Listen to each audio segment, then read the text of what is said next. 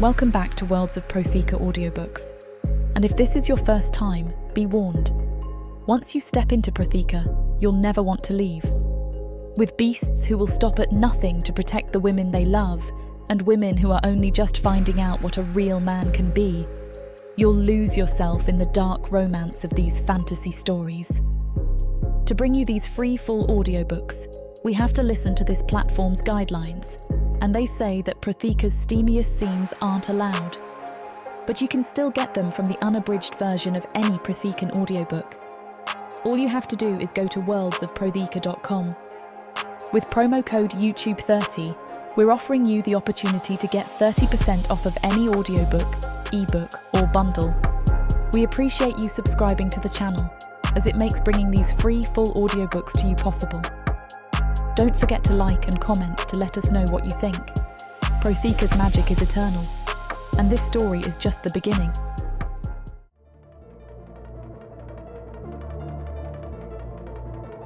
Chapter 1. Lenny.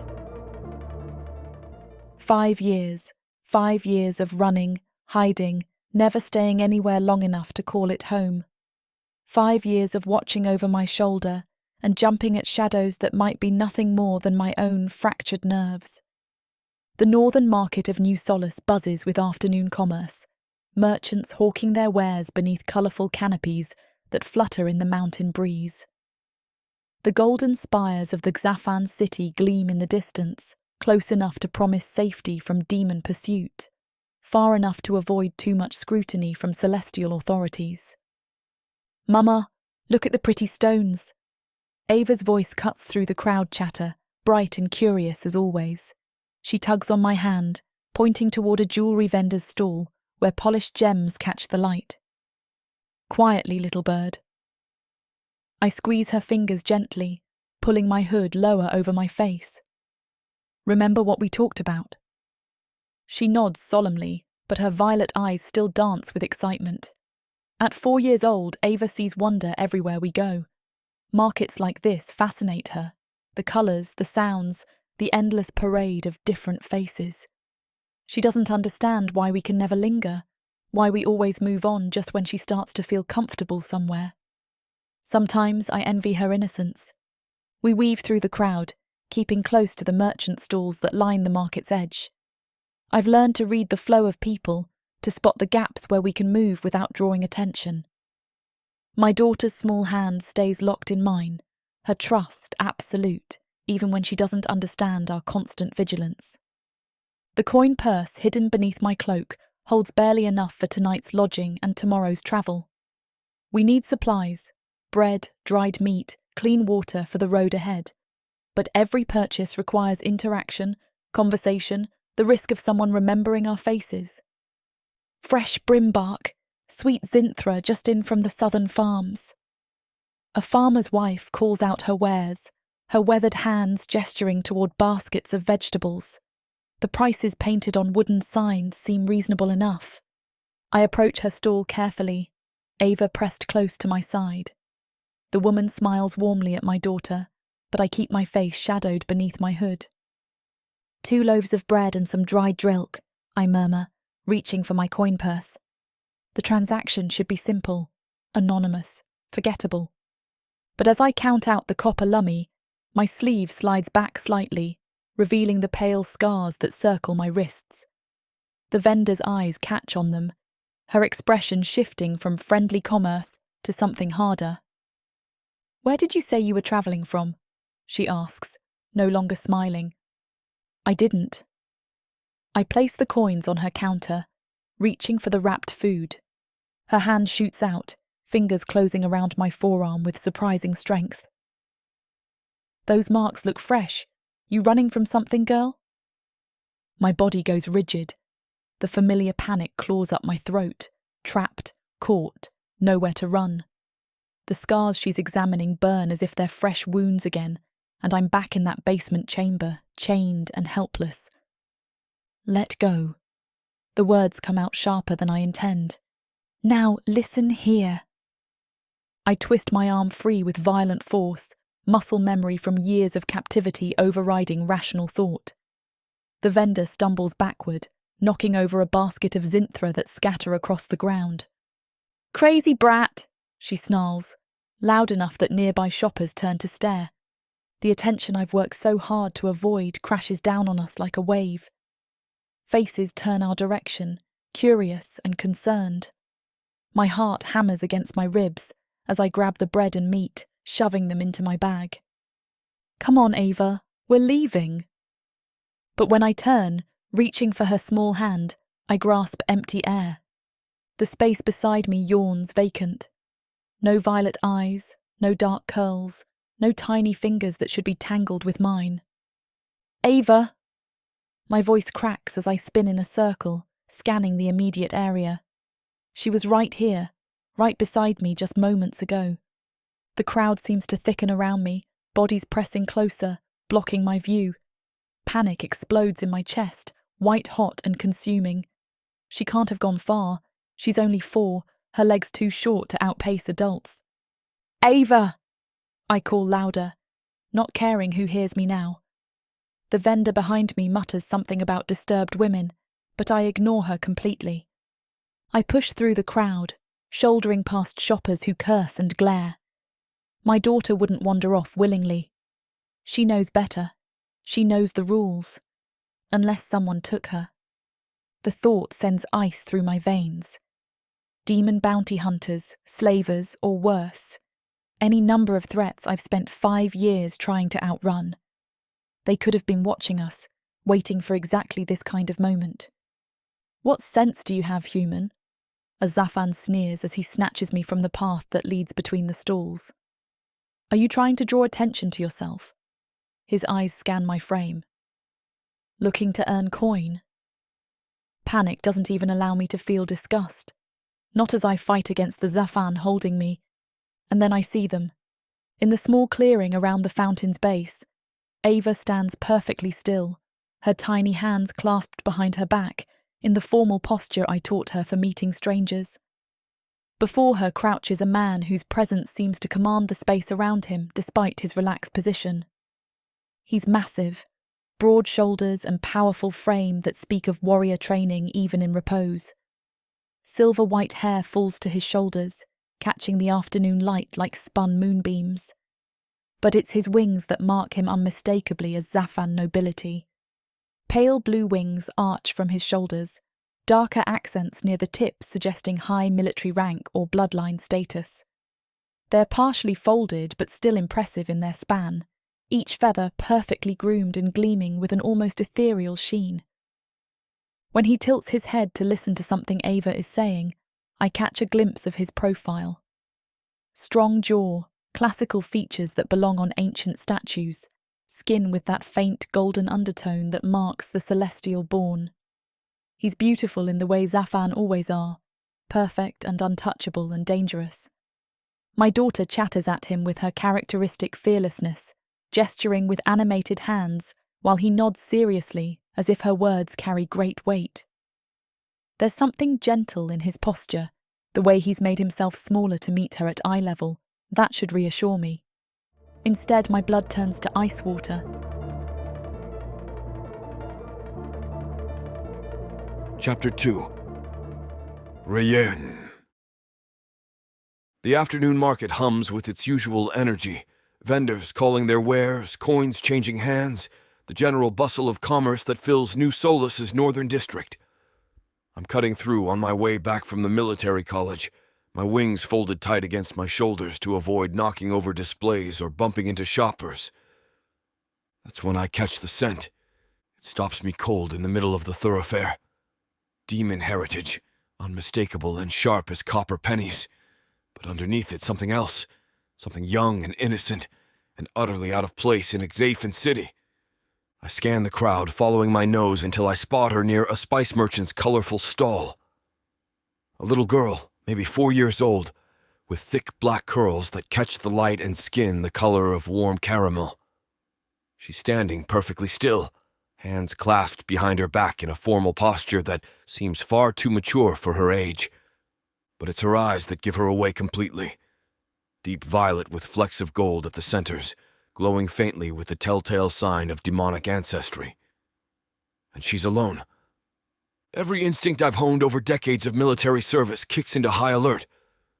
A demon child unattended in the heart of Zaffin territory. I've never seen such a thing. Whether someone's lost track of her, or something much worse has happened. I approach slowly, crouching down when I'm close enough that she notices me. No sudden movements. Children spook easily, and this one has every reason to be wary of strangers. Hello there. I keep my voice gentle, pitched low enough that nearby shoppers won't overhear. Are you looking for someone? She tilts her head, studying me with those luminous eyes. There's no fear in her expression, only curiosity. You have wings. I do. I can't help the slight smile that tugs at my mouth. Direct and to the point. I like that in a conversation partner. What's your name? Ava. She bounces slightly on her toes, energy barely contained in her small frame. My mama says I'm not supposed to talk to strangers, but you don't look scary. Your mama sounds very smart. Where is she? The bounce stops. Ava's brow furrows as she glances around the market, suddenly looking very young and uncertain. I don't know. I lost her. Christ, a lost child in a crowded market is concerning enough without the added complexity of her heritage. If the wrong person spots those telltale eyes or catches her scent the way I did. Well, let's find her then. I straighten slightly, scanning the crowd while keeping my voice calm. What does your mama look like? She has pretty hair and she always holds my hand tight.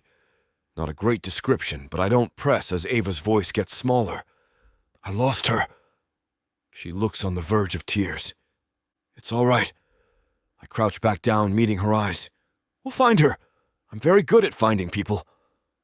That seems to reassure her. What's your name?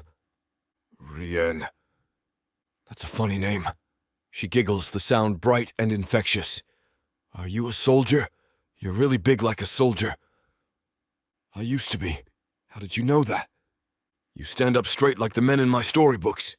She demonstrates, puffing out her small chest and squaring her shoulders in an adorable approximation of military posture. And your wings are pretty. Are they soft? The innocent question catches me off guard. Most adults, especially non-Zafen, tend to avoid mentioning my wings at all. But children see the world differently. They are. Maybe your mama can tell you if it's all right to... Mama! Ava's shriek cuts through the market noise like a blade. I follow her gaze to see a scuffle near one of the food stalls. A human woman with ash-brown hair is struggling against a burly vendor's grip, her face pale with panic. Even from this distance, I can see the family resemblance. The same delicate bone structure, the same determined set to her jaw. The woman breaks free with a violent twist that sends the vendor stumbling, and her eyes lock on mine across the crowd.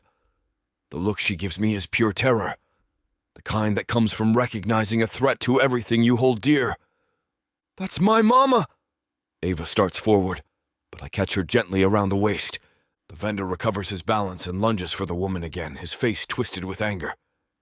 You don't get to just walk away, you lying brat. That's all I need to see.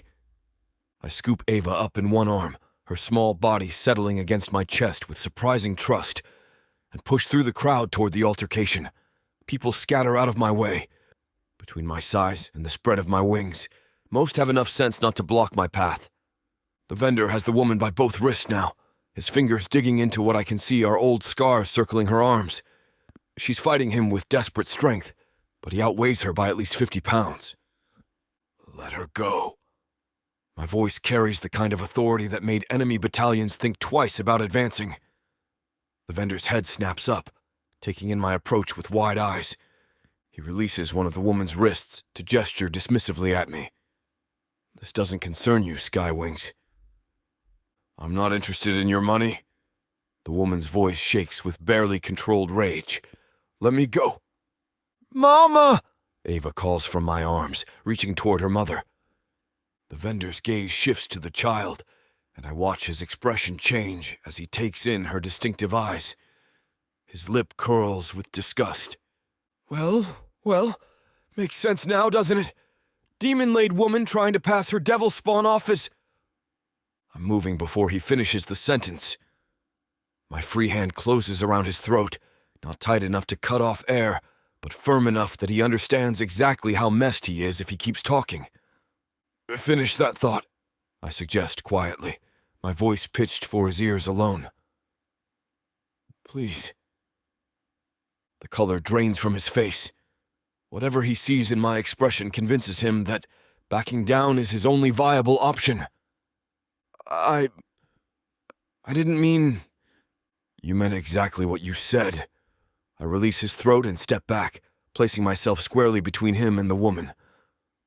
My wings spread slightly, creating a barrier that blocks his view of the mother, and Ava is buried into my chest. Now you're going to apologize to the lady and walk away, or I'm going to demonstrate why retired doesn't mean soft. He scrambles backward, nearly tripping over his own display table. Keep your demon, brat. Wasn't worth the trouble anyway. The urge to introduce his face to the nearest stone surface is almost overwhelming, but I have more pressing concerns. The woman, Ava's mother, stands frozen behind me, her breathing harsh and uneven. Come on. I turn, shifting Ava to my other arm so I can gesture toward the market's exit. Let's get you both out of here. The woman doesn't argue. She falls into step beside me, staying close enough that our shoulders almost brush as we navigate the crowd. Her hands shake where they clutch a small traveling bag. She keeps glancing back as if expecting pursuit. Thank you, she whispers once we've cleared the worst of the crowd. Thank you. Don't mention it. I glance down at Ava, who's been remarkably quiet during the whole exchange. You all right, little one? She nods, but her arms tighten around my neck. The mean man was hurting Mama. He won't hurt her again. The promise comes out with more heat than I intended, but the child seems to find it comforting. Then I look to her mother. I'm Rian, by the way. She goes even paler. She's staring at me like I'm a predator who's momentarily forgotten to hunt, waiting for the inevitable moment when I remember what she is and decide she's not worth protecting after all. I've seen that look before. Usually on the faces of refugees and prisoners of war, people who've learned that kindness is often just cruelty wearing a prettier mask. Chapter 3. Rienne. I guide them down a narrow side street where ancient vine-covered walls create a canopy of green shadows overhead. The scent of night lilies drifts from hidden gardens, and the sounds of the market fade to a distant murmur. Here, away from prying eyes and gossiping tongues, some of the tension seems to ease from the woman's shoulders, but only some. She walks like someone who's forgotten what it feels like to not be hunted. Every few steps, she glances back the way we came, her amber eyes scanning for threats that might be following. Her hand hovers near a knife at her belt, worn leather handle, well-maintained blade. She knows how to use it, has used it. I'm genuinely shocked she didn't stab that vendor with it, which means she's smart, too. She never would have gotten out of the situation if she had. What's your name? I ask, keeping my voice gentle. Ava has settled more comfortably against my chest, her small fingers exploring the silver clasps on my shirt with the focused concentration only children possess. Lenny. The answer comes after a beat too long, like she had to remember which name was safe to give. Kalenya, but... Lenny. Where are you headed, Lenny? Another pause. She's calculating, weighing options, trying to decide how much truth she can afford. South, maybe east, somewhere with work. The vague answer tells me everything I need to know. They're not traveling towards something. They're running from it. Have been for a while from the looks of them. Lenny's clothes are well made, but worn thin in places that suggest constant travel. Her boots have been resoled at least twice. Ava's dress is clean, but has been let down at the hem repeatedly as she's grown. A bakery, Ava announces suddenly, tilting her head back to look at me. Mama makes the best bread. Is that right? I glance at Lenny, who's gone rigid beside me. You're a cook? Sometimes. Her voice carries the careful neutrality of someone who's learned that admitting to skills can be dangerous. When there's work, she doesn't trust me. Can't blame her for that. A strange Zaffin offering help to a human woman and her half-demon child isn't exactly the safest scenario. But the way she keeps looking at Ava, the protective calculation in her eyes, tells me she's running out of options.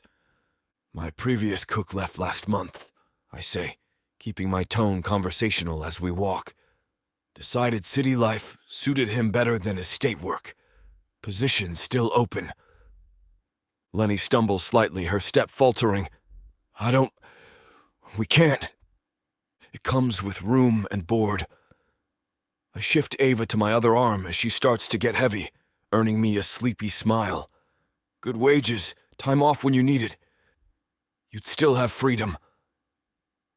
The longing that flashes across Lenny's face is there, and gone so quickly I almost miss it.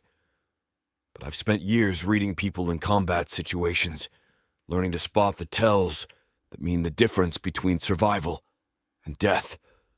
She wants what I'm offering so badly it physically hurts her. I can't, she whispers. You don't understand. I understand that you're exhausted.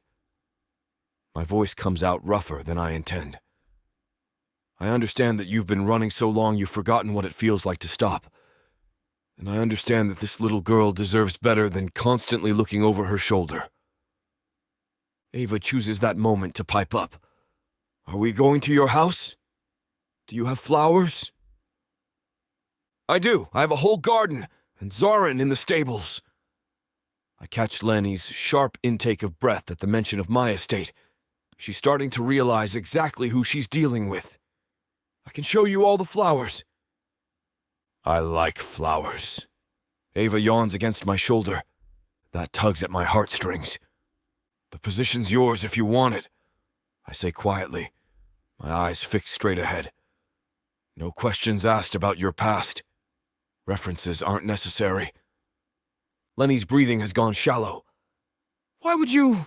I don't understand why you'd help us. Because looking at you is like looking at every refugee I've ever seen fleeing a war zone. Because your daughter trusts me completely and children have better instincts about people than most adults. Because that vendor back there looked at Ava like she was something to be exterminated. And the thought of letting you walk away to face more of that makes my chest tight with rage. Because I already feel far too protective over the little girl in my arms, and I can't let her face the life I'm sure she has had to live. Because I need a cook, I say instead, and you need a safe place to rest. She doesn't answer immediately. We walk in silence through another twist in the road, past a small shrine to one of the minor goddesses tucked into an alcove between buildings. The afternoon light filters through the vine canopy, casting shifting patterns of green and gold across the stone pathway. Ava has gone completely limp against my chest, her breathing deep and even. The child's exhaustion is obvious now that she's allowed herself to relax. How long since either of them had a proper night's sleep? The ones you're running from. I keep my voice low, mindful of small ears even if they seem to be sleeping. Will they follow you to New Solas? Lenny's step falters again. I don't know. Maybe they have resources, connections. I hoped we'd gotten far enough, but they won't touch you on my land. The words come out flat and certain. Whatever they want, whoever they are, they'll have to go through me first. She stops, walking entirely, turning to stare at me with something like shock. You don't even know us. You don't know what I've done, or what kind of trouble we might bring to your door. Don't care. You should. You really should care. Her voice cracks slightly. Good people get hurt when they get involved with us. Let me worry about that. I adjust my hold on Ava, who murmurs something unintelligible in her sleep. The offer stands. Work when you're ready. Safe quarters for both of you. Protection of my household.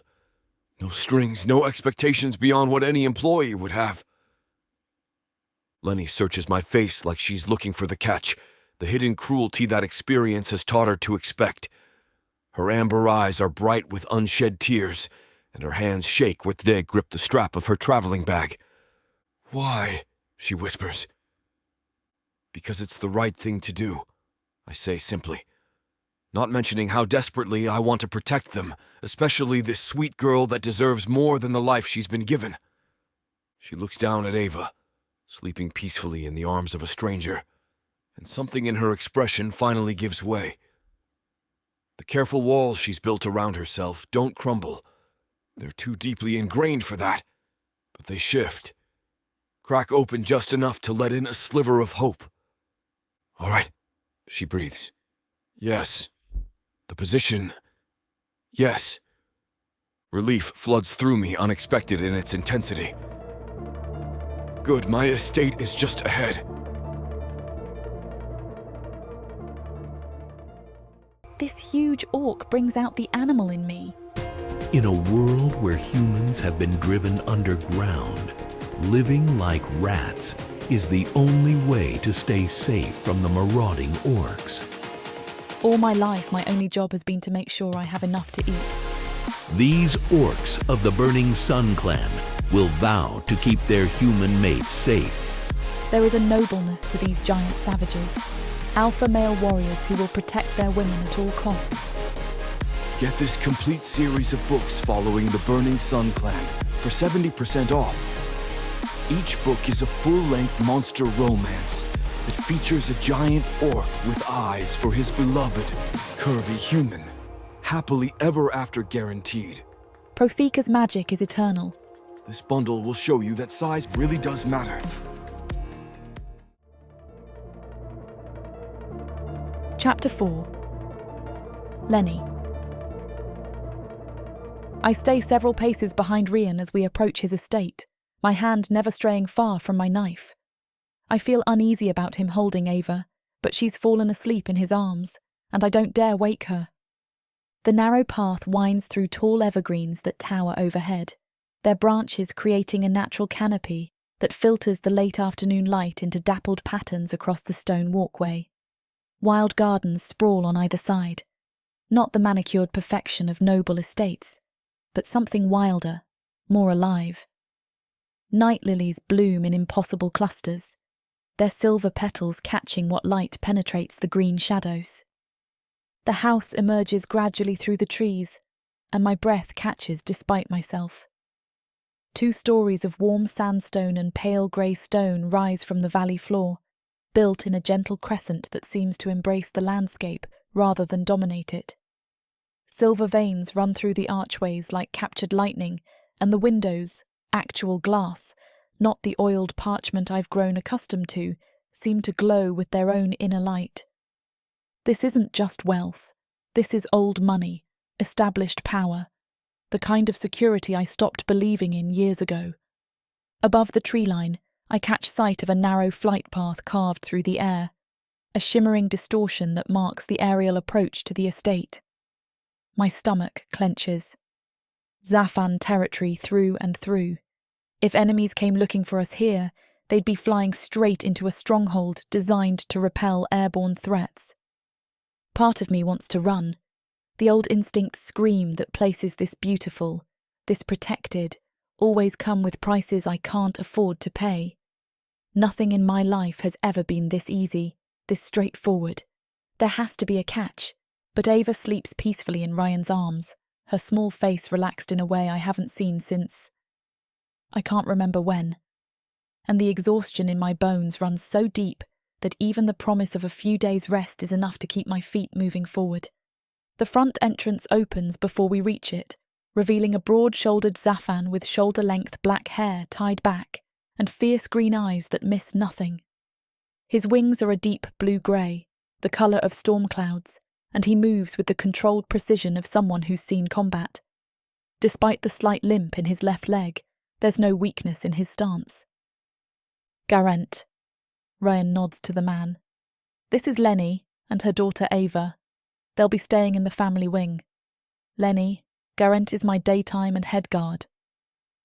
Garant's green eyes flick to me, taking in everything, my worn clothes, my defensive posture, the way my hand hovers near my weapon.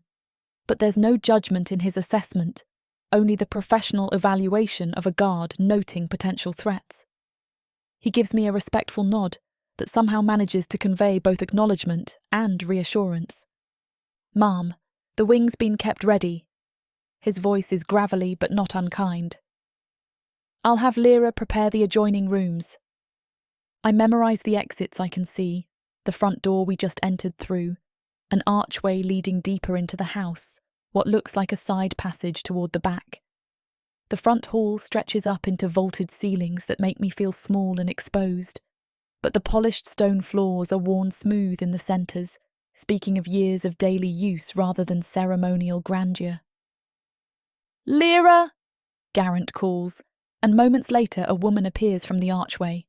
She's shorter than me, maybe mid-40s, with the slightly pointed ears and earth-brown skin that mark her as part nymph. Her greying hair is braided with small flowers, and her brown eyes light up immediately when she sees Ava. "Oh, what a darling little one," she coos, but keeps her voice soft so as not to wake the sleeping child. "I'm Lyra, sweet girl. I keep this big house running properly."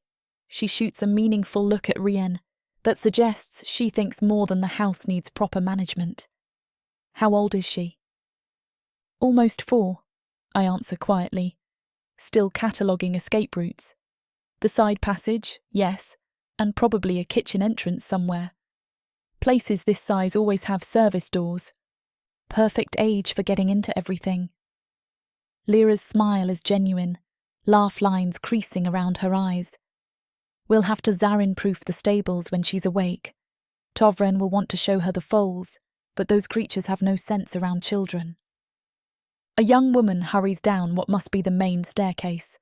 Human, maybe 20, with bright auburn hair escaping from a hasty braid and stormy grey eyes wide with curiosity.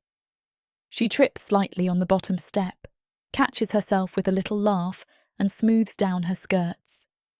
"This is Merrin," Rian says as the girl approaches. "She'll help you get settled if you need anything." "Oh, hello." Merrin's enthusiasm is immediate and unguarded. "I'm so glad you're here. The house feels too quiet sometimes with just all of us. Do you like tea? I know where Lyra keeps the good stuff, not just the everyday leaves." I study her face, looking for the calculation, the hidden agenda, the subtle cruelty that experience has taught me to expect from people who seem too friendly too fast. But Merrin just beams at me with the uncomplicated warmth of someone who hasn't learned yet that kindness can be weaponized. "Merrin, dear, let them breathe first," Lyra chides gently. "They've been travelling." The sound of approaching footsteps draws my attention, and I turn to see another Zafan emerging from what might be the direction of the stables. This one is older, maybe 60 in human years, with grizzled silver hair and wings that have seen better days. His clothes are practical work gear, leather apron stained with what I hope is just Zarin feed, and his weathered hands speak of decades spent with animals. "Tovren," Rian says. "Our new cook, Lenny, and her daughter, Ava." Tovren's eyes immediately fix on Ava, and his entire expression softens. "Well now, there's a little angel if I ever saw one. Look at those tiny hands." He glances at me with the kind of respectful nod I'd expect from someone who understands that mothers are forces to be reckoned with. "Ma'am, the stables are always open if the little one wants to see the Zarin. They're gentle with children mostly." "Mostly?" I ask before I can stop myself. "They're particular about their treats," Tovren chuckles. "Get demanding if they think someone might have sugar cubes, but they'd never hurt a child. Got too much sense for that." I nod, still processing the easy way these people talk about Ava spending time in their spaces, around their animals. No one's mentioned half-demon blood or asked uncomfortable questions about her parentage. They're treating her like any child who might visit, as if the small horns barely visible through her dark curls are nothing worth remarking on. A door opens somewhere deeper in the house, and another Zafan appears, younger than the others, maybe 30, with warm brown skin and curly hair kept short. His wings are a rich indigo, and when he smiles, it transforms his entire face. "That's Oris," Rian explains as the younger man approaches. "Night guard, but he keeps day hours often enough." "Training runs," Oris says with a grin. "Rian's determined to make me worthy of the position." He peers at Ava with curious brown eyes. Is she really sleeping through all this chatter? Children usually wake up when there are new voices around. She's exhausted, I say simply, and something in my tone must convey the deeper truth, because Oris's expression grows more serious. "Well, she'll sleep well here. The wards keep everything quiet at night, no unexpected noises to wake anyone. Wards. Magical protections around the entire property." My pulse quickens with something that might be relief or might be panic. Protected, yes, but also contained. "The family wing is this way," Lyra says, gesturing toward the staircase. "Connected rooms with your own sitting area and bath. Windows overlook the gardens, nice morning light for the little one." I follow her up the stairs, hyper-aware of every detail. Rienne walks beside me, still carrying Ava, while Merrin trails behind with obvious excitement. The second floor opens into a wide hallway with more of those softly glowing windows, and Lyra leads us to the far end where she opens a heavy wooden door. "Here we are," she says warmly, stepping aside so I can see. The rooms are beautiful, not ostentatious, but comfortable in a way that speaks of real wealth. Soft gold drapes that probably cost more than I've made in the last year. Low fireplaces with enchanted flames that give off heat without smoke, and furniture that's both elegant and practical. The adjoining bedroom where Ava would sleep has a small bed with a hand-carved headboard and a window seat perfect for a child to curl up with a book. "The bath is through here," Merrin says, opening another door to reveal a bathing room with actual running water and a tub large enough to soak in. Hot water whenever you want it. The heating runes are always active. I stand in the centre of the main room, taking it all in. These people are treating me like a welcome guest, not a desperate refugee they found in the market. They're talking about Ava like she belongs here, like they expect to see her running through their halls and playing in their gardens. It's everything I've dreamed of for her. Everything I've told myself we could never have. And that's exactly why I can't trust it. "The grounds are yours to explore," Rian says, shifting Ava gently in his arms as she stirs slightly. "All of it. The gardens, the stables, the paths down to the waterfall. There are no restrictions." I stare at him, waiting for the other boot to drop. The qualifier, the list of conditions, the explanation of what he expects in return for this unprecedented freedom. It doesn't come. "I don't understand." The words slip out before I can stop them, and I immediately curse my honesty. Never show confusion. Never admit weakness. Rian's celestial blue eyes study my face with what looks like genuine puzzlement. "What's to understand? This is your home now. You don't need permission to walk in your own home." Home. The word hits me like a physical blow, and I have to work to keep my expression neutral. I haven't had a home since I was 16. I've had hiding places, temporary shelters, safe houses that lasted a few days if I was lucky. But home suggests permanence, belonging, safety that doesn't come with a price tag attached. "Nothing's free," I say quietly, hating how small my voice sounds. There's always a cost. Something flickers across Rian's features. Pain, maybe, or recognition.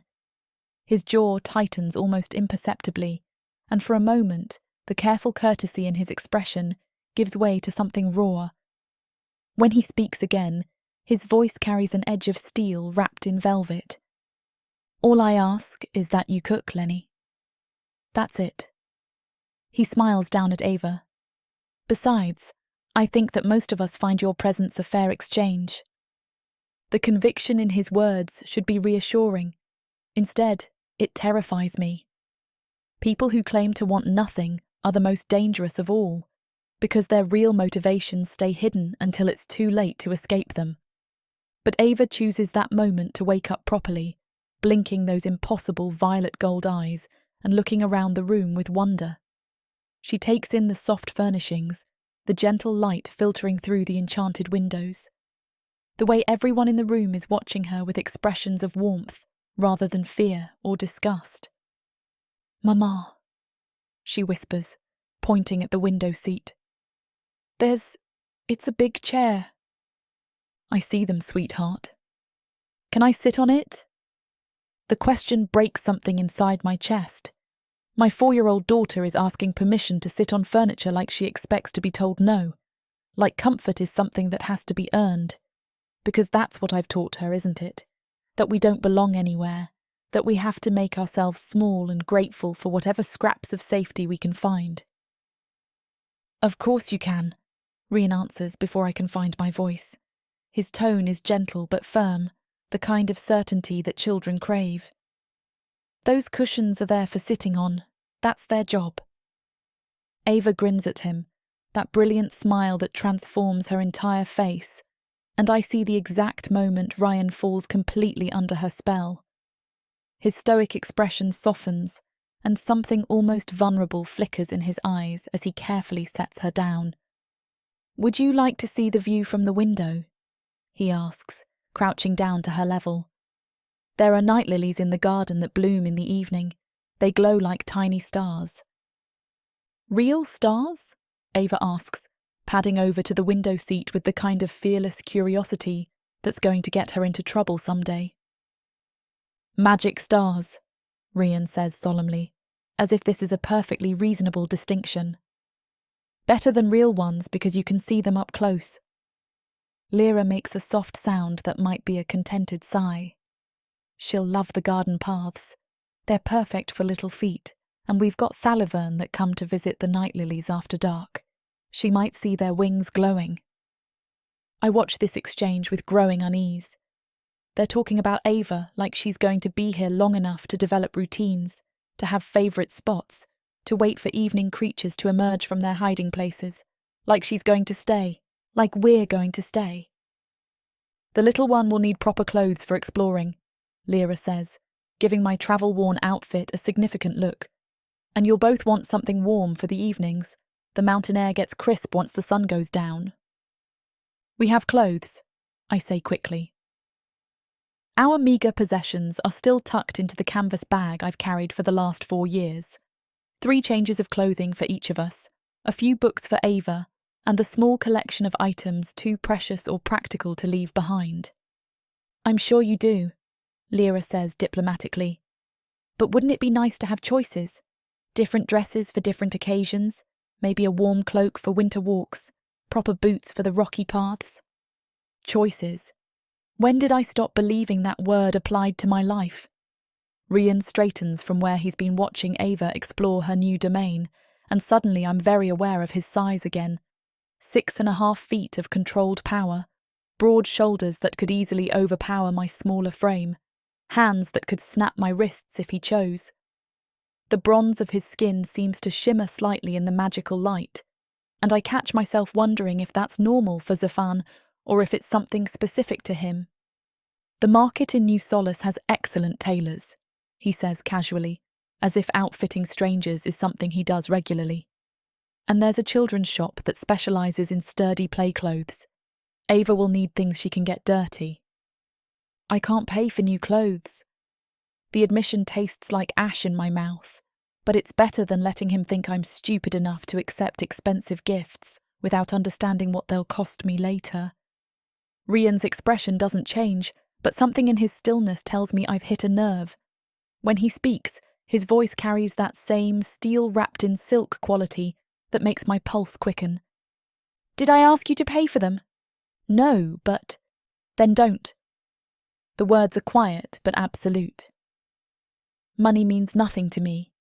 I take care of my staff. The casual way he says it, like my comfort actually matters to him, like Ava's safety is something he's genuinely invested in, makes my chest tight with emotions I can't afford to feel. This is how they get you. Not with threats or demands, but with kindness so overwhelming you stop questioning whether it's real. "Mama, look!" Ava presses her face against the window glass, pointing at something in the garden below. "There's a fountain." I move to the window despite myself, drawn by her excitement. The view takes my breath away. The gardens spread out below us in carefully cultivated wilderness. Not the rigid formality of noble estates, but something that looks like nature improved upon itself. Winding stone paths disappear between flowering shrubs and ornamental trees, leading to hidden alcoves where benches wait in dappled shade. The fountain Ava spotted sits in the centre of it all, its water catching the late afternoon light and throwing tiny rainbows across the surrounding flower beds. "Can I go see it?" Ava asks, already bouncing on her toes with anticipation. "After dinner," Rian promises, "and only with your mother or one of us to show you the safe paths. Some parts of the garden are still wild, and we don't want you getting lost." Lost. Like there are places on this property where a small child could wander off and never be found. The thought should alarm me, but instead I find myself thinking about how freeing it must be to have enough space that getting lost is even a possibility. Every place we've lived has been small enough that 3 steps in any direction would bring you to a wall. "The evening meal is in an hour," Lyra says, smoothing down her skirts. "I've been handling dinner, so it's nothing fancy. Roasted tuskram with baked zinthra and fresh bread. Simple fare. Simple fare that probably costs more than I've spent on food in the last month." My stomach betrays me with a low growl that makes Marin giggle. "I'll bring a plate up if you'd rather not come down to the dining room," she offers kindly. "Sometimes it's nice to eat somewhere quiet when you're settling in." The dining room, where all of Rian's people will gather, where I'll be the centre of attention whether I want to be or not. Where Ava will be watched and evaluated and judged, no matter how kindly they're treating her now. Where I'll have to sit across from Rian and pretend I'm not constantly calculating how quickly I could grab Ava and run if things go wrong. "We'll come down," I hear myself saying, though the words feel like someone else spoke them. She should eat with other people. She doesn't get to do that often. Never gets to do that, actually. We've eaten every meal alone for 4 years, huddled in whatever corner or rented room we could afford, always listening for footsteps that might mean discovery. Rian nods as if this is perfectly normal, as if he hasn't just witnessed me make what feels like the most terrifying decision of my adult life. The dining room is informal, no ceremony, no special rules, just people sharing a meal. Just people. Like we're just people too, instead of a fugitive and her half-demon child, like we belong at someone's table. "I'll let you get settled," he says, moving toward the door. "Rest, explore, make yourselves comfortable. This is your home now." There it is again. That word that makes my chest ache with longing and terror in equal measure. He pauses in the doorway, his broad frame filling the space, silver-white hair catching the magical light like captured starshine. When he looks back at us, there's something in his expression I can't quite name. Protective, maybe, or possessive in a way that should scare me but somehow doesn't. "Lenny." My name in his deep voice does things to my nervous system that I really can't afford right now. Whatever you're afraid of, whatever you're running from, it can't touch you here. I give you my word. Then he's gone, leaving me alone with Ava, and the echo of a promise I have no reason to believe but desperately want to trust.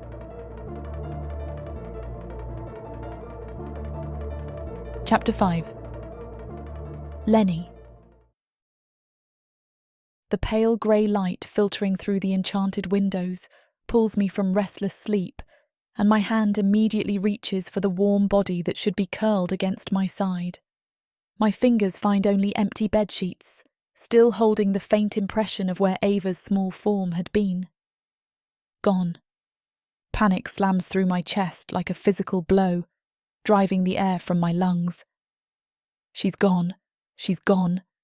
They took her while I slept like a fool who believed in safety and promises, and I roll out of bed before the thought finishes forming, my bare feet hitting the cold stone floor with barely a sound. The cloak I draped over the chair gets thrown around my shoulders as I move, muscle memory taking over while my mind fractures into 1,000 possibilities, each worse than the last.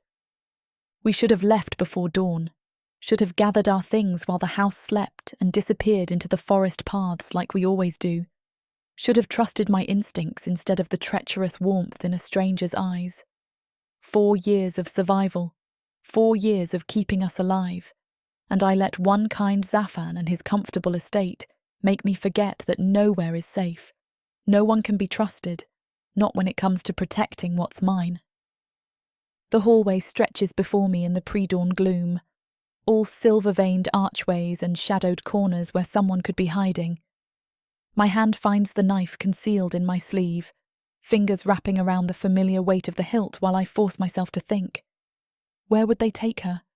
The stables? Some hidden room I haven't seen yet?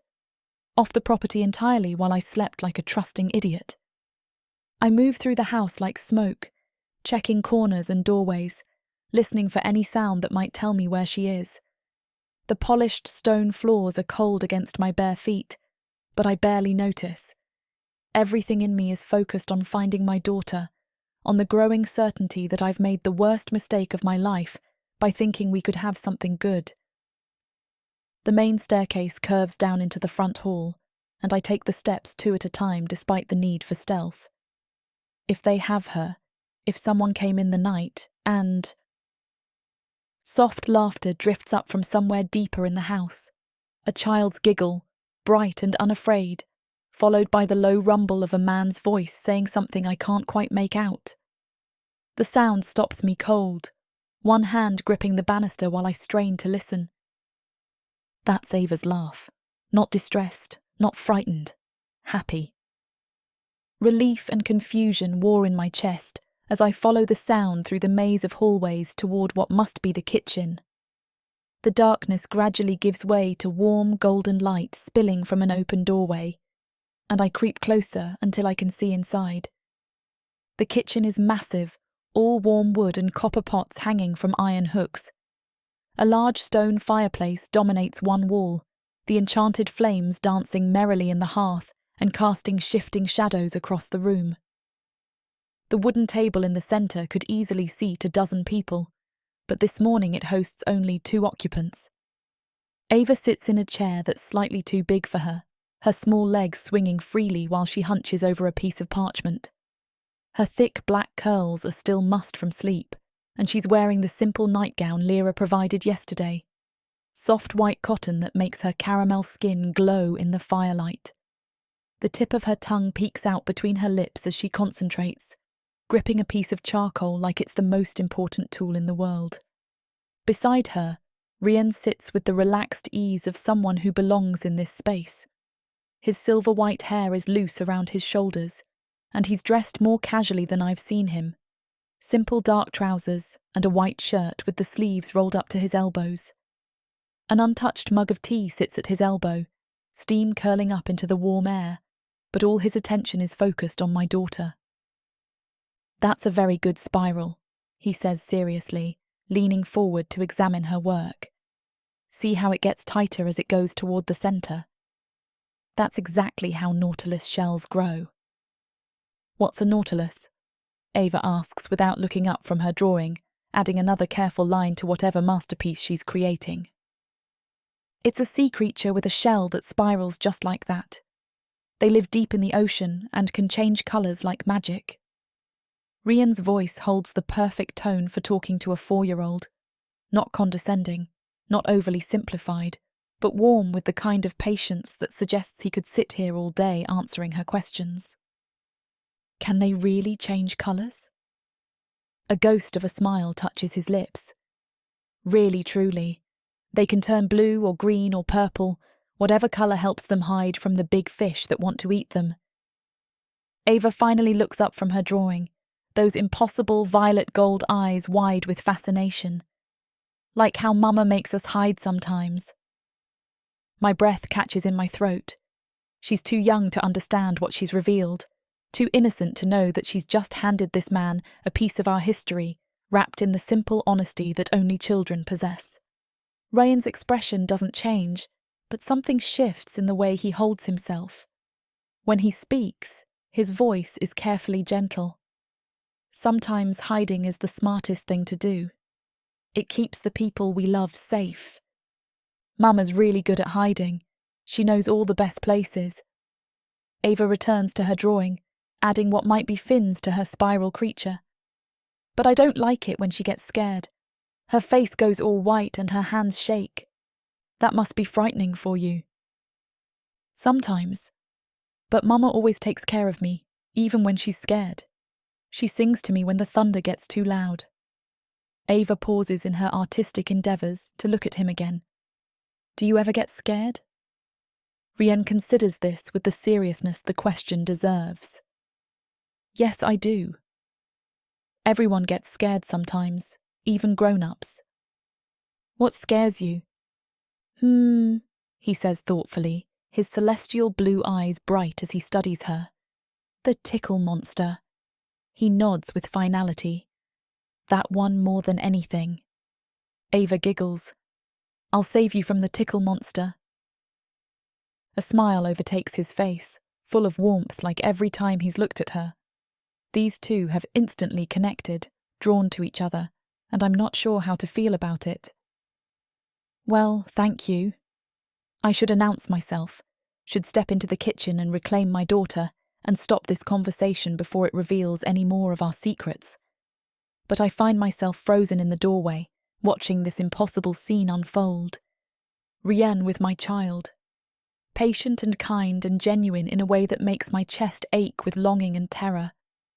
Treating her like she matters, like her questions deserve real answers, like she's worthy of his time and attention. The way her face lights up when he speaks to her. The comfortable way she sits beside this powerful man who could snap her neck with one careless movement. The way she trusts him already, completely and without reservation.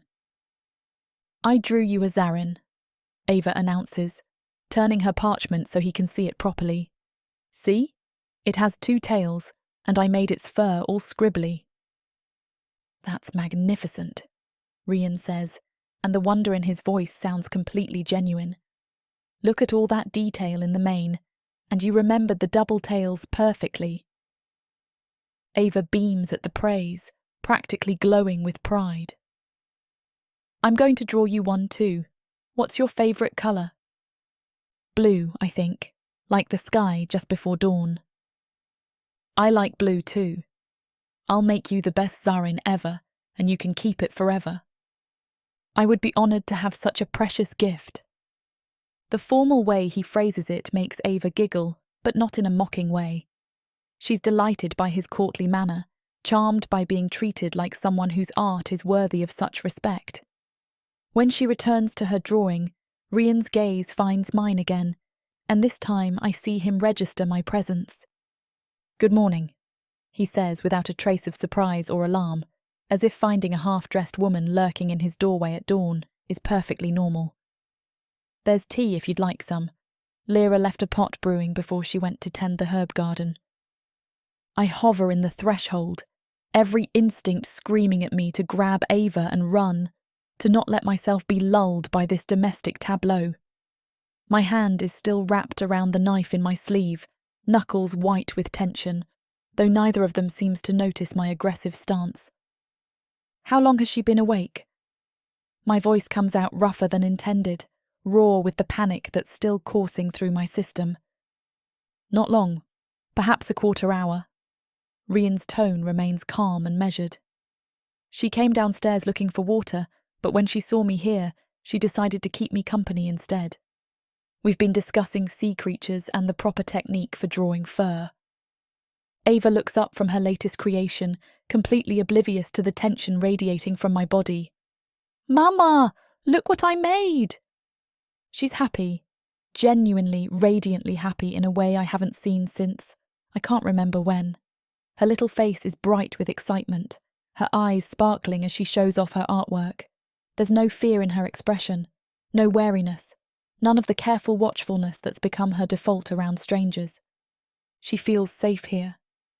That realization hits me like a physical blow, stealing what little breath I've managed to recover.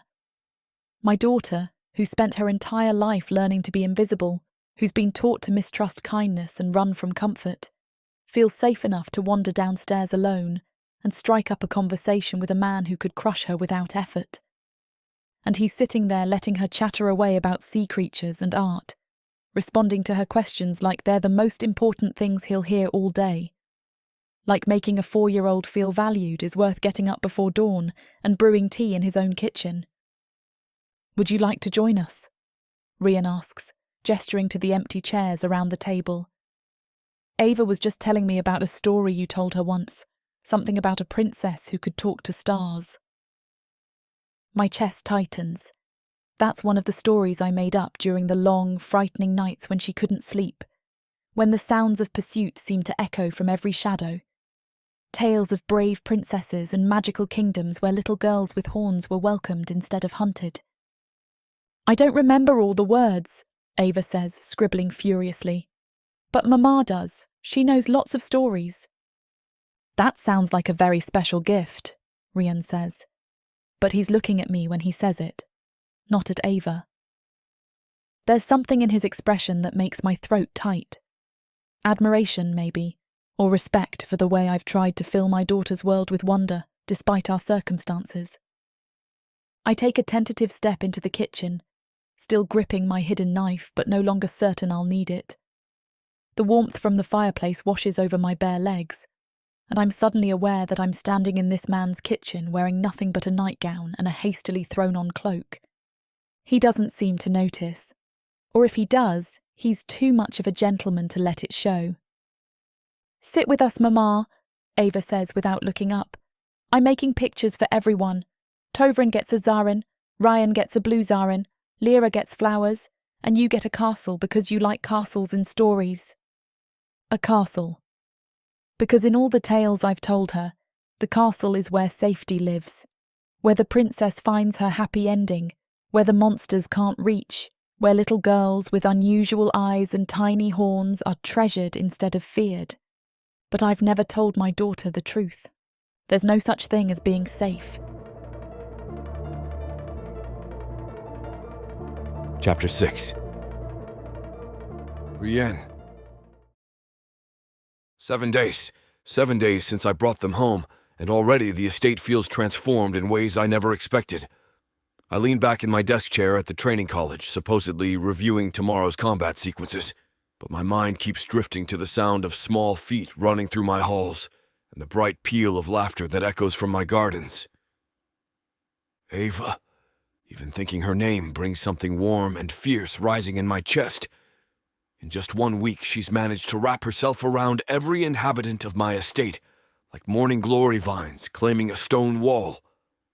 Yesterday, I came home to find her perched on Garant's massive shoulders, peppering him with questions about his wing maintenance routine, while he pretended to be annoyed by her curiosity. The day before, Lyra was teaching her to knead bread, flour dusting her dark curls as she stood on a wooden stool to reach the counter properly.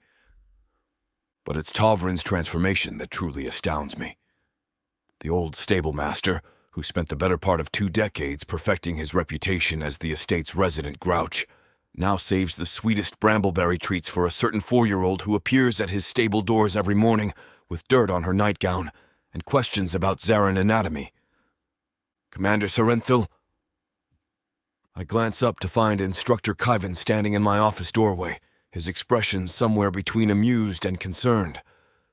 "The third-year students are waiting for your assessment of their formation work." Right. The formation work I was supposed to be reviewing 15 minutes ago, while my thoughts wandered to violet gold eyes and the way small arms wrap around my neck like I'm something precious worth holding on to. Of course.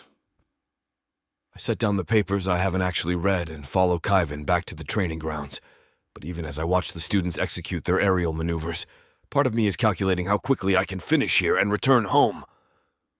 Home. When did I start thinking of the estate as something to return to, rather than simply where I sleep? The answer hits me as I watch a particularly clumsy student nearly collide with his formation partner. The moment I walked through my front doors last week to find Ava sitting cross-legged on my sitting room floor, drawing creatures in the dust motes that danced through the afternoon sunlight streaming from my windows.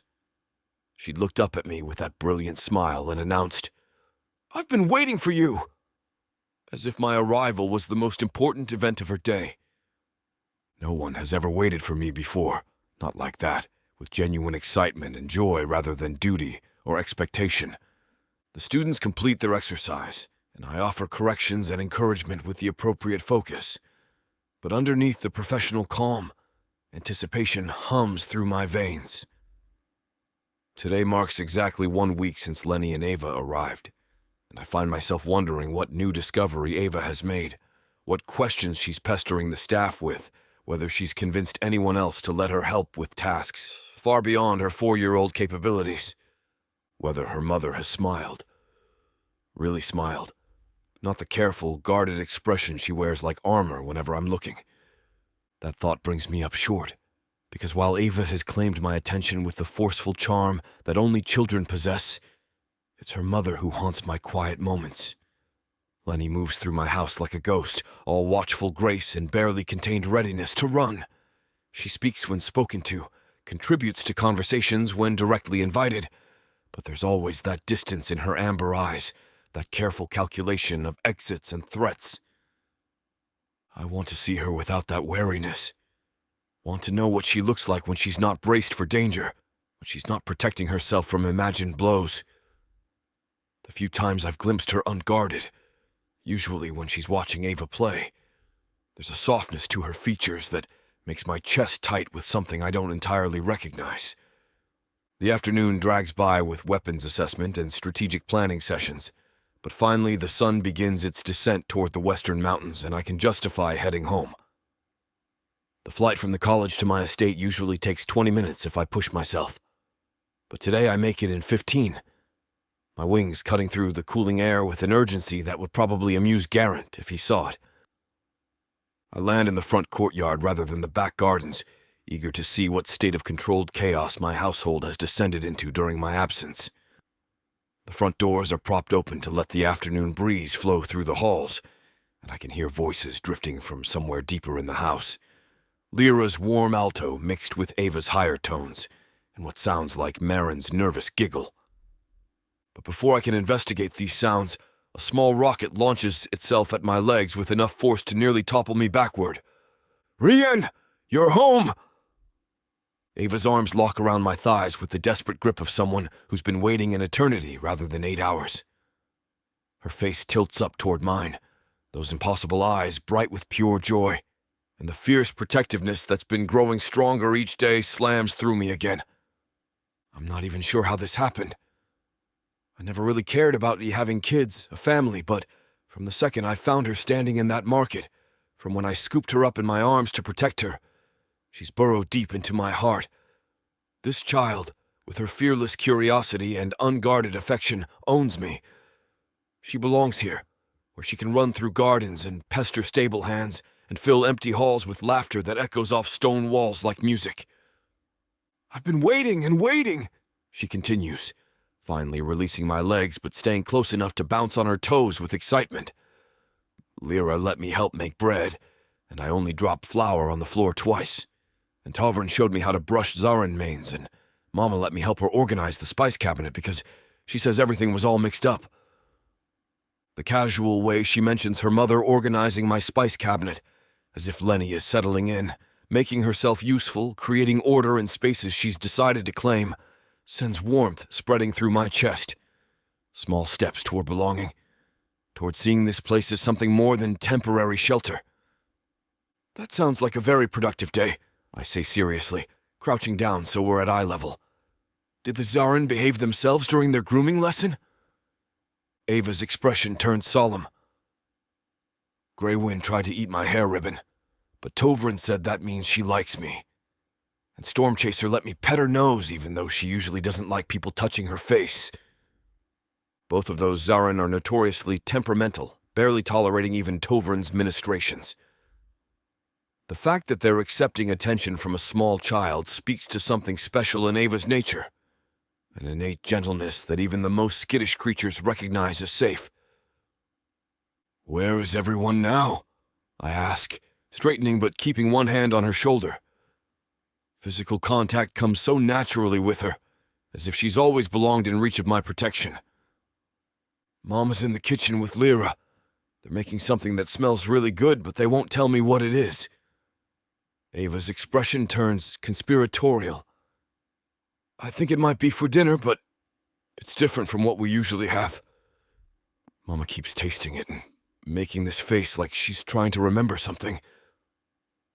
Cooking. Lenny is cooking something from memory, something that requires careful attention and multiple tastings. Not the simple, efficient meals she's been preparing. Good food, but clearly designed for speed and practicality. This sounds like something with emotional weight, perhaps a dish from before her world became about running and hiding. "Should we go see if they need any assistance?" I suggest, though what I really want is to see Lenny in my kitchen, hands busy with creation instead of defense, that distant look replaced by the focused concentration Ava described, because I care about her too. I want her to feel at home here, nothing more. "Yes, but you have to promise not to peek at what they're making. Mama said it's supposed to be a surprise." "A surprise? For whom? The whole household, or something more specific, more personal?" The possibility that Lenny might be creating something special for me, something to mark this week of adjustment and tentative belonging, makes my pulse quicken in ways that have nothing to do with flight or combat. Ava takes my hand, small fingers threading through mine with complete trust, and tugs me toward the kitchen. Her chatter continues as we walk, a running commentary on the day's events that includes detailed descriptions of the pictures she drew, the games she invented in the garden, and her various interactions with every member of my staff. But underneath her bright narrative, I find myself thinking about the woman waiting in my kitchen. Lenny, who moves like water and watches like a hawk, who tells stories to her daughter about castles and safety while never believing in either for herself, who spent a week in my home without ever truly relaxing, never quite trusting that the protection I've offered is real. I want to change that. Want to see those amber eyes go soft with something other than maternal affection. Want to know what it would feel like to have her look at me the way Ava does, with complete faith that I'll keep her safe, that I'm someone worth trusting with the precious things she holds close to her heart. The kitchen comes into view, warm and golden in the afternoon light, and I can see two figures moving around the large table in what looks like comfortable collaboration. Lenny stands at the stove, stirring something in a copper pot while Lyra hovers nearby with ingredients and suggestions. Steam rises from whatever they're preparing, carrying scents that make my mouth water and trigger unexpected memories of my childhood, though I can't place exactly what they're making. But it's not the food that holds my attention. It's Lenny herself, completely absorbed in her task, tasting and adjusting and adding pinches of spices with the kind of intuitive knowledge that comes from years of practice. Her ash-brown hair is pulled back in a simple braid, but several strands have escaped to frame her face. She's wearing one of the simple dresses Lyra provided, deep green cotton that brings out the gold flecks in her eyes. And for the first time since she arrived, she looks settled. Like she belongs in my kitchen, contributing to my household, creating something beautiful and nourishing for people she's beginning to care about. The fierce possessiveness that hits me at that thought nearly stops me in my tracks. I want to keep her here, want to convince her to stay not just for Ava's sake, but for her own. Want to prove that this place, my home, my protection, my regard, can be trusted with both her safety and her heart. "Mama!" Ava calls out, finally releasing my hand to run to her mother's side. "Rian's home and he wants to help, but I told him about the surprise so he can't look."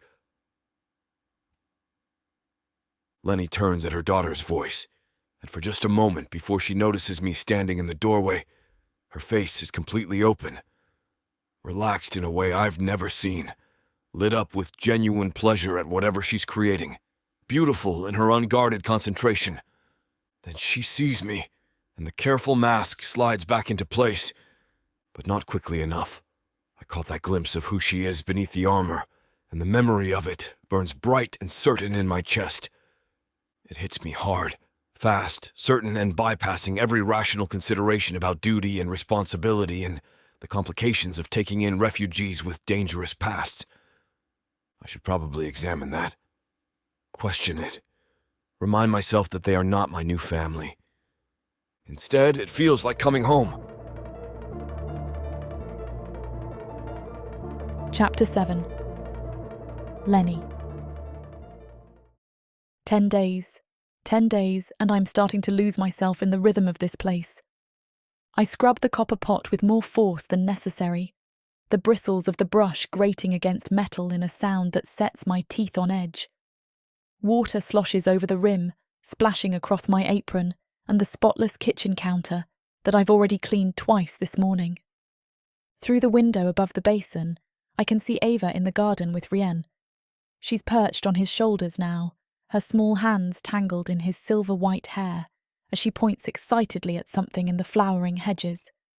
He turns his head to follow her direction, patient as stone, and when she leans forward to whisper something in his ear, his deep laugh carries across the courtyard. My hand's still on the pot. She's never done that with anyone else, never been comfortable enough to touch a stranger's hair, to whisper secrets, to assume she'll be caught if she falls. For 4 years, it's been just us, Ava and me, against a world that wanted to hurt her. And now she's sitting on broad shoulders like she belongs there, like this massive Zafan warrior is her personal climbing tree, instead of a man who could snap her in half without thinking about it. The brush resumes its aggressive path around the pot's interior. 10 days, and my daughter has claimed this place like it was always hers. She knows which stairs creak, which doors stick, where Lyra keeps the good cookies. She greets Tovran every morning with a hug around his gruff old knees. She trails after Merrin like a devoted shadow, helping fold linens and dust furniture with the concentrated seriousness of someone performing vitally important work. And Rian. I force myself to keep scrubbing as I watch him lift Ava down from his shoulders. She immediately grabs his hand, tugging him towards something that's caught her attention near the stone benches. He follows without question, his massive frame folding gracefully as she leads him to crouch beside a patch of white blooming vines. The ease of it makes my chest tight. The way he moves around her, careful but not fragile, protective but not controlling. Yesterday I found him reading to her in the library, Ava curled against his side like she's been doing it her whole life, while his deep voice brought fairy tale heroes to vivid life. When she fell asleep halfway through the story, he simply held still until I came to collect her, one large hand resting gently on her dark curls. No one has ever been gentle with the things I love. You're going to scrub the copper right off that pot if you keep that up. Lyra's voice makes me jump. I hadn't heard her enter the kitchen, too lost in the scene playing out beyond the window. The half-earth nymph stands beside me now, her warm brown eyes following my gaze to the garden where Rian is now examining something Ava has found among the vines. Probably a bug or interesting rock that requires serious adult consultation.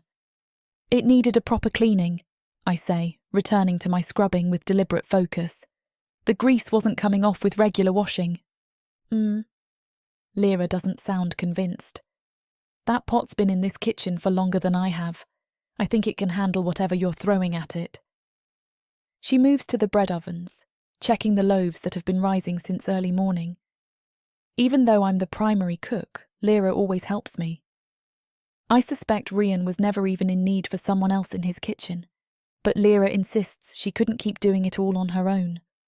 Her movements are unhurried, comfortable in this space she's tended for years. Everything about her radiates the kind of settled contentment I remember seeing in other people's mothers, women who belonged somewhere, who had homes instead of just places to hide. He's good with children, Lyra says quietly, her back still turned. Always has been.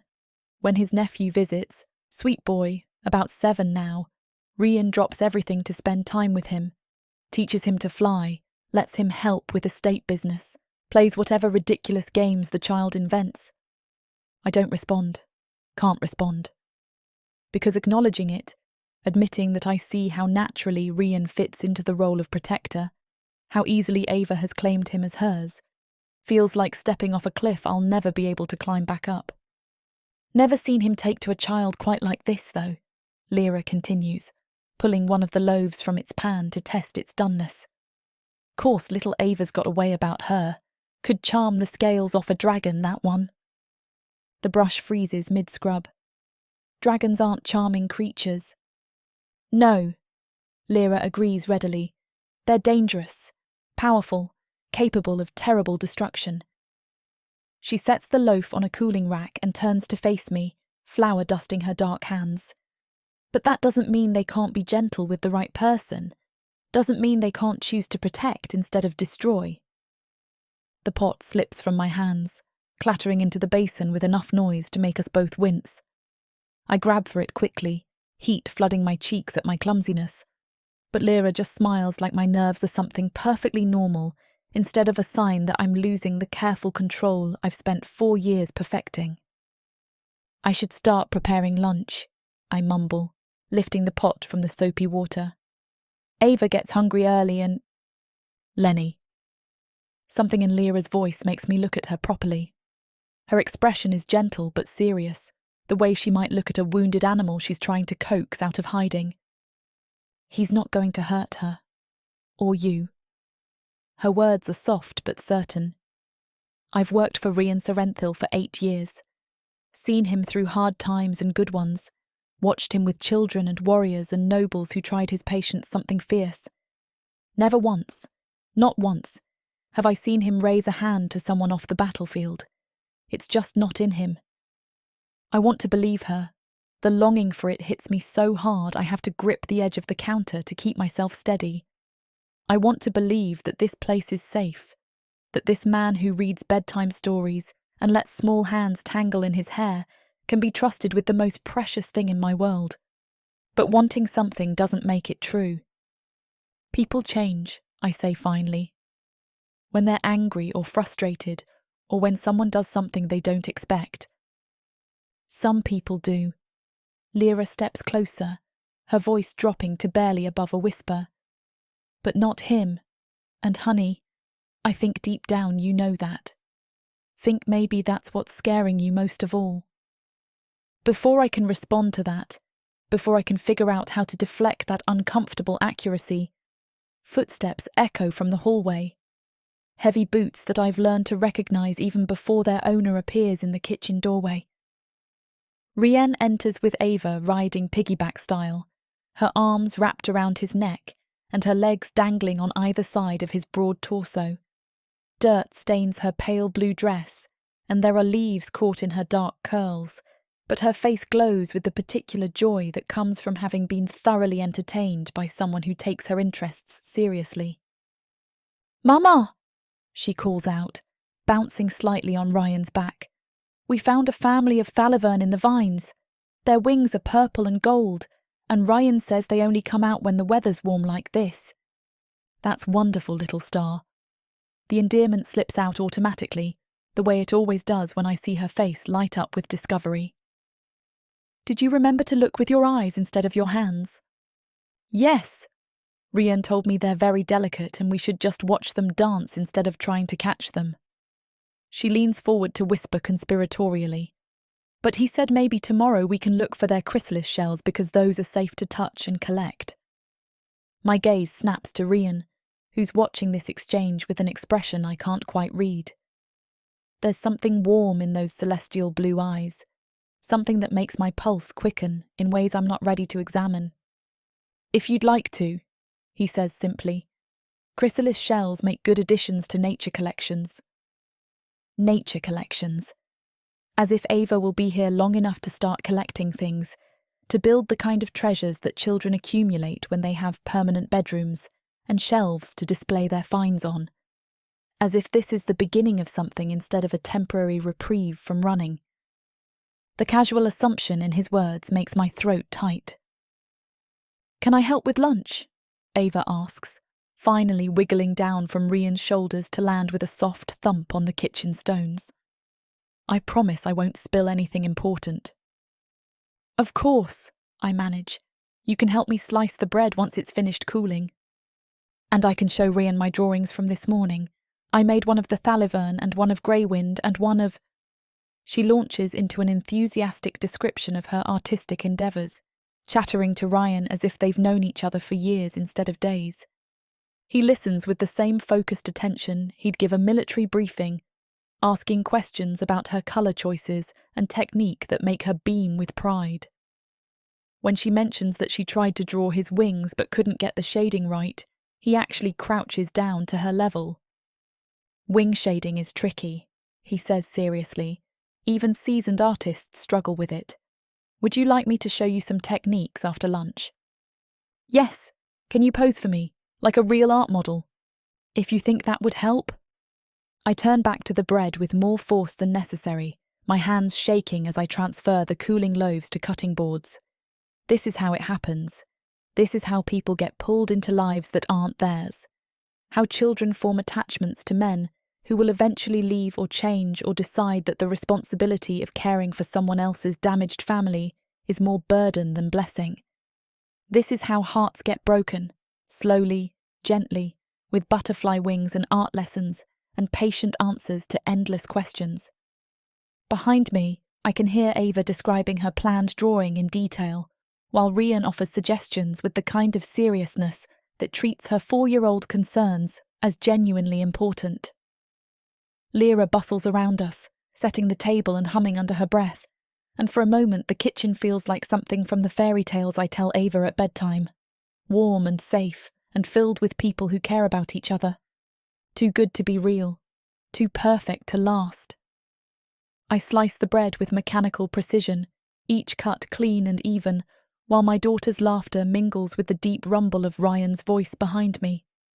10 days, and already I can feel my carefully constructed walls beginning to crumble. What terrifies me most is how badly I want to let them fall. From the depths of the darkness of Protheka, or clawing up from the realms of fantasy, come the most fearsome beasts you have ever seen. These monsters are done watching from the shadows. Now, as they step into the light, something unexpected grips them. Something even they can't fight off. Love. Vampires. Demons. Dark elves. Gods. Minotaurs. Creatures of light and dark. They will protect their mates. Do whatever needs to be done. Morally grey heroes who will burn the world. To protect the women who love them. 10 audiobooks. Fall into over 60 hours of fantasy romance. 20 ebooks. Over 1 million words of these brutes who will protect their women. Even if they might destroy themselves in the process. Get the immersive Protheka fantasy romance bundle. For 80% off, right now, dive into Protheka at a once-in-a-lifetime discount. The first bundle to offer both ebooks and audiobooks on worldsofprotheka.com. Protheka's magic is eternal, and this Romantasy bundle will make it endless. Chapter 8. Rienne. When I return from the college this afternoon, I find Ava stationed by the garden gate like a tiny sentinel, wooden practice sword clutched in both hands, and determination written across her face in bold strokes. "You're late," she announces, as if we'd made some formal appointment I'd failed to keep. "My apologies, Lady Ava." I offer her a mock bow that makes her giggle. "How shall I make amends for this grievous offense?" She considers this with the gravity of a seasoned diplomat. Sword fighting, and this time I get to be the dragon slayer. A fearsome role, I agree solemnly. I suppose that makes me the dragon. Obviously. She waves her wooden sword with dangerous enthusiasm. "You're big enough to be a proper dragon?" I draw my own practice blade, a wooden thing I'd commissioned years ago for training younger students, and settle into a defensive stance. "Then let the battle commence, brave knight." What follows could generously be called combat if one squints and ignores all conventional definitions of the word. Ava attacks with the wild abandon of someone utterly convinced of her own invincibility, wooden swords swinging in arcs that follow no particular school of swordsmanship. I parry her strikes with theatrical flair, stumbling backward and crying out in mock anguish when her blade connects with my arm or leg. "You're not dead yet," she pants after landing what she clearly considers a killing blow to my thigh. "Dragons are notoriously difficult to kill," I remind her, then stage an elaborate death scene when her next strike grazes my shoulder. Alas, I am defeated by the mighty Sir Ava. She throws her arms up in victory, wooden sword held high like a champion's trophy, and the pure joy on her face makes something warm unfurl in my chest. When was the last time I played like this? When was the last time I let someone else dictate the rules of engagement, let myself lose without caring about strategy or reputation, or the careful dance of politics that governs most interactions? Through the kitchen window, I catch a glimpse of movement. Lenny, watching us with an expression I can't quite read from this distance. She disappears before I can study her face properly, but something tells me she was smiling. The pattern establishes itself over the following days. Each afternoon, Ava waits for me, sometimes by the gate, sometimes in the garden itself, always armed with her wooden sword and ready for whatever adventure her imagination has conjured. Some days she's a knight-errant seeking glory.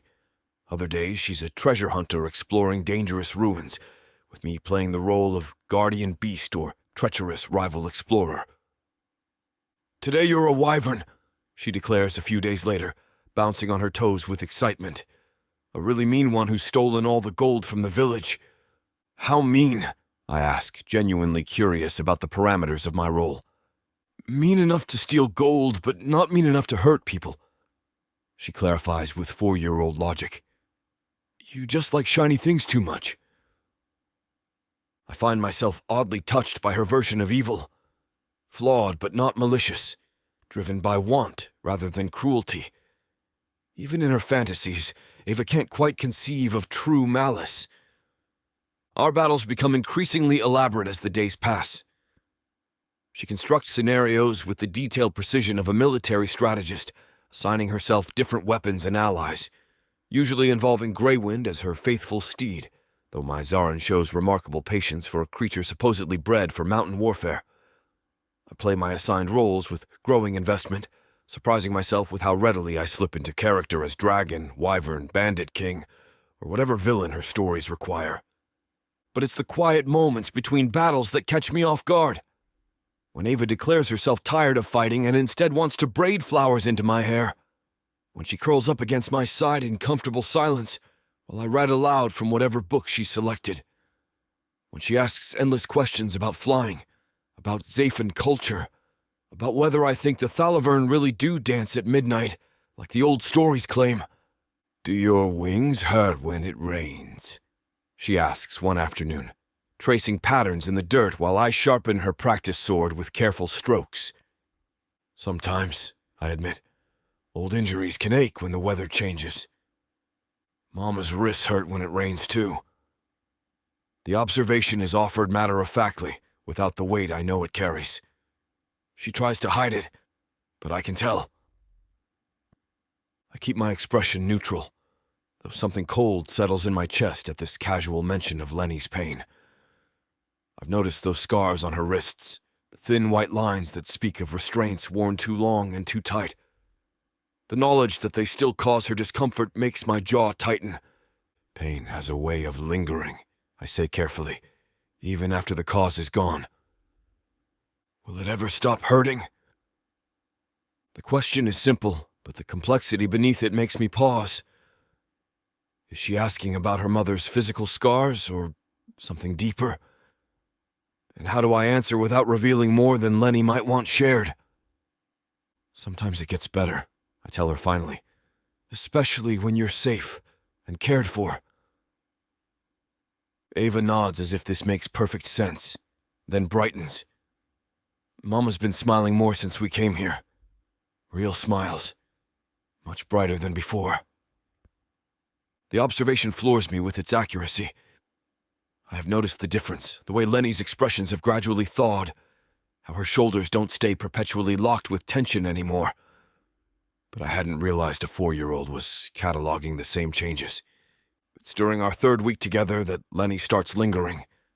At first, she appears in doorways or at windows, watching our games with that careful distance she maintains. But gradually, she ventures closer, a step onto the garden path, a seat on the stone bench near our makeshift dueling ground, close enough to hear our banter, to see Ava's triumphant grins after each victory. "Mama, come fight too!" Ava calls one afternoon after defeating me in what she's dubbed the Battle of the Golden Roses. Lenny freezes like a startled deer.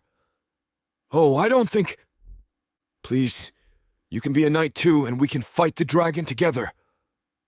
"I don't know how to use a sword, little star." "That's okay. Rian can teach you. He teaches people sword fighting as his job, Mama." She says it like Lenny is being ridiculous. The suggestion hangs in the air between us. Lenny's eyes find mine, and for a moment, I see something vulnerable in their amber depths. Want, maybe. Or fear of wanting. "Only if you'd like to," I say quietly. No pressure. She studies my face for a long moment, as if searching for some hidden trap. Then, slowly, she nods. What follows is perhaps the most careful sword lesson I've ever given. I show Lenny basic grips and stances, keeping my hands to myself and my voice low and encouraging.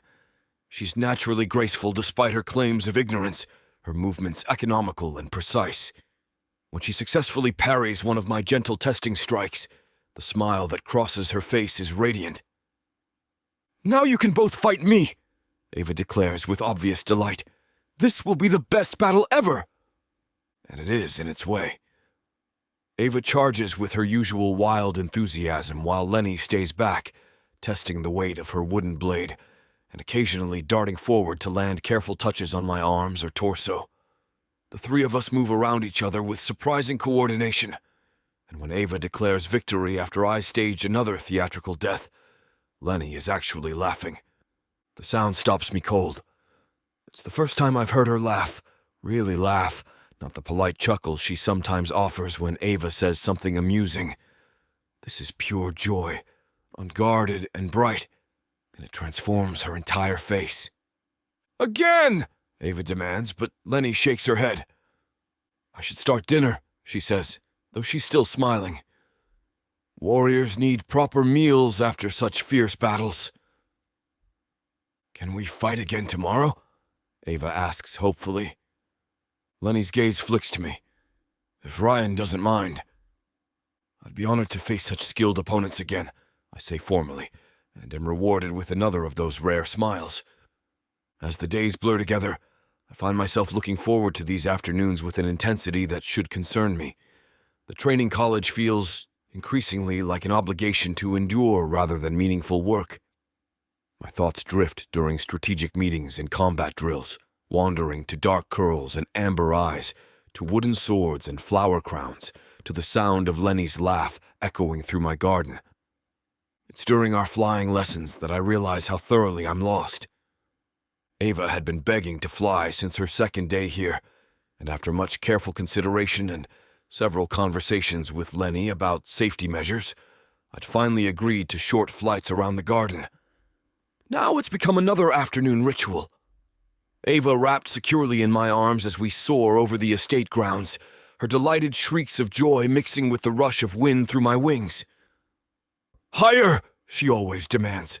"I want to touch the clouds!" "Next time," I always promise, though we both know I'll say the same thing tomorrow. But today, as we circle back toward the garden where Lenny waits, I catch sight of her face tilted up toward us. Even from this height, I can see her expression, soft and unguarded, watching her daughter's joy with a mixture of love and something that might be longing. She wants this too. Wants to feel weightless. Wants to soar above the world that's given her so much pain. I can see it in the way she tracks our movements, the unconscious step forward she takes as we prepare to land. "Would you like to try?" I ask quietly, after setting Ava safely on her feet. Lenny goes very still. Try what? Flying. I fold my wings carefully, making myself less imposing. Just a short flight if you're interested. Mama, say yes! Ava bounces excitedly. It's the most amazing thing ever. Like being a bird, but better.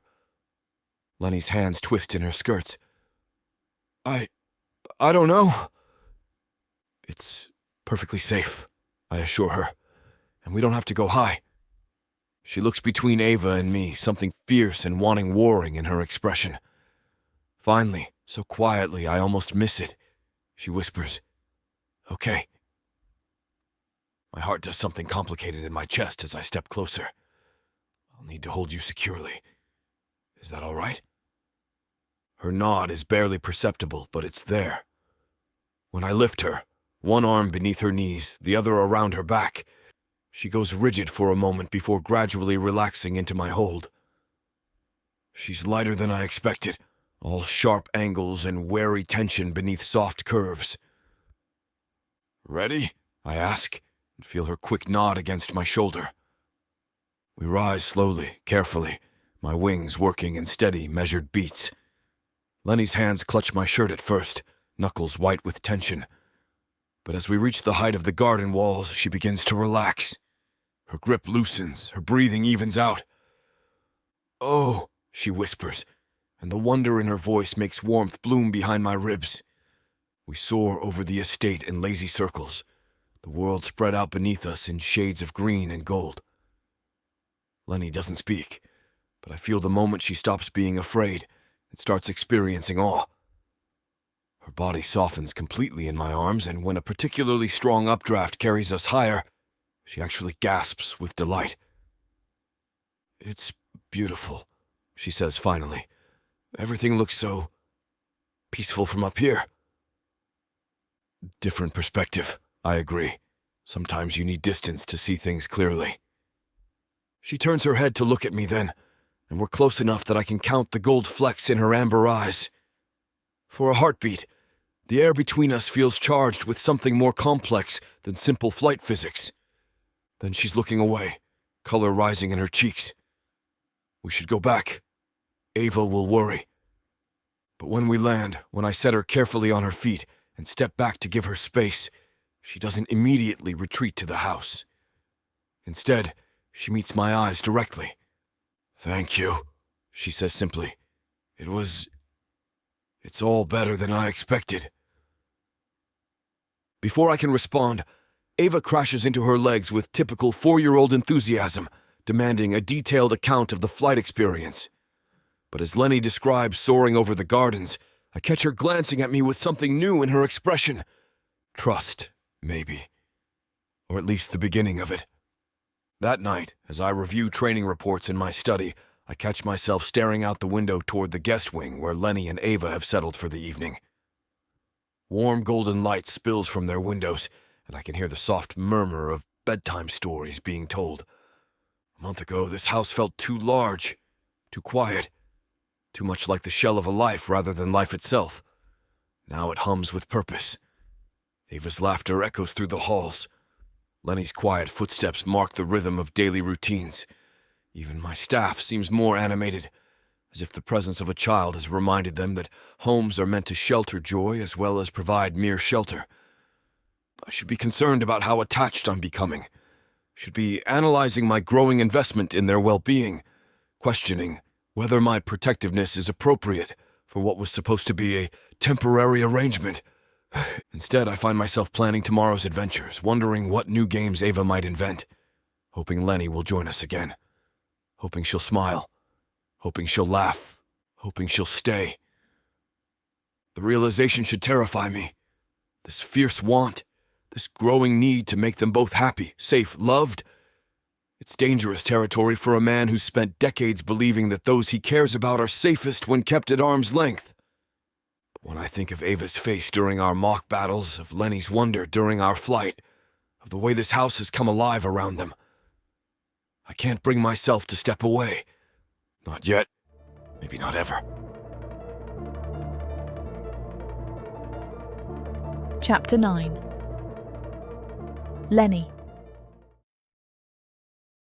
I wake with sunlight streaming through windows that aren't barred or covered with heavy drapes, and for a moment, the simple luxury of natural light makes my chest tight with something between gratitude and disbelief.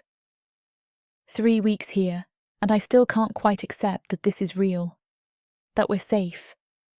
Ava's already awake beside me, most likely having come up after her morning ritual with Rian, humming quietly as she arranges her few belongings.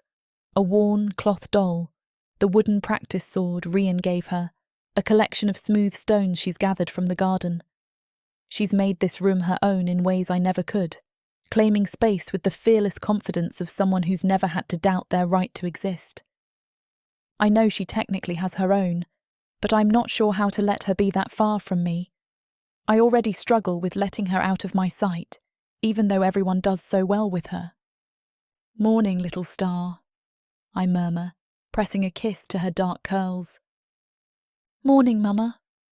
She beams up at me, violet eyes bright with the promise of another day filled with adventures.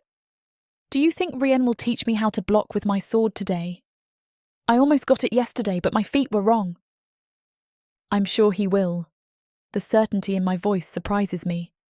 When did I stop questioning whether he'd keep his promises? Downstairs, the kitchen already smells of fresh bread and brewing meadow mint tea. The staff moves with quiet efficiency around us, but not the tense, fearful kind I remember from Ikoth. Here, the energy feels warm, purposeful, safe. I'm reviewing my mental list of supplies we need when Ava pipes up from her perch at the kitchen table. "Can we go to the market today, Mama?" I want to see all the pretty things again. My hands still on the teacup I'm holding. The market means crowds, strangers, eyes that might notice too much about a little girl with violet eyes and tiny horns hidden beneath dark curls. "I was just going to ask one of the maids to fetch what we need," I say carefully. "But the market is more fun," Ava wheedles. "Remember how many different colours the ribbons were, and that man who carved little animals out of wood?" Before I can formulate a gentle refusal, Rian's voice carries in from the doorway. "What's this about the market?" He fills the space casually, still wearing his training clothes from whatever early morning routine he follows. His silver hair is pulled back, and there's a light sheen of sweat on his bronze skin that suggests he's been sparring. The sight shouldn't affect me the way it does. This casual display of controlled power, of strength that could destroy, but chooses instead to protect. "I need a few things from the market," I explain, hoping my voice sounds steadier than I feel. "And I want to go," Ava announces. Excellent idea.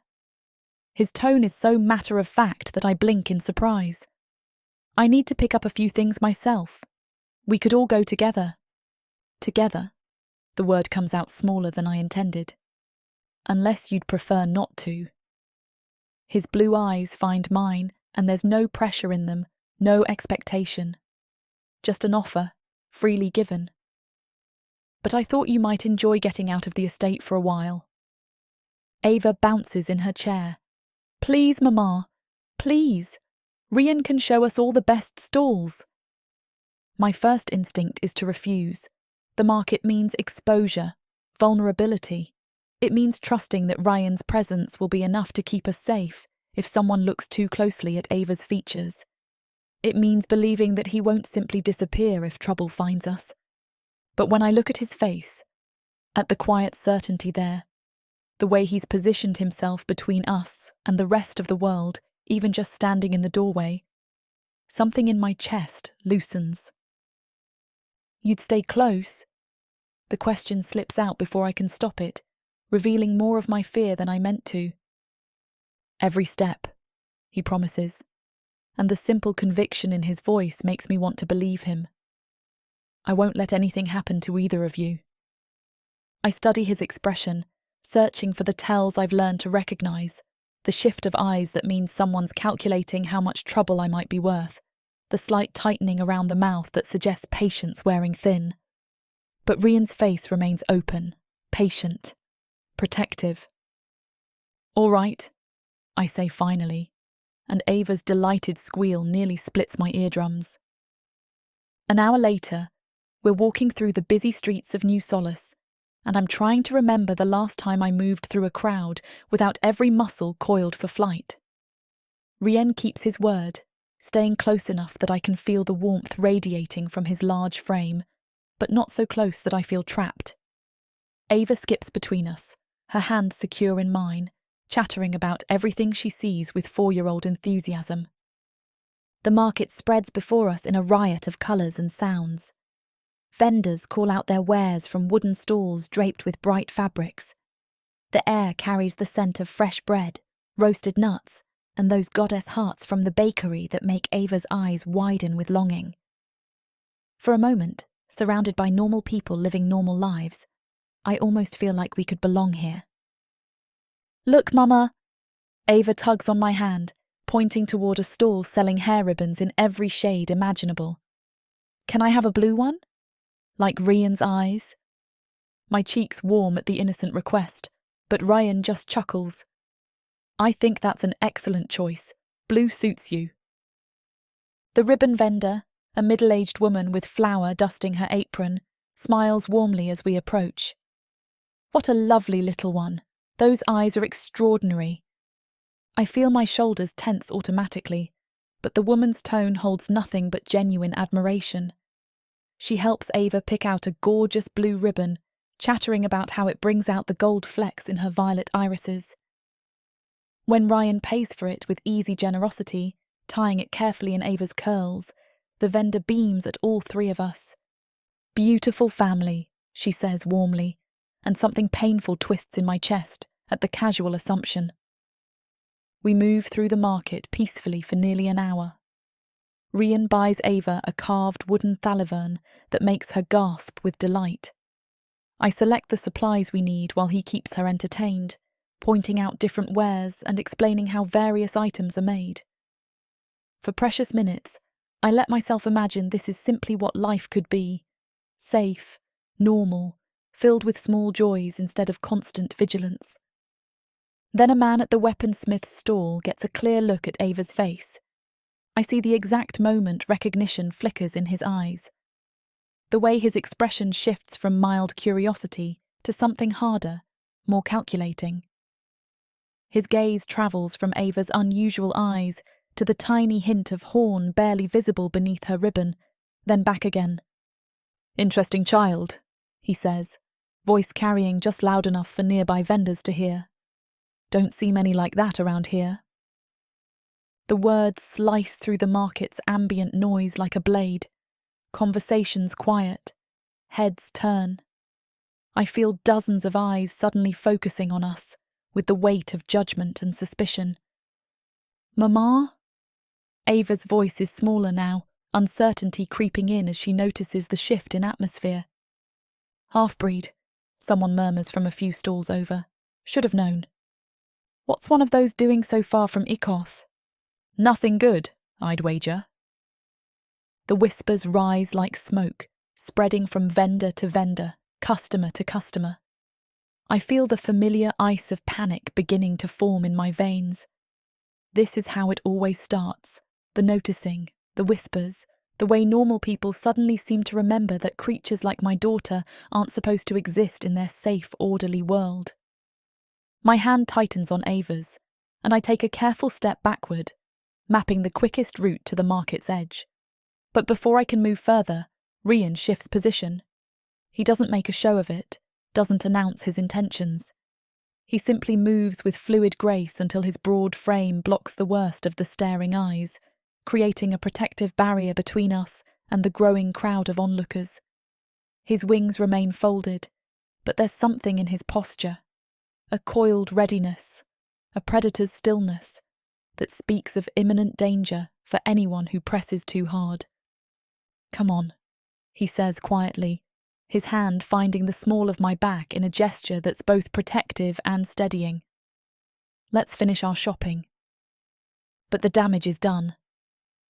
Word has spread through the market like fire through dry grass. More people gather, not quite close enough to be threatening, but near enough to make their opinions known. "Demon spawn!" a woman hisses from behind a fabric stall. Shouldn't be allowed on our continent. Probably escaped from the slave markets, another voice adds. Should send it back where it came from. Each word hits like a physical blow. I feel Ava's small body pressing closer to mine, her earlier joy withering under the weight of so much hostility. This is exactly what I'd feared, what I'd spent 5 years trying to avoid. All these people looking at my beautiful, innocent daughter and seeing only something to be despised. "Mama," she whispers, "why are they being mean?" Before I can answer, a man steps directly into our path. He's tall and well-dressed, with the kind of confident bearing that speaks of someone accustomed to having his opinions heard and respected. His eyes fix on Ava with open disgust. "Demons have no business on this continent," he declares, loud enough for half the market to hear. "That thing is an abomination, a reminder of why we should have finished the job years ago instead of agreeing to their pathetic ceasefire." The words hang in the air like a challenge. Around us, the crowd seems to hold its breath, waiting to see how this confrontation will play out. I feel paralysed, caught between the instinct to flee and the fierce need to defend my daughter. Then Rian steps forward. His wings spread slightly, not fully extended, but enough to emphasise his impressive wingspan and remind everyone present exactly what he is. The movement is fluid, controlled, but unmistakably threatening. His celestial blue eyes lock onto the man with laser focus, and when he speaks, his voice carries the kind of authority that stops arguments before they start. "That thing," he says, each word precise and deadly quiet, "is a 4-year-old child. And if you or anyone else in this market has a problem with her presence here, you're welcome to discuss it with me." The man's confident expression wavers as he takes in Ryan's full height, his obvious strength, the way his wings catch the light with an almost ethereal glow that marks him as high-ranking among his people. But stupidity or pride drives him forward. "A Zafan-defending demon filth," he sneers, though there's less conviction in it now. "How far the mighty have fallen." Rian's expression doesn't change, but something deadly enters his eyes. The temperature around us seems to drop several degrees. "That child," he says, his voice carrying the kind of quiet menace that makes smart people back away slowly, "is under my protection. Anyone who threatens her, insults her, or so much as looks at her wrong will answer to me personally. Are we clear?" His hand rests casually on the pommel of his sword, not drawn, not even threatening to draw, but the implication is unmistakable. Around us, the crowd begins to disperse with the sudden urgency of people who've just remembered pressing business elsewhere. The well-dressed man's face flushes red, but he's not stupid enough to push further.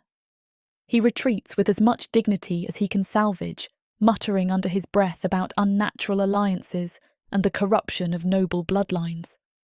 Rian watches him go with the patient attention of a predator tracking wounded prey, ensuring he's well and truly gone before turning back to us. "Are you all right?" His voice has gentled completely, all traces of that deadly authority replaced by genuine concern. I realise I'm shaking, not with fear, but with something more complex. For 5 years I've fought these battles alone. I've stood between Ava and the world's cruelty, with nothing but desperation and maternal fury to shield her.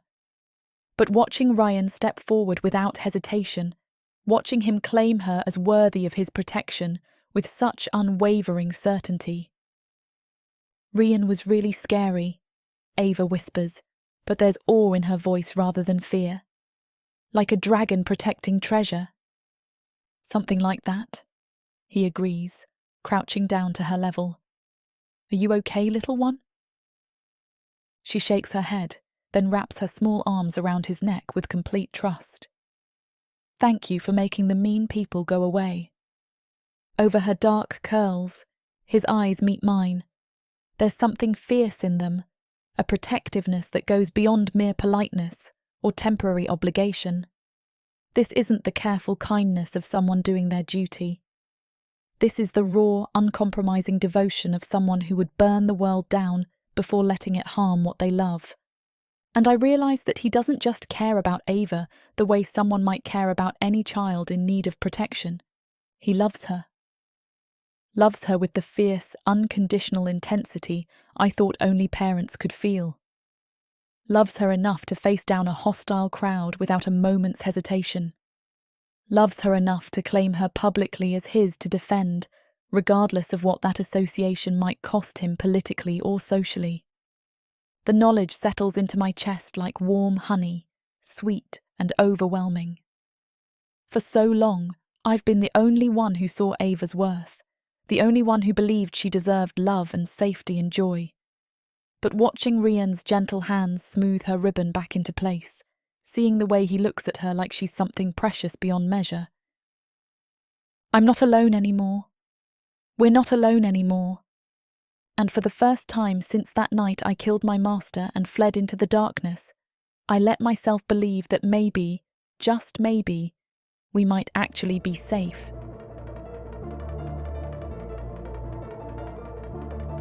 Chapter 10. Rienne.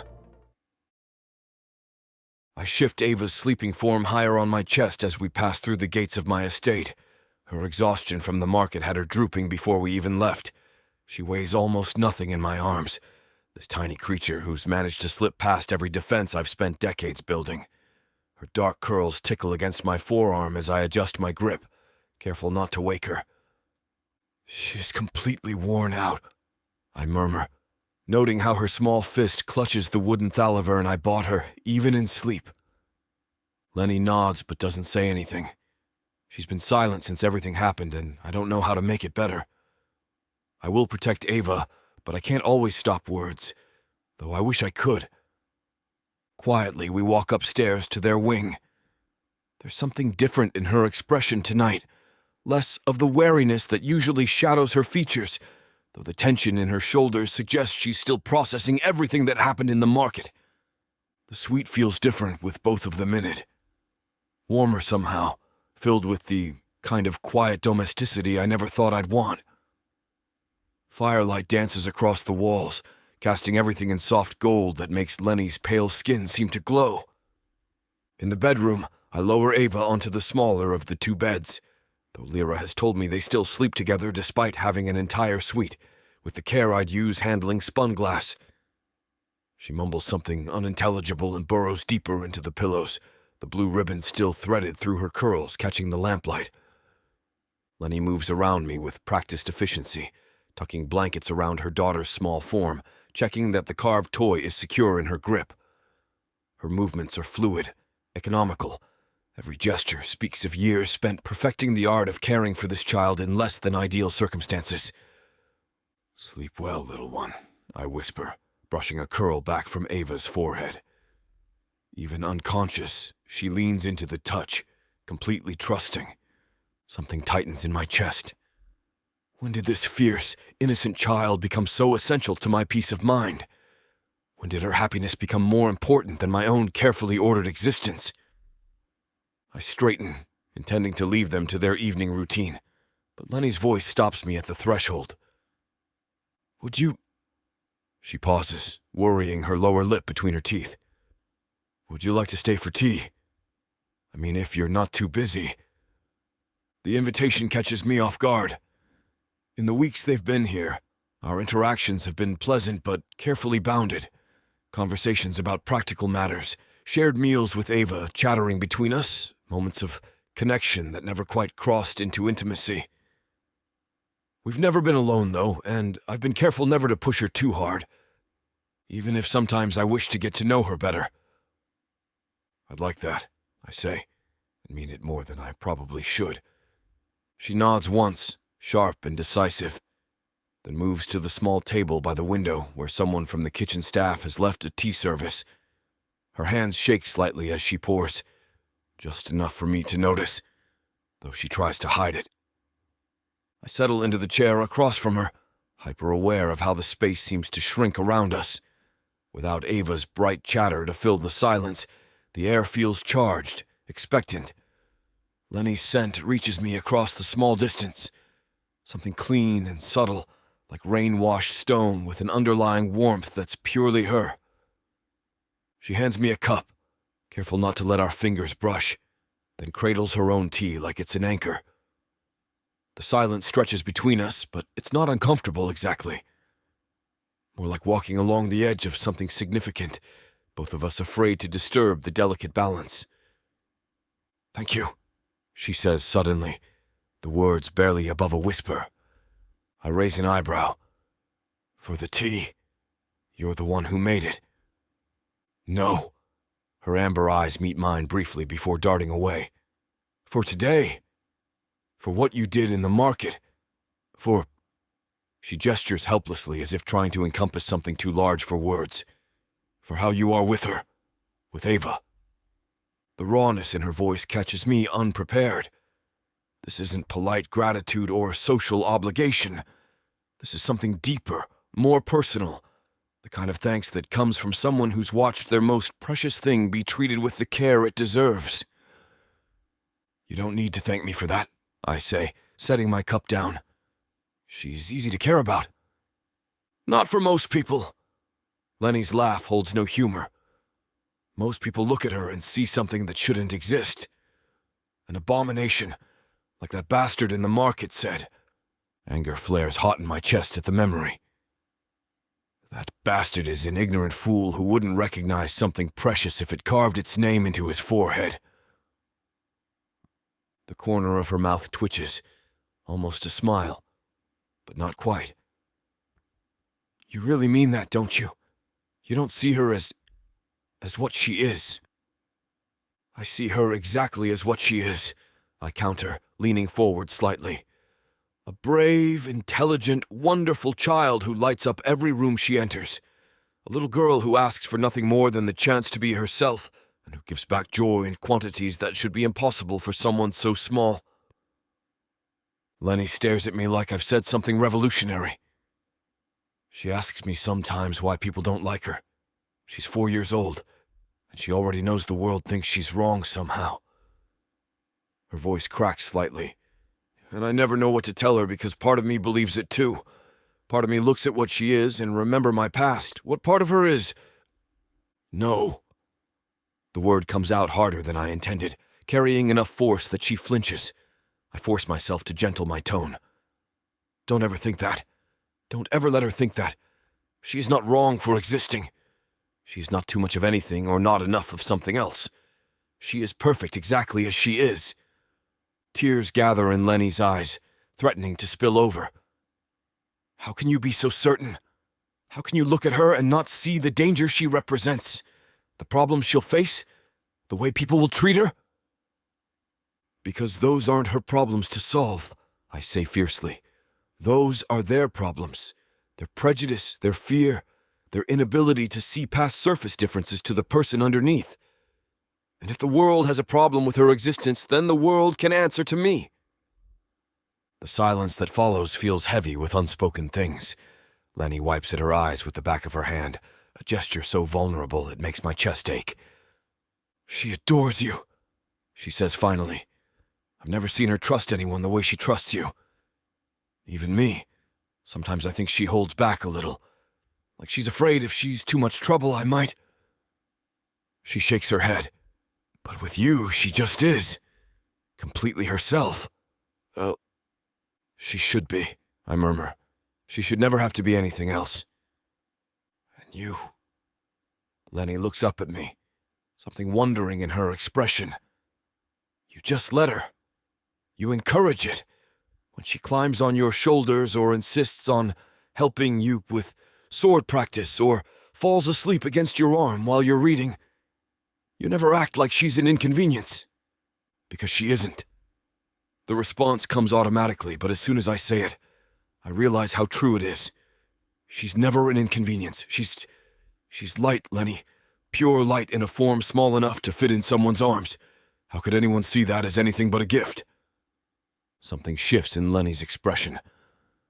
A softening around the edges, like ice beginning to thaw. "You love her?" It's not a question, but I answer it anyway. "Yeah, I do." The admission settles between us like a stone dropped into still water, sending ripples in all directions. I hadn't meant to say it so plainly, but now that it's out there, I can't take it back. Don't want to take it back. Ava has carved out a space in my heart I didn't know existed. Somewhere along the way, her happiness became essential to mine. Her safety became my priority. Her trust became something I'd kill to protect. She loves you too, Lenny says quietly. More than I think even she realizes. You're the first person besides me who's ever made her feel safe. The weight of that responsibility should terrify me. Instead, it feels like the most natural thing in the world. We talk until our tea grows cold, trading stories about Ava's small triumphs and endearing quirks.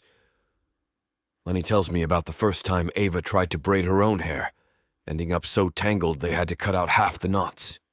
I share how she managed to convince me that thalaverns are actually tiny dragons who've just forgotten how to breathe fire, and how seriously she takes the responsibility of helping them remember.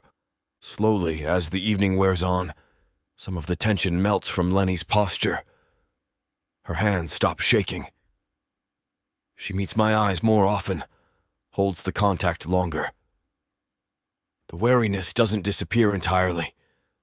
I doubt it ever will, given what she's survived, but it recedes enough for me to catch glimpses of the woman underneath.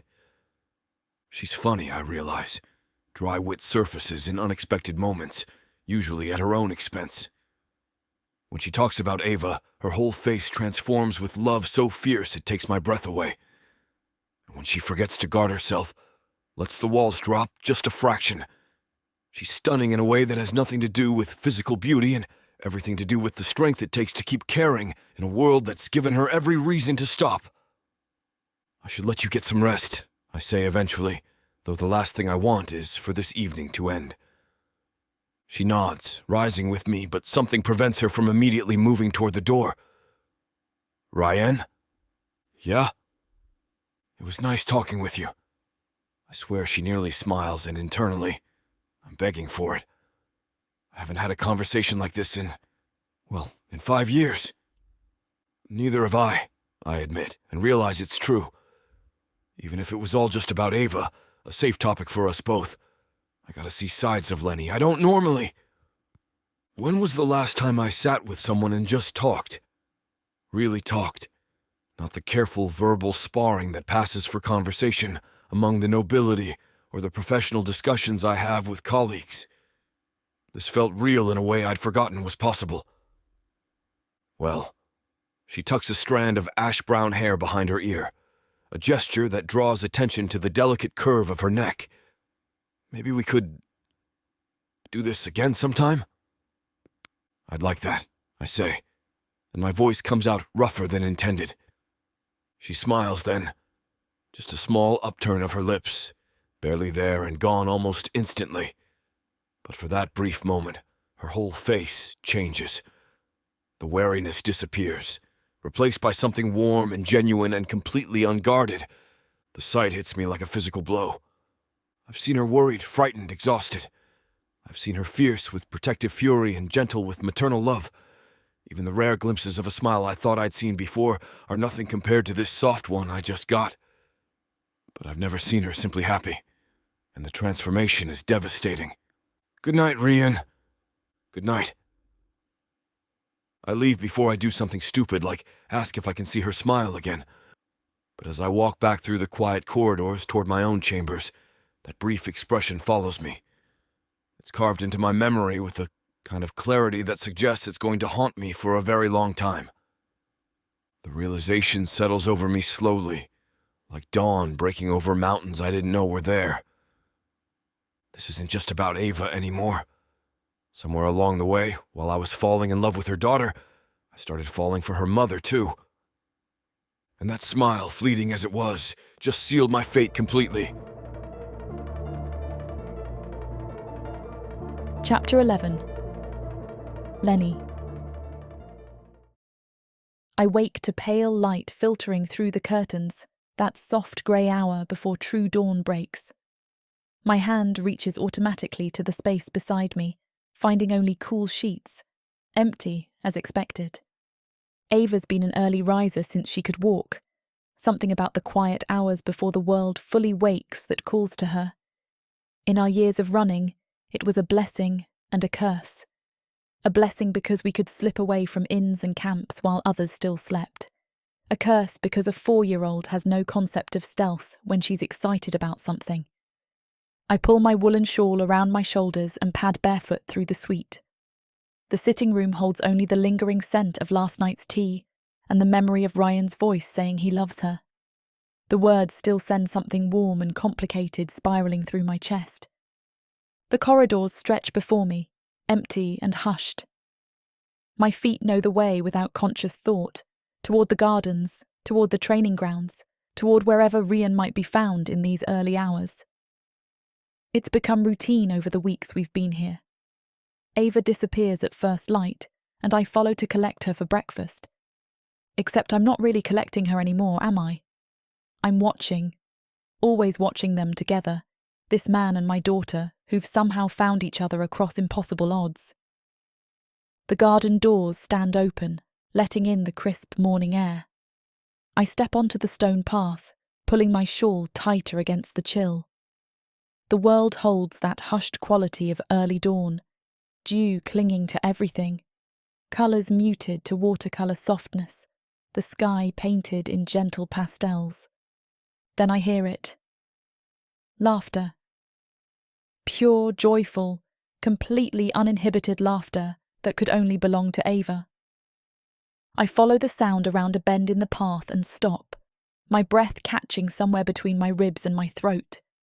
They're in the wide clearing where Rian usually practices alone, him and Ava, both wielding wooden practice swords that are comically mismatched in size. Rian's blade is proper length, worn smooth from years of use. Ava's is child-sized, carved specially for her small hands, painted bright blue because she insisted that blue swords are obviously better than brown ones. "Guard up!" Rian calls, his voice carrying easily across the morning stillness. "Remember what we practiced about footwork." Ava's face scrunches in concentration, her little feet shuffling into what I assume is supposed to be a fighting stance. She looks absurd and perfect. Dark curls escaping from yesterday's ribbon, still in her nightgown with bare feet, wielding a sword like she was born to it. They circle each other with exaggerated seriousness. Rian moves with fluid grace, even while obviously restraining himself to match her pace. His silver hair catches the early light, and there's something boyish in his expression that makes him look younger than his apparent years. "Now," he says, raising his sword. "Show me your best." Ava charges with a war cry that would make a seasoned warrior proud, her blue blade swinging in a wild arc. Rienne parries with theatrical flair, stumbling backward as if her tiny strike carries the force of a giant. "Oh no," he groans, pressing his free hand to his chest. "I'm wounded. Mortally wounded by the fierce warrior Princess Ava." She giggles, advancing with renewed confidence. "I'm not a princess. I'm a dragon slayer." "My mistake." He blocks another of her swings, this time spinning dramatically and dropping to one knee. Defeated by the legendary dragon slayer, my reputation is ruined. Their next exchange ends with Ava landing a solid tap against his ribs. Rian's reaction is immediate and completely over the top.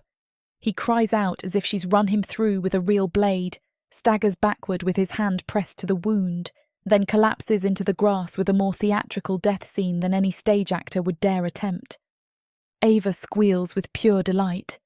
She throws her wooden sword aside and launches herself at his prone form, landing on his chest with her knees and pumping her tiny fists in the air. "I won! I won! I'm the best sword fighter in all of New Solace." "You're the best sword fighter on all of Arasak." Rian agrees solemnly, apparently speaking from beyond the grave. She bounces on his ribs. "All of Arasak? Every continent, every realm. There has never been and will never be a warrior to match your skill." The praise makes her beam so brightly, I'm surprised the sun doesn't pale in comparison. She leans down to poke at his closed eyes. Are you really dead? Completely dead, vanquished by superior swordsmanship. But if you're dead, how can you talk? Ghost. He opens one eye to peer at her. Very chatty ghost. She considers this with the seriousness of a scholar. Then, apparently deciding that chatty ghosts are perfectly reasonable, she settles more comfortably on his chest. Can ghosts fly? The good ones can? Are you a good ghost? I try to be. In one fluid motion, he sits up and wraps his arms around her small form. She shrieks with delighted surprise as he surges to his feet, her legs wrapping around his waist, her arms circling his neck. And then they're airborne. My breath stops entirely. I've seen him fly before, been up there with him. But I've never just let myself admire him. His wings unfold in a rush of soft blue feathers, catching the morning light like scattered sapphires. They're beautiful, more beautiful than I let myself remember during those stolen glances. Powerful and graceful, with darker blue markings near the tips that somehow make the pale colour more striking by contrast. He rises slowly, carefully, spiralling over the garden in gentle loops that make Ava laugh until she hiccups. She's fearless in his arms, trusting him completely to keep her safe. Her dark curls stream behind her like a banner, and her nightgown flutters around her legs. They're playing some version of their sword-fighting game mid-air, Ava making swooshing sound effects while she attacks invisible enemies from her perch against his chest. Rienne banks and turns according to her directions, carrying them through elaborately choreographed battles against imaginary dragons and evil sorcerers. I should probably be terrified. A reasonable mother would be demanding he bring her daughter down immediately, would be cataloguing all the ways this could end in disaster. But watching them together, seeing the careful way he holds her, the controlled power of his flight, the absolute trust between them, I feel nothing but wonder.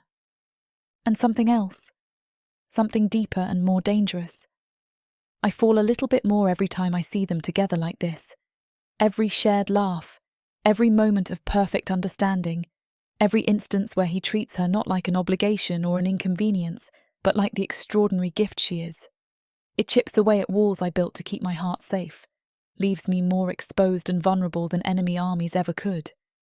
He's treating her like she's his own child, like she belongs to him and he belongs to her, and the bond between them is as natural as breathing. And she responds to it completely, basking in the kind of unconditional acceptance she's never had from anyone but me. The sight sends something warm and terrifying spiralling through my chest. What happens when this ends? Because it will end. It has to end. Men like Rian don't keep women like me. They don't build lives around half-demon children and their damaged mothers. But watching him hold my daughter against the pale dawn sky, both of them laughing like they've discovered the secret to eternal happiness, I can almost pretend that fairy tales are real. That sometimes the night really does rescue the princess. That sometimes love is enough to overcome all the practical reasons why something can't work. They spiral lower, coming in for a gentle landing near where I stand on the path. Ava spots me immediately, her face lighting up with the special smile reserved for moments when both her favourite people are in sight. "Mama, did you see me flying? I fought dragons and everything." My heart does something complicated in my chest. She looks so happy, so utterly content in Ryan's arms. Her violet eyes are bright with excitement, her cheeks flushed pink from the cool morning air and pure joy. "I saw," I manage, my voice steadier than I expected. "You were very brave." Rian sets her down carefully, his hands steady on her shoulders until he's sure she has her balance. His own breathing is slightly elevated from the flight, but there's something peaceful in his expression, a contentment that makes him look younger and more relaxed than I've ever seen him. "Go wash up for breakfast," I tell Ava, trying to inject some maternal authority into my tone. "You're covered in grass stains and you're still in your nightgown." She glances down at herself as if just noticing her state of dishevelment, then shrugs with 4-year-old logic. I like grass stains. They're like battle scars. Battle scars can be cleaned before meals, I counter. Go on. She throws her arms around Rian's waist in a quick hug, presses a kiss to my cheek, then races past me toward the estate. Her giggling voice carries back to us as she disappears through the garden doors, probably composing extremely detailed stories about her aerial dragon battles to share with anyone who'll listen. The silence she leaves behind feels different than the comfortable quiet of last night. More charged somehow, heavy with unspoken things that hover just beneath the surface. Rian approaches me slowly, and I'm suddenly aware that I'm still in my sleeping dress with only a shawl thrown over my shoulders. My hair is loose around my face, probably wild from sleep, and I haven't bothered with shoes. I must look like something that crawled out of bed and wandered into the garden, which, to be fair, is exactly what I did. But the way he's looking at me doesn't suggest he finds my appearance lacking. There's something warm in his celestial blue eyes, something that makes my pulse skip in ways that have nothing to do with fear and everything to do with possibility. He stops directly in front of me, close enough that I can see the faint sheen of exertion on his bronze skin, close enough to catch his scent, something clean and masculine with an underlying hint of wind and sky that must come from flying. His hand rises slowly, as if he's giving me time to object or step away. When I don't move, his fingers brush against my cheek with devastating gentleness. His touch is warm despite the cool morning air, rough with calluses from years of sword work, but careful in a way that makes my breath catch. You look so beautiful when you smile, he says quietly. I'm not sure what I expected him to say, but it was not that. Not soft words that he didn't even seem to mean to whisper that nearly make my heart stop. Not because they're particularly eloquent or original, but because of the way he says them. Like he means them completely. Like he's been thinking about my smile and decided it was worth commenting on. My heart does something acrobatic in my chest, and I'm suddenly aware of all the places our bodies almost connect. His hand still curved against my cheek, the bare inch of space between us that feels charged with electricity. He holds my gaze for a moment that stretches between us like a bridge I'm not sure I'm brave enough to cross. Then he steps back, his hand falling away from my face, leaving my skin feeling cold despite the growing warmth of the morning. I should change for training, he says, his voice rougher than usual. I nod, not trusting my voice to work properly. He walks away across the garden, his wings folding tight against his back, leaving me standing beside the path with my heart hammering against my ribs and 1,000 confusing feelings chasing each other through my mind.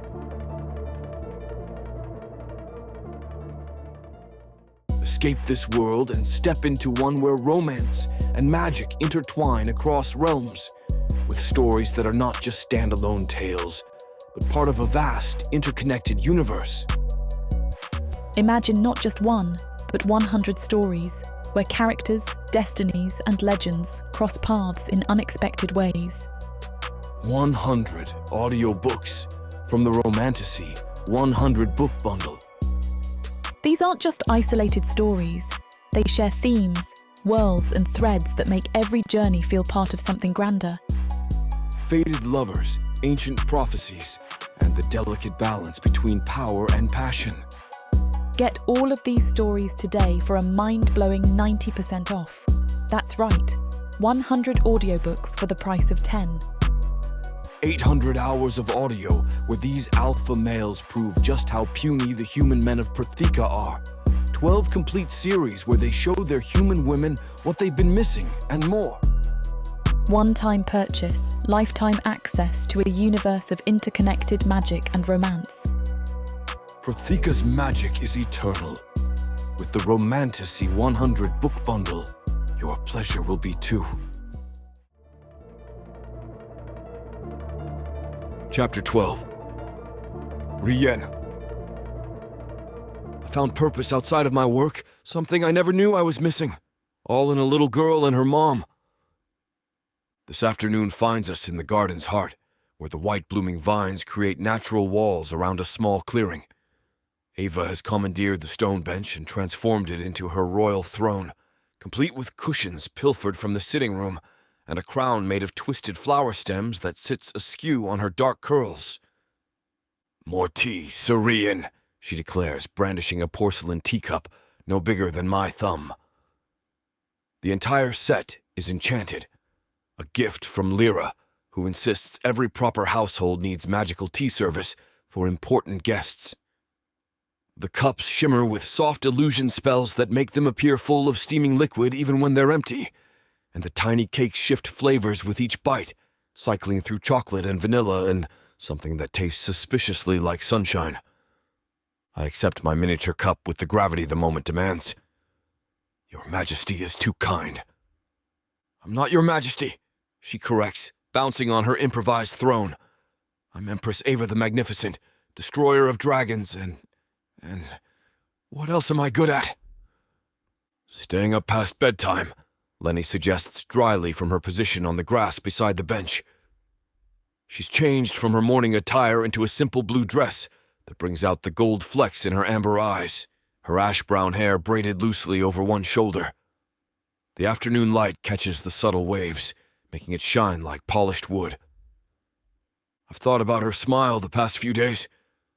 I hadn't meant to say the words out loud, but I can't find it in myself to regret it.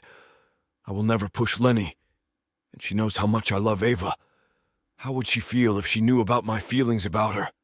I'm not sure, but a small part of me wants to find out. "That's not very royal," Ava protests. "Empress Ava the Magnificent, destroyer of dragons and conqueror of bedtimes," I offer. Her violet eyes light up. "Yes, that's perfect." She proceeds to pour imaginary tea for an assembled court that includes 3 of Lyra's enchanted garden sprites, tiny creatures no bigger than my fist that flutter around the flowers and occasionally steal berries from the kitchen garden. They perch on the edge of the stone bench like miniature courtiers, their gossamer wings catching the sunlight as they chirp approval at Ava's royal proclamations. Lenny plays along with the elaborate fantasy, curtsying when Ava knights her Lady Mom of the Wise and accepting her own thimble-sized teacup with appropriate ceremony. But it's the moments between the pageantry that capture my attention. The way her shoulders relax when she thinks no one's watching, the genuine smile that transforms her entire face when Ava does something particularly amusing. She's beautiful when she lets her guard down. Well, she's always beautiful, but more so now. Not just the careful, wary beauty she wears like armor, but something softer and more genuine that makes my chest tight with want. When she laughs at one of Ava's more ridiculous royal decrees, the sound registers somewhere deep in my bones, warm and musical, and completely unguarded. "Sir Rian," Ava announces. "You have to drink your tea properly. Pinky's up!" I adjust my grip on the tiny handle, extending my little finger with exaggerated precision. "Is this acceptable, Your Imperial Magnificence?" "Much better. Now you, Lady Mama." Lenny obediently adjusts her hold on her cup, and I find myself watching the delicate way her fingers curve around the porcelain. Her hands are small but strong, marked with faint scars that tell stories I wish she didn't carry. When she lifts the cup to her lips and pretends to sip, there's something almost childlike in the gesture that makes me wonder what she was like before life taught her to be afraid. The afternoon light filters through the garden vines, casting dancing shadows across her face. She's sitting close enough that I can see the freckles scattered across her nose, can catch the subtle scent of the soap she favors. Close enough to reach out and touch if I were brave enough to risk shattering this perfect moment. "Tell us about your warriors, Sir Rian," Ava commands, apparently bored with tea service. "Are they very fierce?" "Some of them," I allow. "Most are just young Zaffin learning to fly in formation without crashing into each other." She giggles. "Do they crash a lot?" "More than they'd like to admit." "Are there lady warriors, too?" "Many of them, some of the best fighters I know, are women." This earns me an approving nod from Ava and a quick, unreadable glance from Lenny. I wonder what she's thinking. Whether she's remembering her own battles, her own strength, the night she fought for her freedom and won. "I want to see them," Ava announces with the casual confidence of someone who's never been told she can't have something she wants. It's endearing knowing what life she truly came from. "Can we visit? I want to see the swords and the flying and everything." My eyes find Lenny immediately, waiting for the swift denial I expect. Her protective instincts are finely honed after years of running, and the idea of taking Ava anywhere near a military installation should send every alarm she possesses into overdrive. But instead of the immediate refusal, she hesitates. Her amber gaze meets mine across the small space between us, and I see the internal war playing out behind her eyes. Maternal caution warring with something else. Trust, maybe, or the growing realization that her world has expanded beyond constant flight and fear. "It's not really a place for children," she says carefully, but there's no finality in her tone. "I'm not just any children," Ava argues with 4-year-old logic. "I'm Empress Ava the Magnificent. Empresses can go wherever they want." "The training college has strict protocols," I say, addressing Lenny rather than Ava. "But I could arrange a brief tour. Just the basic facilities, nothing dangerous. The younger cadets would probably enjoy meeting her." Lenny's fingers tighten around her teacup. "She's half demon. You said yourself that some people, won't be a problem." The words come out with more authority than I intended, but I mean them completely. She'll be with me. That makes her off limits to everyone. Something shifts in Lenny's expression. Surprise, maybe, or the recognition of what I'm really saying. That I'll stand between Ava and anyone who might threaten her. That my protection extends beyond the estate grounds, beyond the carefully controlled environment where we've been learning to be something that resembles a family. "Please, Lady Mama." Ava employs the wide-eyed plea that could probably convince a stone statue to dance. "I promise to be very good and very royal and not touch anything sharp." Lenny looks at me again, and this time I see something different in her gaze. Not just the calculation of risk and benefit that governs most of her decisions, but something deeper. The tentative recognition that maybe, just maybe, her world doesn't have to be defined by running anymore. "Just a brief tour," she says finally. "And if anything feels wrong, we leave immediately," I finish. "No arguments, no questions." She nods slowly, and my heart does something acrobatic in response. This isn't just permission for Ava to see where I work. It's trust, real, tentative, fragile trust that she's placing in my hands despite every instinct that tells her not to. "Tomorrow morning," I suggest. "Early, before the full training schedule begins. Less crowded, easier to control who's around." I hesitate before adding, "And you should come too." I don't admit that I want her there. I want to show her my work, my life. I find myself wanting to tell Lenny more, to see her reactions to everything too. I can see her expression shift, and though there's fear there, she says in a soft voice, "Okay?" Surprise filters through me. "Okay. Okay." She gives a nod like confirming it with herself. "We'll both go with you in the morning." "Can I wear my crown?" Ava asks, fingering the flower stems woven through her curls. "Empresses always wear their crowns," I assure her.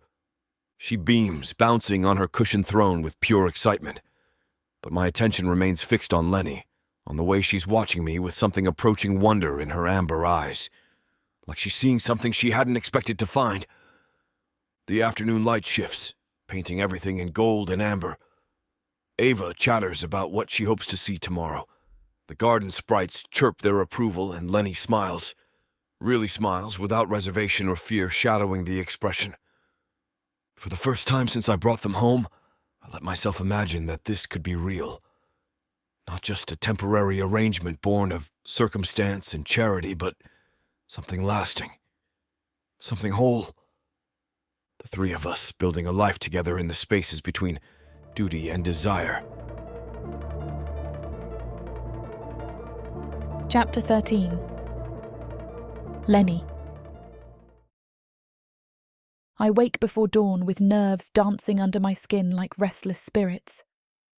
The promise of taking Ava somewhere beyond these safe walls feels both exhilarating and terrifying, a step towards something that resembles a normal life, but one that requires trusting Rian completely. He's already awake when I venture downstairs, Ava with him, of course. He quickly sends her upstairs, watching after her as she takes off. He's dressed in his training attire, deep blue leather that emphasises the breadth of his shoulders, silver clasps that catch the lamplight, boots polished to mirror brightness. His pale blue wings are folded tight against his back, but I can see the tension in them, the way they twitch slightly when he turns. "Second thoughts?" he asks without looking up from the travel pack he's assembling. "Third and fourth thoughts," I admit, accepting the steaming mug he offers. The meadow mint tea warms my hands through the porcelain, but does nothing for the cold knot of anxiety in my stomach. "We don't have to do this." His voice holds no judgment, no disappointment, just genuine understanding. It's this quality in him that unravels me most, the way he offers choices without pressure, safety without conditions. "She's been talking about it since yesterday afternoon," I say, instead of voicing my fears. "If I back out now, she'll spend weeks asking why." Footsteps thunder down the stairs before he can respond, and Ava bursts into the kitchen like a tiny comet of excitement. She's wearing her best dress, the deep purple one with silver embroidery that Lyra insisted on buying during our last market trip, and her flower crown from yesterday, somehow still intact after a night of sleep. "Is it time? Are we going now? Can I see the swords first, or the flying first?" The words tumble out in a breathless rush as she practically vibrates with anticipation. "After breakfast," Rian tells her, his stern expression completely undermined by the way his eyes soften when he looks at her. Empresses need proper nutrition before royal visits.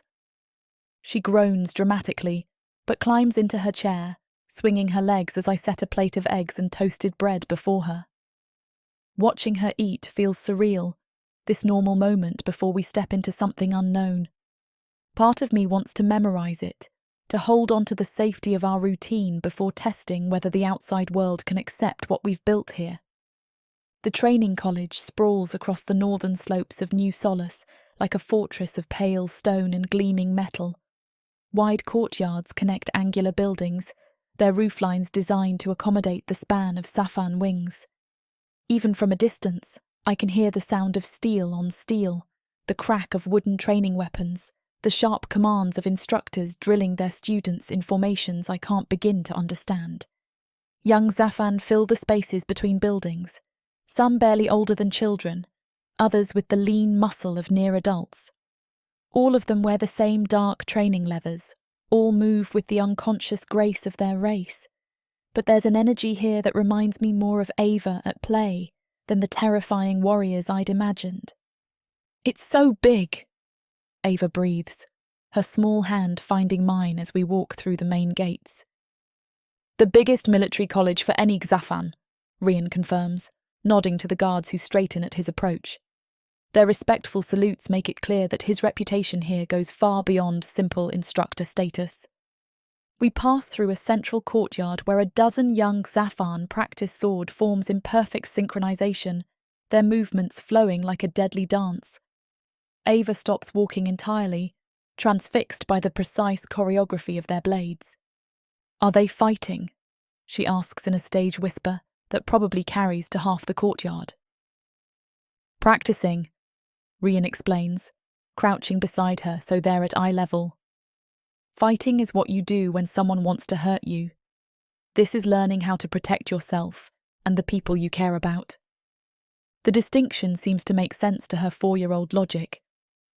She nods solemnly, then tugs at his sleeve. "I want to practice here." "A quick lesson," he agrees. He draws his training blade, similar to the one he has at home, but a little longer with dulled edges. "This is called a guard position. See how I hold my hands?"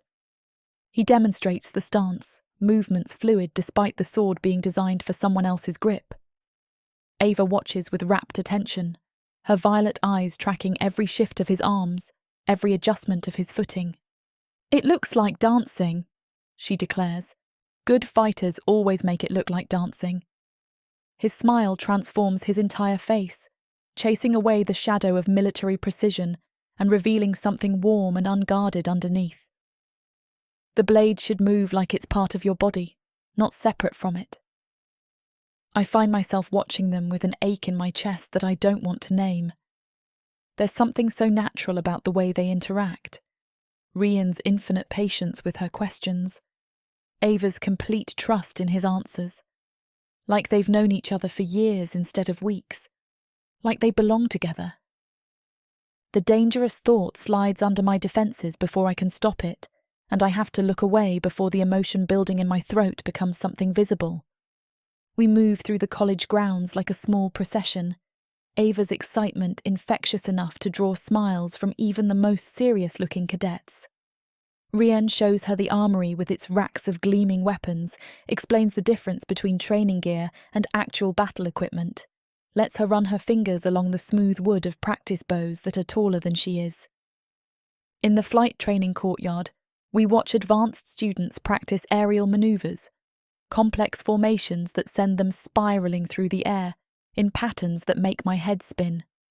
Ava gasps and claps as they dive and soar, her own small form practically bouncing with the desire to join them. "Could I learn to fly?" she asks Rian, and something in my chest clenches at the innocent question. "You don't have wings, little star," he says gently. "But you could carry me. You've done it before." "That's different from flying yourself." His voice holds the careful neutrality of someone navigating dangerous emotional territory. Flying is something Zafan are born knowing how to do. Her face falls slightly, and I see him struggle with the urge to promise her something impossible. The fact that he doesn't, that he gives her honesty instead of false hope, makes me respect him even more. "But," he continues, "there are other kinds of magic you might learn someday. Different gifts that are just as special." This perks her up considerably, and she peppers him with questions about magic and gifts and whether demons can do things that Zafan can't. His answers are thoughtful and age-appropriate, never condescending but always honest about the complexities of the world she'll inherit. Watching him with her is like watching someone discover a part of himself he never knew existed. Every protective gesture, every patient explanation, every moment where he adjusts his massive frame to accommodate her small presence.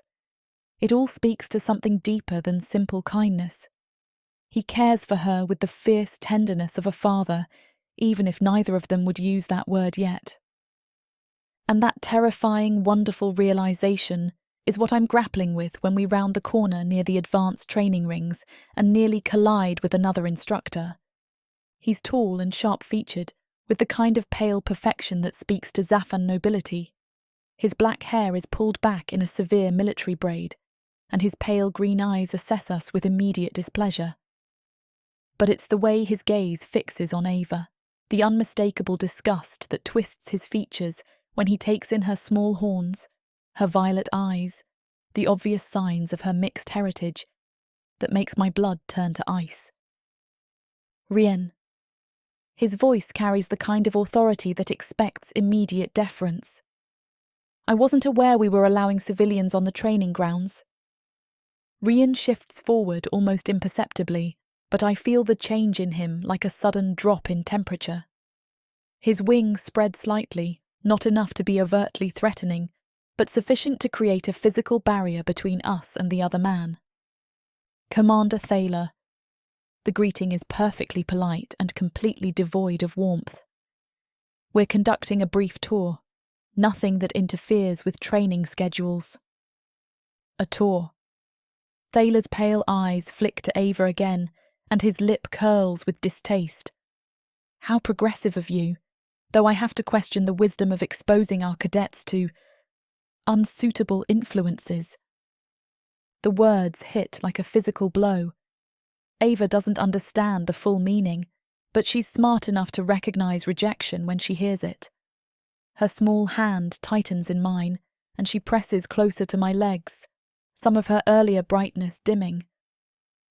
"There's nothing unsuitable about my guests. Rian's voice drops to a dangerous rumble that makes the air around us feel charged with potential violence.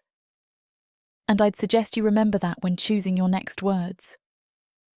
The threat is unmistakable, wrapped in the kind of deadly calm that speaks to years of command and combat experience.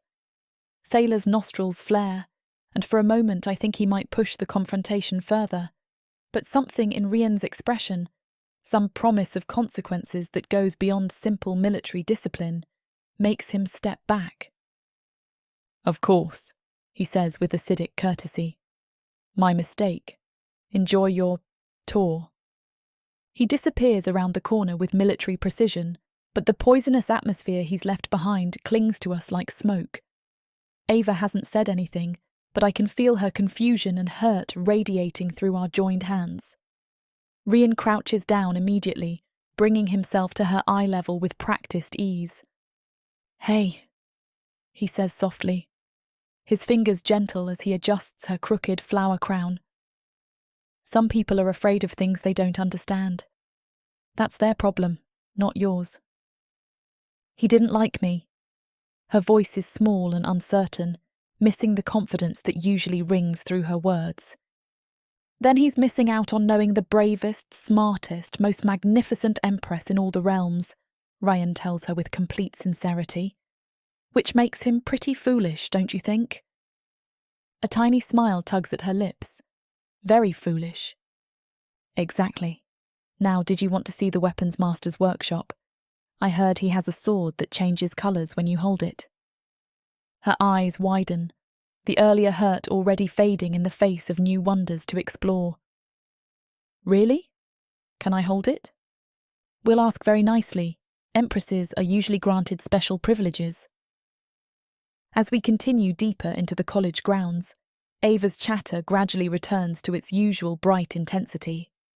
But I find myself watching Rienne with new understanding, catching the subtle way his attention remains divided. Part of him focused on entertaining Ava, part scanning for potential threats or sources of discomfort. He protected her, not just with words, but with his entire presence, turning his body into a shield between her and someone who would hurt her simply for existing. The casual way he diffused the situation and redirected her attention speaks to instincts I recognise. The bone-deep need to keep her safe, to preserve her innocence for as long as possible. Watching him love my daughter with such effortless devotion is the most dangerous thing I've ever experienced. Because somewhere between his patience with her questions and his fury at anyone who would diminish her, I've stopped trying to convince myself that this is temporary. The walls I've built around my heart are cracking, and I'm not sure I want to repair them anymore.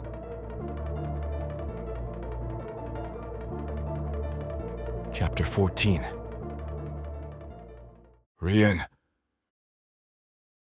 The house settles around me like a living thing, all familiar creaks and whispered sighs, but sleep remains as elusive as smoke. I've been staring at the ceiling for hours, watching shadows shift across the enchanted stonework as clouds drift past the moons outside my window. Every time I close my eyes, I see Thaler's face, that cold disgust when he looked at Ava, the calculated cruelty in his voice when he called her an unsuitable influence, the way her small shoulders hunched, her bright confidence dimming like a snuffed candle. My hands clench into fists against the bedsheets. The urge to hunt him down, to make him understand exactly what happens to people who threaten what's mine, burns through my veins like liquid fire. But violence won't solve this, won't fix the fact that there are others like him, others who see a 4-year-old child and feel nothing but revulsion. The injustice of it eats at me. She's innocent, brilliant and brave and so full of light that rooms brighten when she enters them. Her heritage isn't her fault, isn't something she chose or can change. Yet people like Thaler would condemn her for existing, would poison her world with their hatred, simply because she dares to be different. I roll out of bed with a growl of frustration, bare feet hitting the cool stone floor. The night air carries the scent of night lilies from the garden below, but it does nothing to ease the restless energy clawing at my chest. Maybe tea will help.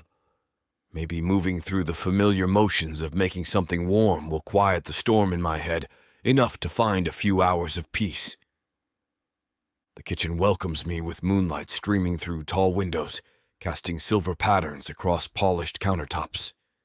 I move quietly, mindful of the sleeping household, but the ritual of lighting the stove and filling the kettle feels like meditation, something to focus on besides the memory of Ava's hurt expression. As I wait for the water to heat, movement in the garden catches my eye through the window. A pale figure sits on one of the stone benches near the night lily beds, motionless as a statue in the ethereal light. My chest tightens when I realize it's Lenny. She's wearing nothing but a thin nightgown that barely reaches her knees, her long hair loose and catching the breeze like silk. Her feet are bare against the cool stone path, arms wrapped around her drawn-up legs in a pose that speaks to vulnerability and watchfulness in equal measure. From this distance, she looks almost ghostly, too delicate for this world, too fragile to carry the weight I know she bears. The kettle whistles softly, and I pour the steaming water over meadowmint leaves, the familiar ritual automatic while my attention remains fixed on the woman in my garden. She hasn't moved, hasn't acknowledged the light now glowing in the kitchen window. Her gaze seems focused on something far beyond the hedgerows, something I can't see but suspect lives in memory rather than reality. I should go back to my room. Should respect her obvious need for solitude and leave her to whatever peace she's found in the night air. But something about her posture, the careful way she holds herself, as if she's afraid of taking up too much space even in an empty garden, makes that impossible. The teacup feels warm and solid in my hands as I step outside, my bare feet finding the familiar path through muscle memory. She doesn't look up when I approach, doesn't seem surprised by my presence, but I see the subtle tension that runs through her shoulders when she realizes she's no longer alone. "Couldn't sleep either?" I ask quietly, settling onto the bench beside her but leaving careful distance between us. Her laugh holds no humor. Sleep and I have a complicated relationship. The admission hangs between us like a bridge I'm not sure she wants me to cross. But something about the darkness, the way midnight makes confidences feel safer, encourages me to wait rather than fill the silence with meaningless words. Minutes pass. The night air carries the distant sound of Zareen moving in Tavrin's stables, the whisper of wind through the flowering hedges. Lenny's breathing is steady but too controlled, like someone consciously managing each inhale and exhale. Finally, she speaks without looking at me. "Sometimes I still dream about chains." The words hit like a physical blow, stealing the breath from my lungs. She says it so quietly, so matter-of-factly, that for a moment I wonder if I imagined it. But the rigid line of her spine, the way her knuckles have gone white where they grip her knees, tells me this confession costs her everything. I set my teacup aside, afraid I might crush the delicate porcelain in my suddenly clenched fists. The rage that sweeps through me is different from what I felt about Thaler. Deeper, more personal, tinged with a protectiveness so fierce it threatens to consume rational thought. "The sound of metal scraping stone," she continues, her voice distant and hollow. "That's what wakes me most nights. I know I'm here, know I'm safe, but my body doesn't believe it yet." She finally turns to look at me, and the moonlight reveals eyes that hold too much knowledge, too much pain for someone barely older than my youngest cadets. There's something raw and unguarded in her expression, as if the darkness has stripped away the careful barriers she maintains during daylight hours. I don't like closed doors much, or being inside when I can't see all the ways out. The admission seems to surprise her, like she hadn't meant to voice it aloud. "Some nights I come out here and sit for a while, just to prove to myself that I can leave if I need to." The pieces click into place with sickening clarity. Why she tenses when doors close behind her. Why she moves through the house like someone expecting to need escape routes. Why she's not an early riser, because she's probably just fell asleep. My hands shake with the effort of keeping them still, of not reaching for her when everything in me screams to offer comfort. But I understand enough about trauma to know that unwelcome touch however well-intentioned, can feel like another violation. "I hide it from Ava," she says, and there's fierce determination in her voice now. She's been through enough uncertainty. She deserves to feel safe, to have a childhood that isn't colored by my nightmares. "You both deserve safety," I tell her, my voice rougher than intended. "And childhood, and peace, and every good thing this world has to offer." She looks at me like I've spoken in a foreign language, confusion and disbelief warring in her expression. It breaks something in my chest to realize that kindness is so foreign to her experience. That simple compassion feels incomprehensible. The silence stretches again, but it feels different now, heavy with unspoken truths and possibilities neither of us dares name. I want to ask who hurt her, want to hunt down every person who made her believe she deserved chains and darkness. I want to burn down the world that taught her to apologize for existing, that made her think needing help was weakness. But instead, I slide from the bench to kneel beside her on the stone path, bringing us to eye level. The position puts me below her rather than above, a choice I make deliberately, instinctively understanding that she needs to maintain whatever small advantage makes her feel safer. "If you need anything," I tell her, holding her amber gaze with steady intensity. "Anything at all, day or night, reasonable or impossible, you tell me, and I'll make it happen." Her eyes widen, and I see the exact moment she tries to retreat behind familiar walls of self-reliance. But the walls are thinner now, weakened by confession and moonlight, and the simple fact that she's allowed herself to be vulnerable in my presence. "You've already given me more than I thought I'd ever get," she says quietly, and the admission nearly undoes me entirely. Because looking at her now, hair silver in the moonlight, eyes luminous with unshed tears, courage and fragility existing in perfect balance, I realize with painful, complete certainty that I want her in every sense of the word, want her laughter and her fears, her strength and her scars, her past and whatever future she'll allow me to share. I want to learn every expression that crosses her face, want to be the reason she smiles instead of just the witness to it, want to wake up with her hair spilled across my pillow and fall asleep to the sound of her breathing. Want to give her everything she's been denied and protect everything she holds dear.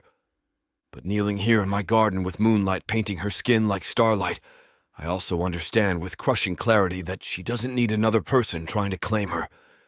Doesn't deserve for me to cross lines she hasn't invited me to cross, to complicate her hard-won peace with desires she might not share.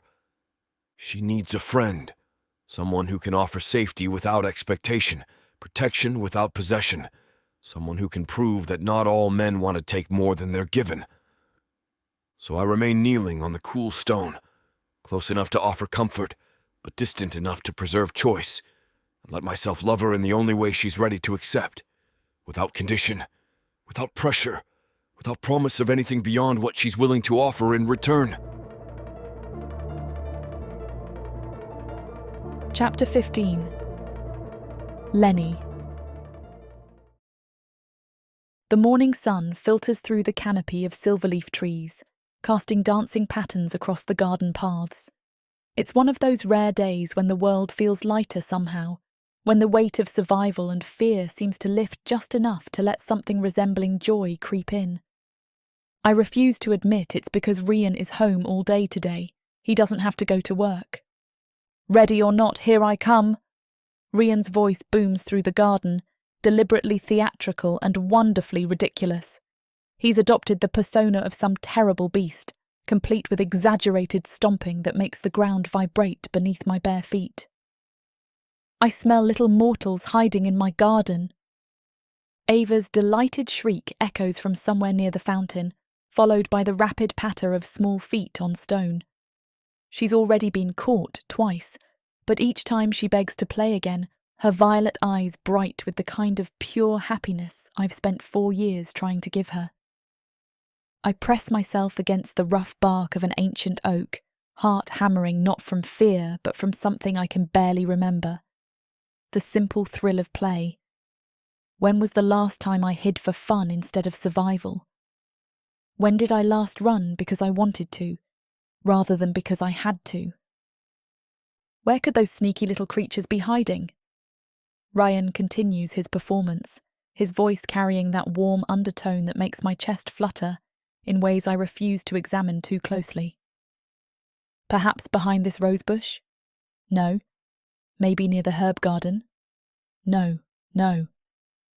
His footsteps grow closer, deliberately heavy and obvious. He's giving us every chance to escape, to dart to new hiding spots, but something keeps me frozen against the tree trunk. Maybe it's the way the morning light catches in his silver hair when I glimpse him through the leaves.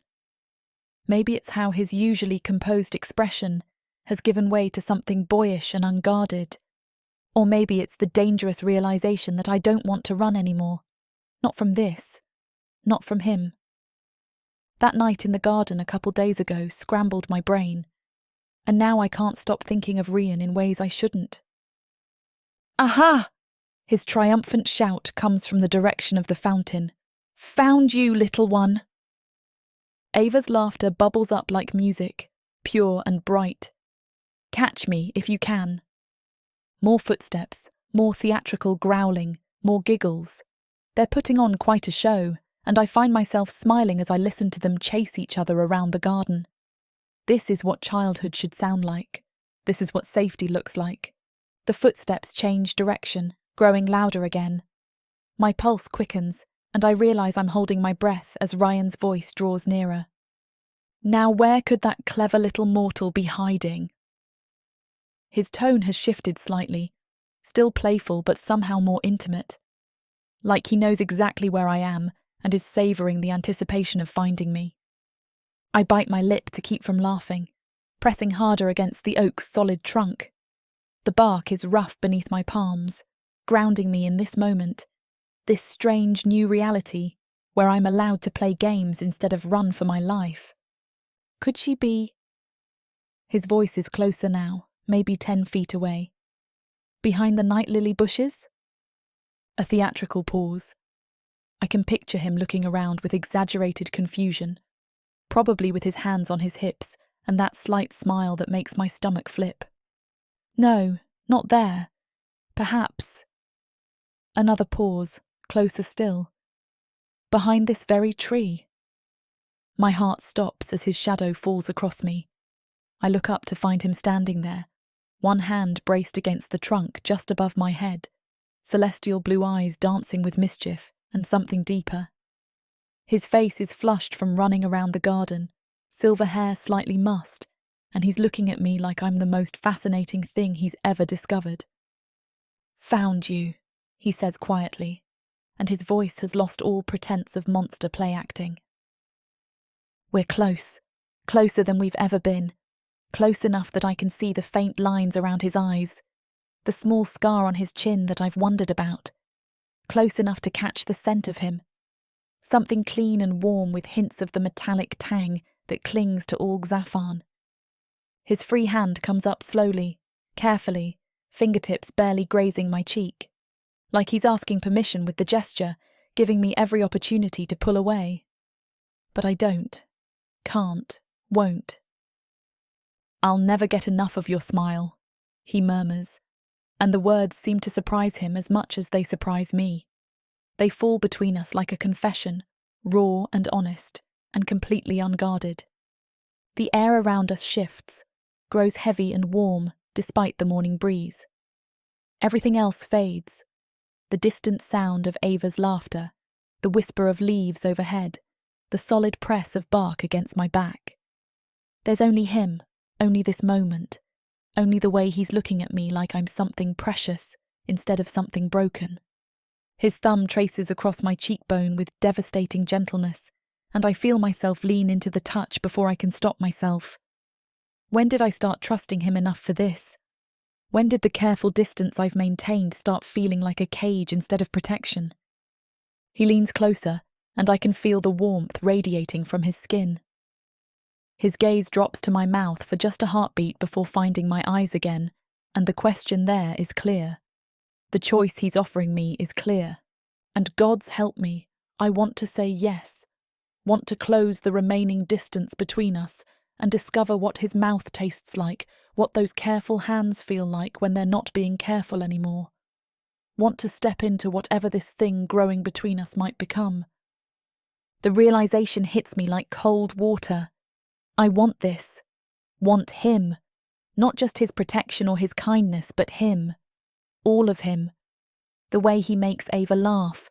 The gentle strength in his hands. The way he looks at me like I'm worth looking at. The way he spent weeks proving that not all men take without asking, that some actually wait for permission.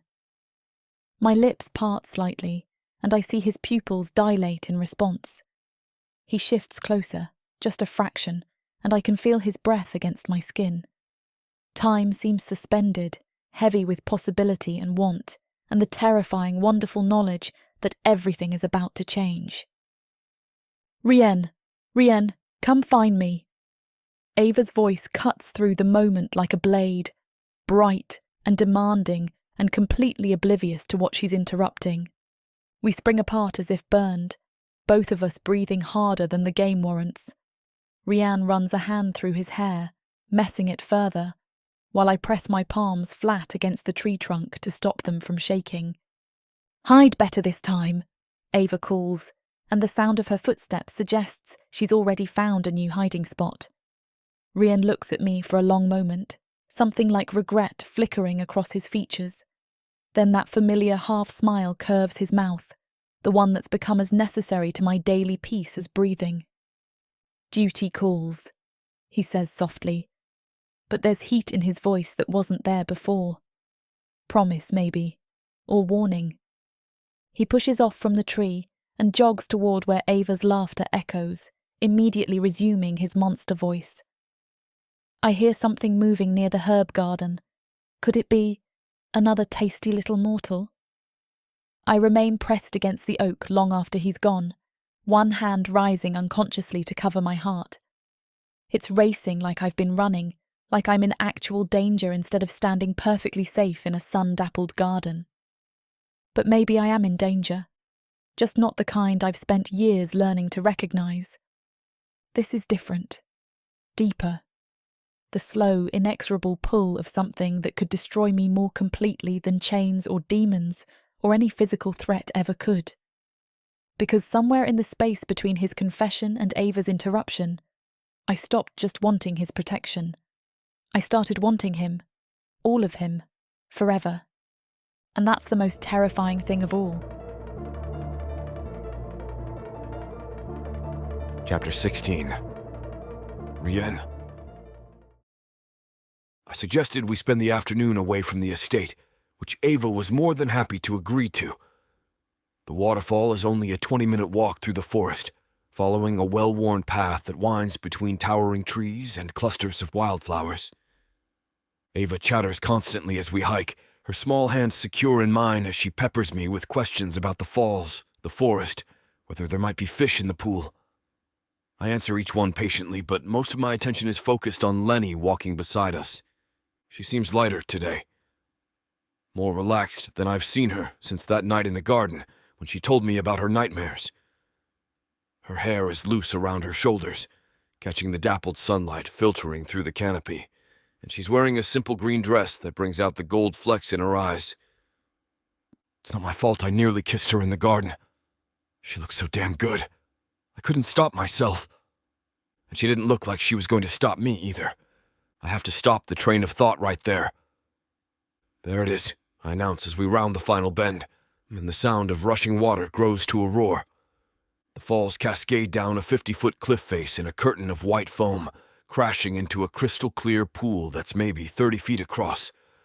The rocks around the edge are smooth and sun-warmed, perfect for sitting, and the whole place has an almost ethereal quality in the morning light.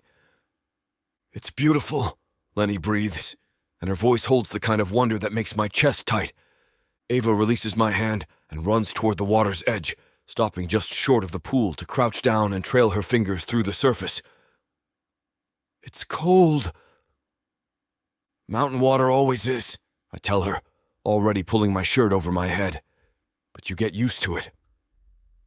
I'm focused on kicking off my boots when I hear Lenny's soft intake of breath behind me. When I glance back, She's staring at my bare chest with an expression that sends heat shooting straight through me.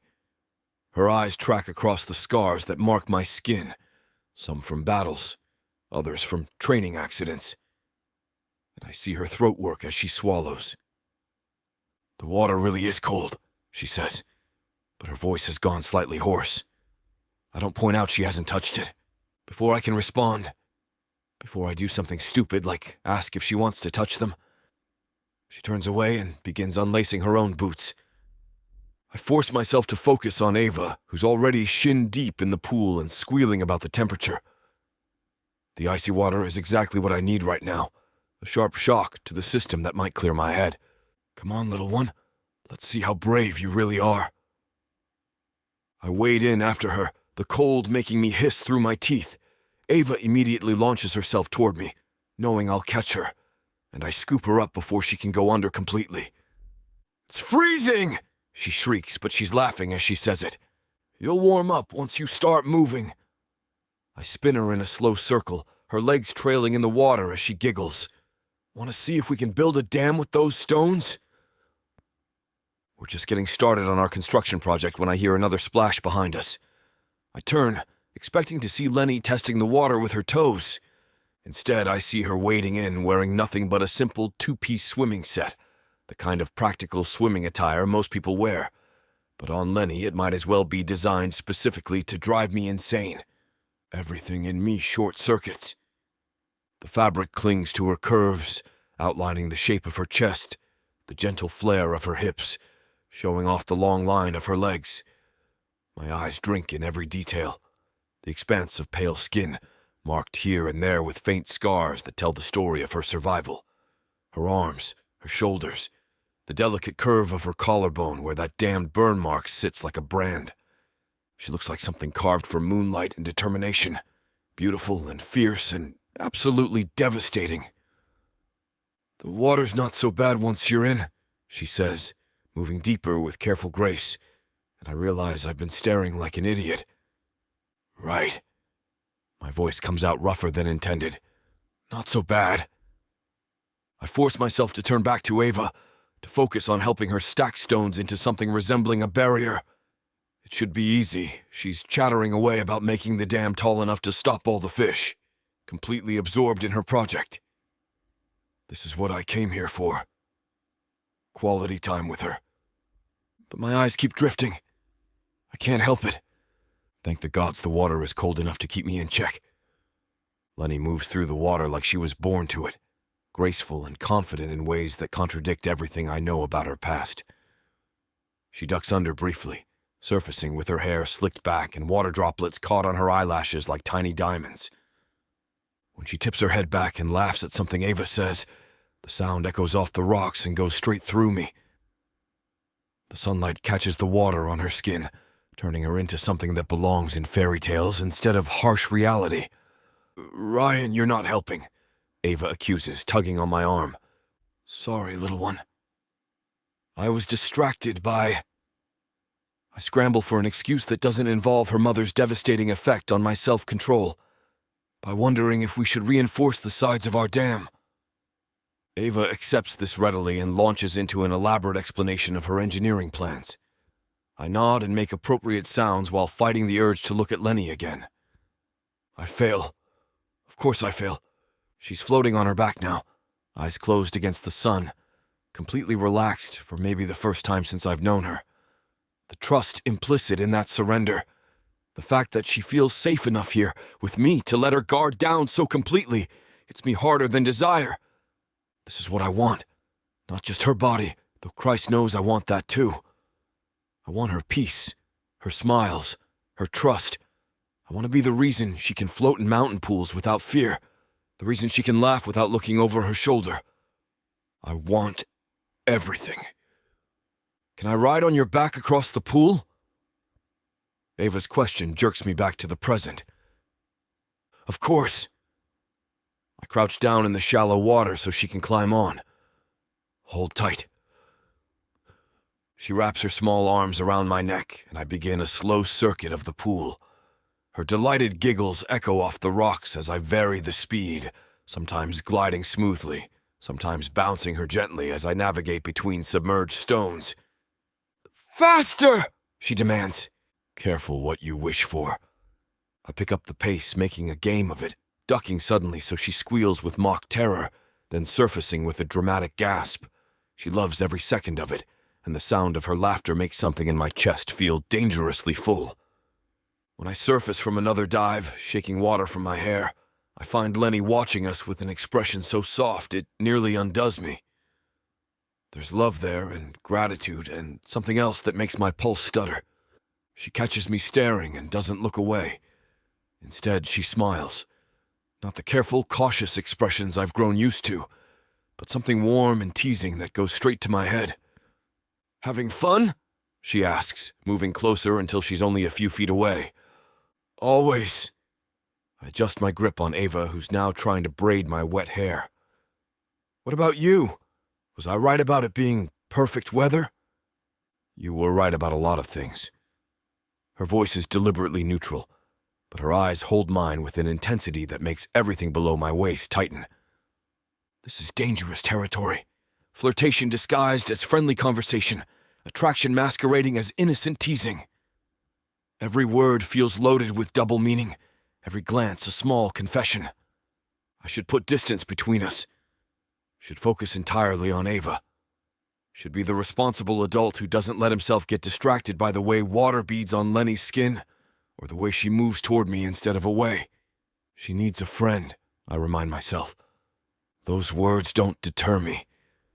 Instead, I find myself moving closer, drawn by some magnetic pull I've stopped pretending I can resist. What else was I right about? The question slips out before I can stop it, low enough that Ava won't hear over her own chattering. Lenny's smile turns mysterious, almost feline. "Where's the fun in telling you? You'll just get a big head." Something is getting big, all right. I should not be thinking like that, but the way she's looking at me. I'm drowning in broad daylight, pulled under by amber eyes and soft smiles, and the devastating realization that I've never wanted anyone this badly in my entire life. Chapter 17. Lenny. The rest of our day at the waterfall passes in a haze of laughter and stolen glances. Rian builds elaborate stone towers with Ava, while I float in the deeper section, letting the cold water numb my thoughts. But every time I surface, I catch him watching me with that same intense look that makes my stomach flutter and my skin feel too warm despite the mountain water. Not that I mind.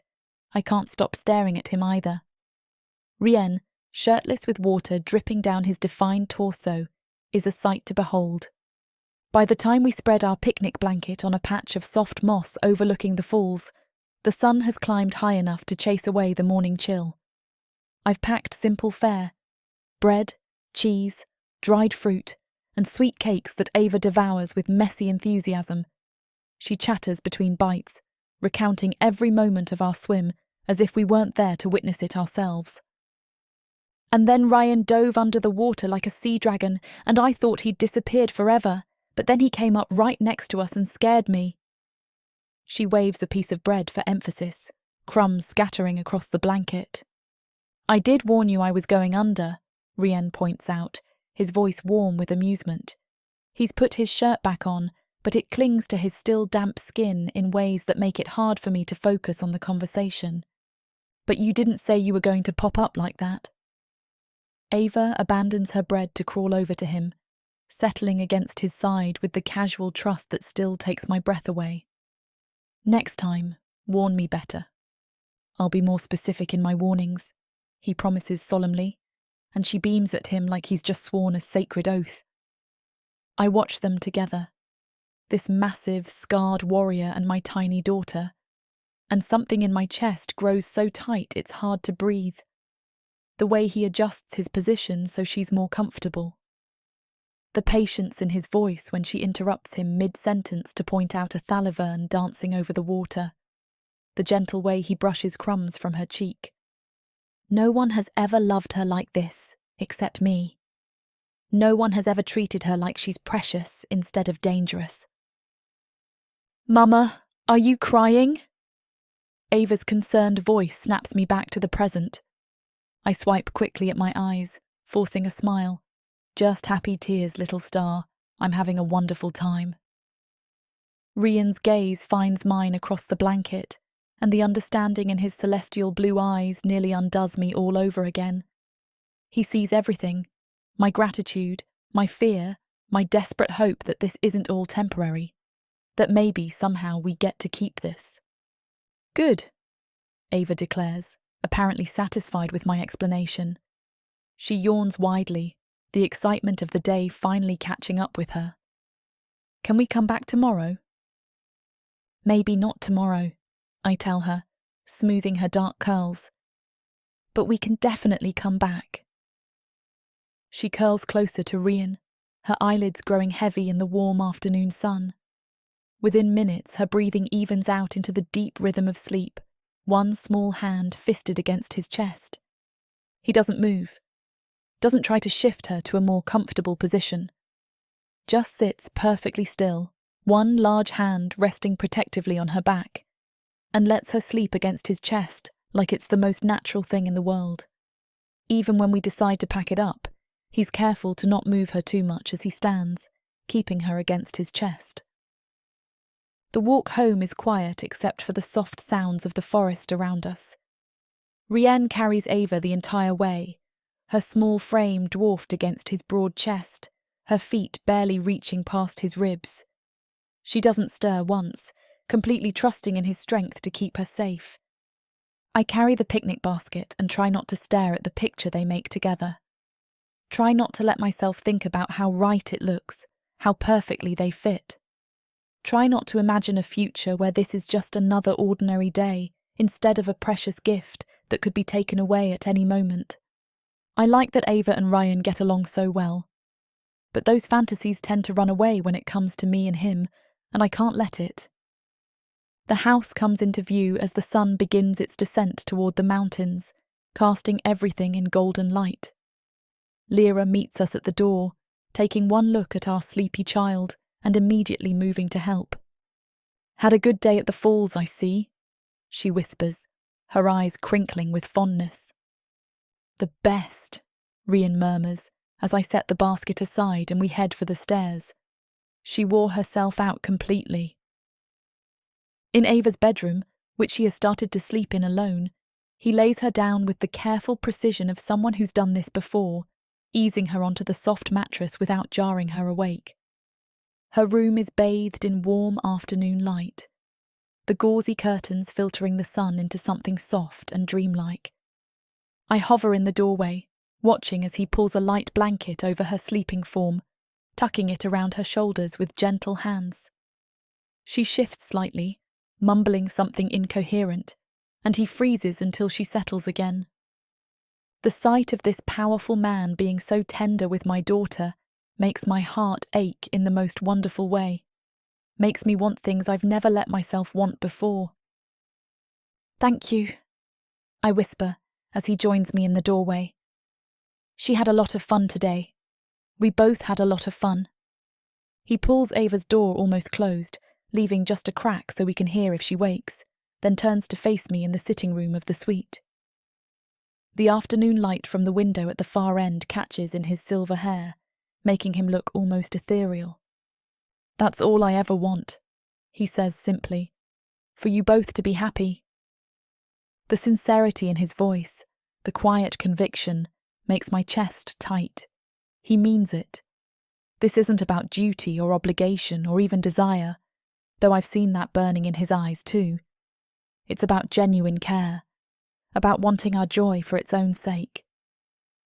We are, I tell him, and it's the truth in ways that terrify me. Happier than we've ever been. Something shifts in his expression at that admission. Heat and tenderness, and something deeper that makes my pulse skip. For a moment, I think he might reach for me, might close the small distance between us in this shadowed hallway. Instead, he smiles, soft and warm and devastating in its restraint. Good, he murmurs, echoing Ava's earlier sentiment. I'll let you get cleaned up and rest as well. He turns and walks toward his own room, leaving me standing there with that gentle smile burned into my memory and my heart hammering against my ribs. With Ava asleep, I'm soaking in the copper tub in the bathroom, letting the hot water ease muscles I didn't realize were tense. Steam rises around me, scented with the bath salts Lyra insisted I try, and for the first time all day, I'm alone with my thoughts. They're dangerous thoughts. I can't stop thinking about the way Rienne looked at me at the waterfall. How his eyes tracked the water droplets on my skin like he wanted to chase them with his tongue. The way his voice roughened when he spoke to me, like keeping his distance was costing him something. He wants me. I saw it in every stolen glance, felt it in the careful way he kept himself just out of reach. The knowledge should terrify me. Want has always meant pain in my experience. But instead, it sends heat spiraling through my belly, makes me restless in ways I've never allowed myself to be. Why is he holding back? The question has been circling my mind all evening, growing more insistent with each passing hour. Is it because of what I told him? Because he thinks I'm too broken, too damaged by what happened with my master? Or is it because he's trying to be honourable, trying not to pressure me into something he thinks I'm not ready for? The thought makes me want to scream with frustration.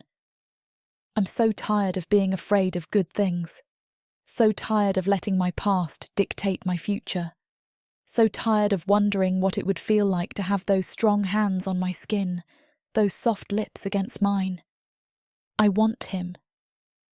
The realization hits me with startling clarity as I run the washcloth over my arms, my shoulders, everywhere his eyes lingered today. I want Ryan Saranthiel with an intensity that should probably frighten me. It doesn't. For the first time in my life, wanting feels like freedom instead of weakness.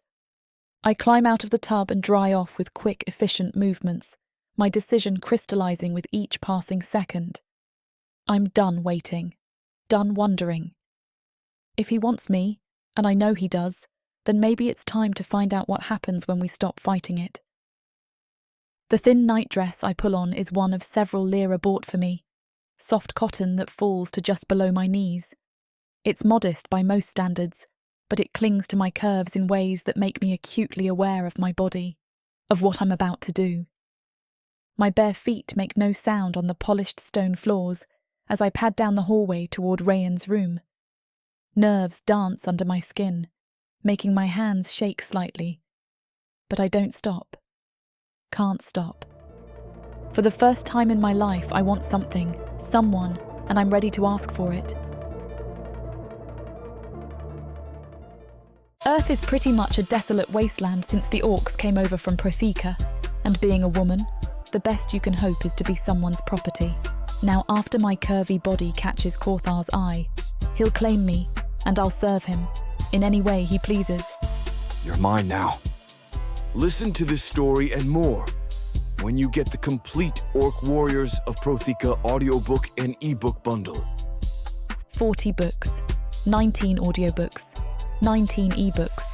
You even get 1 free novella and 1 free audiobook. All for a shocking 90% off. Protheka's magic is eternal, and the complete Orc Warriors of Protheka bundle will bring over 100 hours of that magic to you.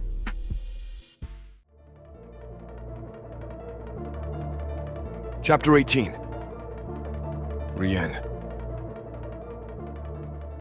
I barely make it through my bedroom door before my self-control shatters completely.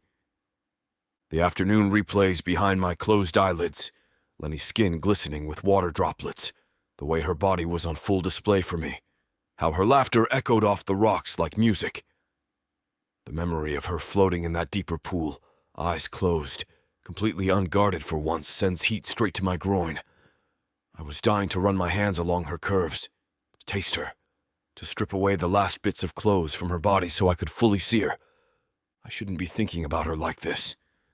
Shouldn't be imagining what it would feel like to trace those water droplets with my tongue, to map every freckle on her pale skin, to hear her gasp my name in something other than surprise. But I can't stop myself, not as I free myself from my pants, my manhood hard and dripping. My hand moves of its own accord, working with desperate efficiency as I picture her beneath me, those amber eyes dark with want instead of wariness. The fantasy builds, her soft cries, the arch of her back, the way she'd feel wrapped around me, trusting and eager in mine. The release hits me hard and fast, leaving me shaking against my bedroom door like some untried youth who's never touched a woman before. The satisfaction is fleeting, immediately replaced by a wave of guilt so sharp it makes my chest ache. She trusted me today, laughed with me, let her guard down in ways I've never seen before. And here I am, using those precious moments as fuel for my own selfish desires. I'm a bastard. A complete and utter bastard who doesn't deserve the way she looked at me when I promised to protect Ava from those cruel comments in the market. Like I was something good, instead of a warrior with blood on his hands and increasingly inappropriate thoughts about the woman under my protection. The guilt eats at me as I clean myself off and change into loose pants. But it doesn't erase the want. Nothing could erase that. It's burned into me now. This desperate need for Lenny Veris that grows stronger every damn day I spend in her presence. The knock at my door comes soft but clear, cutting through my self-recrimination like a blade. I freeze. It could be Lyra, asking me about dinner since we all returned so late in the day and Ava's asleep. It could be any of the staff. But my body is warning me that it isn't any of them. It's the one woman I'm hoping for. "Come in," I call, my voice rougher than intended. The door opens hesitantly and Lenny slips inside like she's second-guessing herself with every step. She's wearing a simple cotton nightdress that falls to just below her knees, her damp hair loose around her shoulders, and she looks so beautiful standing there in my lamplight that it's hard to breathe. "I hope I'm not disturbing you," she whispers, wrapping her arms around herself in a gesture I recognize as defensive. My heart hammers against my ribs. After what I was just thinking, just doing, having her here feels like some kind of cosmic joke. "Never. You're never disturbing me." She takes a tentative step closer, and I catch the scent of herbs from her bath. It mingles with her natural sweetness in a way that makes my head swim and my body respond with embarrassing eagerness, especially as she continues toward me. "I wanted to thank you again," she says, but her voice wavers slightly like that's not the only reason she's here. "For today, it was perfect." "Lenny," before I can finish the thought, she crosses the remaining distance between us in 3 quick steps. I'm frozen as she slides her hands up my chest and around my neck, and then, like she can't hold herself back, she pushes up on her toes and kisses me. The contact is brief, barely more than a brush of her soft lips against mine, but it sends shockwaves through my entire system. Her mouth is warm and tentative, tasting of the mint tea she had with dinner, and for a split second I feel her melt against me before she pulls back with a sharp intake of breath. I'm too stunned to react, too shocked by the feel of her lips, the hint of heat in that innocent kiss, the way every nerve ending in my body suddenly blazes to life. Her face crumples with embarrassment, cheeks flushing pink even in the dim light. "Oh gods, I'm sorry," she whispers, already backing toward the door. "I shouldn't have. That was completely inappropriate. You've been nothing but kind, and I just... The sight of her retreating, of her thinking this was some kind of mistake, snaps me out of my paralysis. I catch her wrist as she turns to flee, my fingers circling the delicate bones with careful pressure. "Don't apologize," I growl, pulling her back against my chest. "Don't you dare apologize for that." Her eyes go wide, lips parted in surprise, and I can't wait another second. I cup her face in both hands, feeling how small and precious she is beneath my palms, and kiss her the way I've been dreaming about for weeks. This kiss is nothing like her tentative offering. This is heat and hunger and barely leashed desperation. Her lips part under mine with a soft gasp that makes my blood sing, and when I trace her lower lip with my tongue, she responds with shy enthusiasm that nearly brings me to my knees. She tastes like mint and sweetness and promises I never thought I'd want to make. Her hands fist in the fabric of my sleep shirt, pulling me closer even as she trembles against me, and I pour everything I can't say into the kiss. How much I want her. How beautiful she is. How she's become the center of my entire world without me realizing it. When we finally break apart, we're both breathing hard. Her pupils are dilated, lips slightly swollen from my attention, and she looks so thoroughly kissed that it takes every ounce of my self-control not to back her against the nearest wall and show her exactly how much I want her. But rushing her would ruin everything. She's been hurt enough, used enough. If this happens between us, it needs to be her choice, her pace. I force myself to step back, hands trembling slightly as I release her face. The loss of contact feels like physical pain, but the soft way she's looking at me makes it bearable. You made my night, I tell her honestly, voice still rough with want. Damn, you made my whole year with a kiss. The smile that spreads across her face is radiant, pure joy mixed with feminine satisfaction at affecting me so strongly. She touches her lips with her fingertips like she's trying to memorize the feeling, and the gesture is so unconsciously sensual that I have to curl my hands into fists to keep from reaching for her again. Good night, Rian, she whispers, backing toward the door with that beautiful smile still lighting up her features.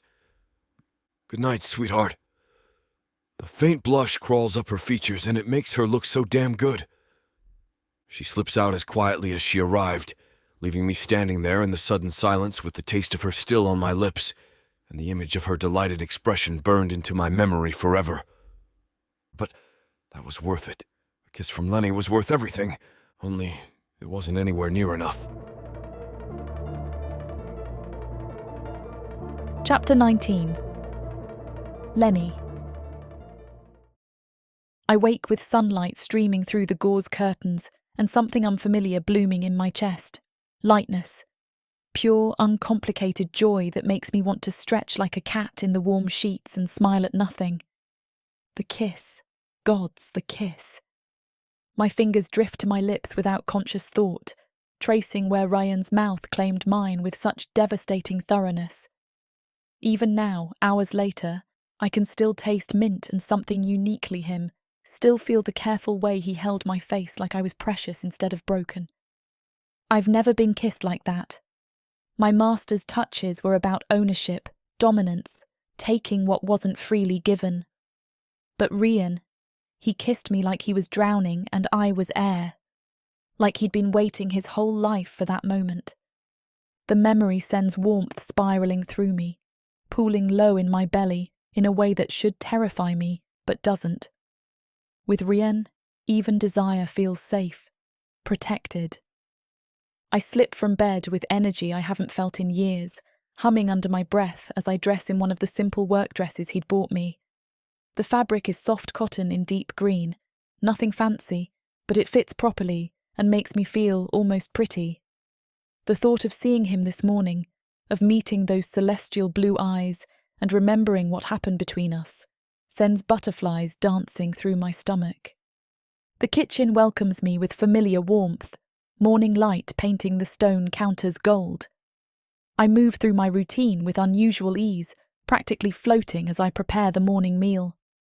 Fresh bread from yesterday's baking fills the air with yeast and comfort. Eggs from the estate's small flock sizzle in the iron pan, their edges crisping perfectly. I slice fruit with care, arranging the colourful pieces in patterns that would make Ava giggle. Someone's in a good mood, Lyra comments as she enters to start her own morning tasks. The half-earth nymph's knowing smile suggests she's noticed the humming, the way I can't seem to stop the small smile tugging at my lips. It's a beautiful morning, I deflect, but even I can hear the lightness in my voice. It sounds foreign after so many years of careful neutrality. She begins arranging wildflowers in a small vase, her earth magic coaxing them to bloom brighter. And I suppose it has nothing to do with certain late-night wanderings. Heat floods my cheeks, but I don't feel ashamed. Can't feel ashamed when happiness is still bubbling through me like champagne. Mind your own business, nosy. Her delighted laugh follows me as I carry the breakfast tray toward the dining room, where voices already drift from beyond the doorway, Rian's deep rumble mixing with Ava's bright chatter.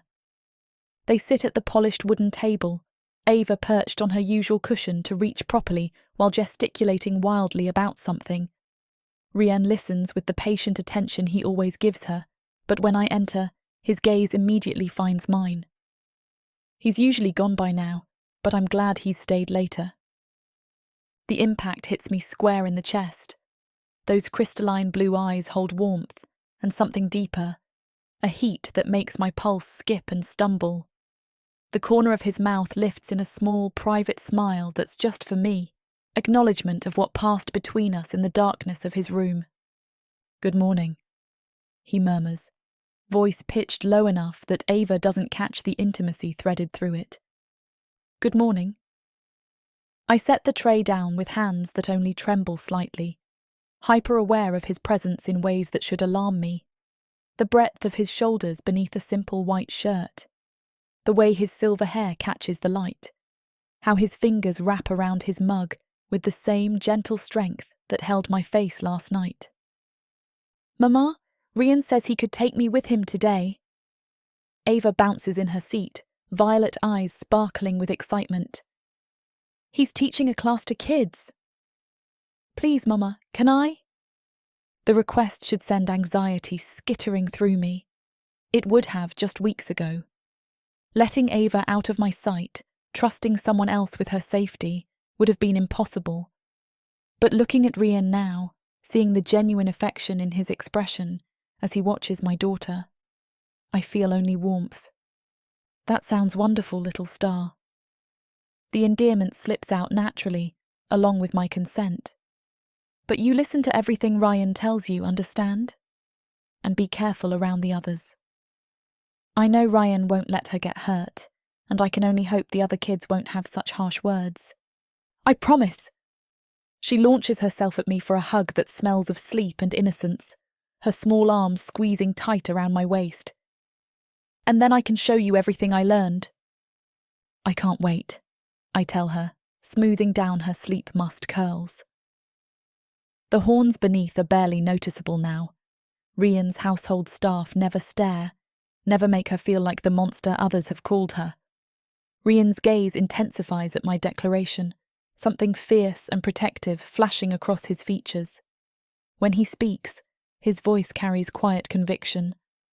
I'll keep her safe while we're gone. And I know he will. An hour later, I stand in the doorway watching them disappear down the winding path toward the stable, Ava's hand trustingly clasped in Rian's much larger one. She skips beside him, chattering about everything and nothing, while his wings catch the breeze in casual elegance. I'm shocked that there's no nerves jittering through me. Instead, I feel peaceful. Complete in a way I've never experienced. When they vanish around the bend, I return to the kitchen, but find myself unusually restless. Without my usual anxiety as company, the silence feels different. Not oppressive, but expectant, like the house itself is holding its breath. I clean with more energy than necessary, scrubbing already spotless counters and reorganizing perfectly arranged pantry shelves. But my mind keeps drifting back to last night, to the reverent way Rian touched me, the hunger I saw in his eyes when I finally pulled away. For the first time in 5 years, I let myself imagine staying somewhere, not just hiding or surviving, but actually living, building something real. What would that look like?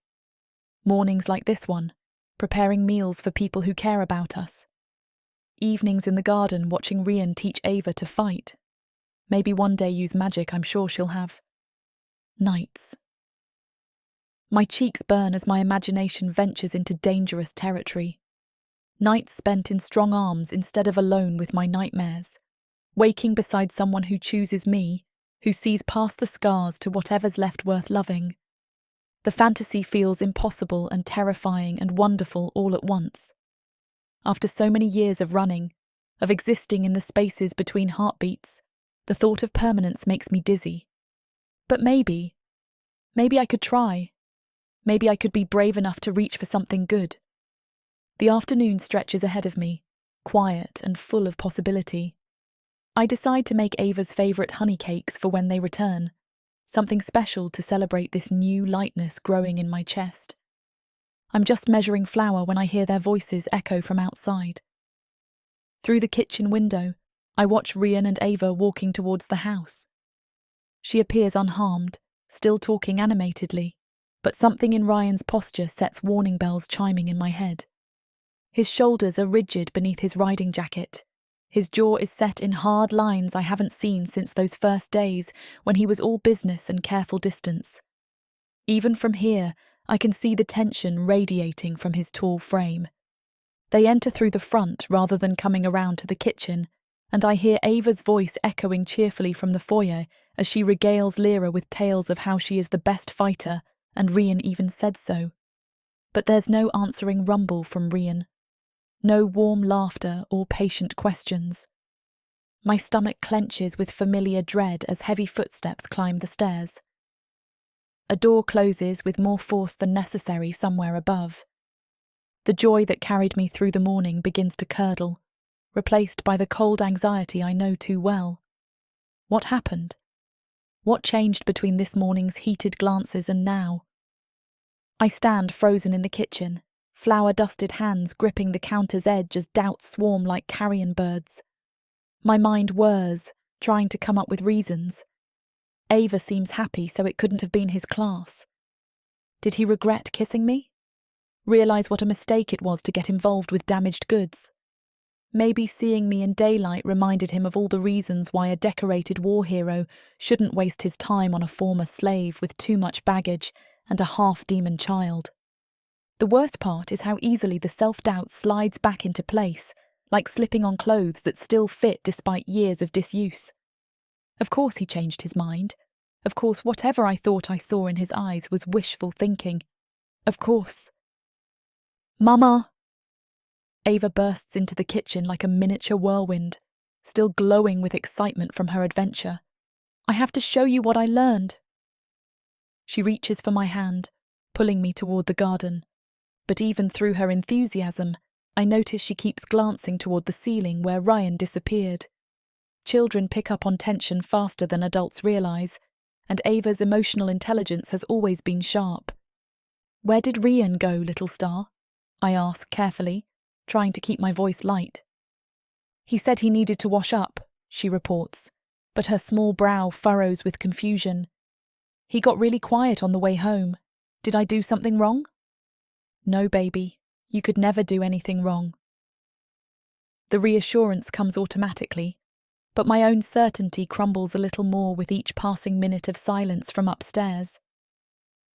Rian has never been like this before, but I'm worried that one of us did do something wrong. I'm worried I was wrong. Chapter 20. Lenny. The evening drags on with excruciating slowness. Dinner passes in stilted conversation, Ava chattering about her day while I push food mechanically around my plate, hyper-aware of Ryan's absence from the table. Lyra mentions he took his meal in his study, citing work that needed finishing, but the excuse feels hollow. He's never done that before. I help Ava with her bedtime routine, braiding her dark curls and tucking her into the soft sheets that still feel like luxury after years of rough in-beds and makeshift shelters. She studies my face with those unnervingly perceptive violet eyes. Are you sad, Mama?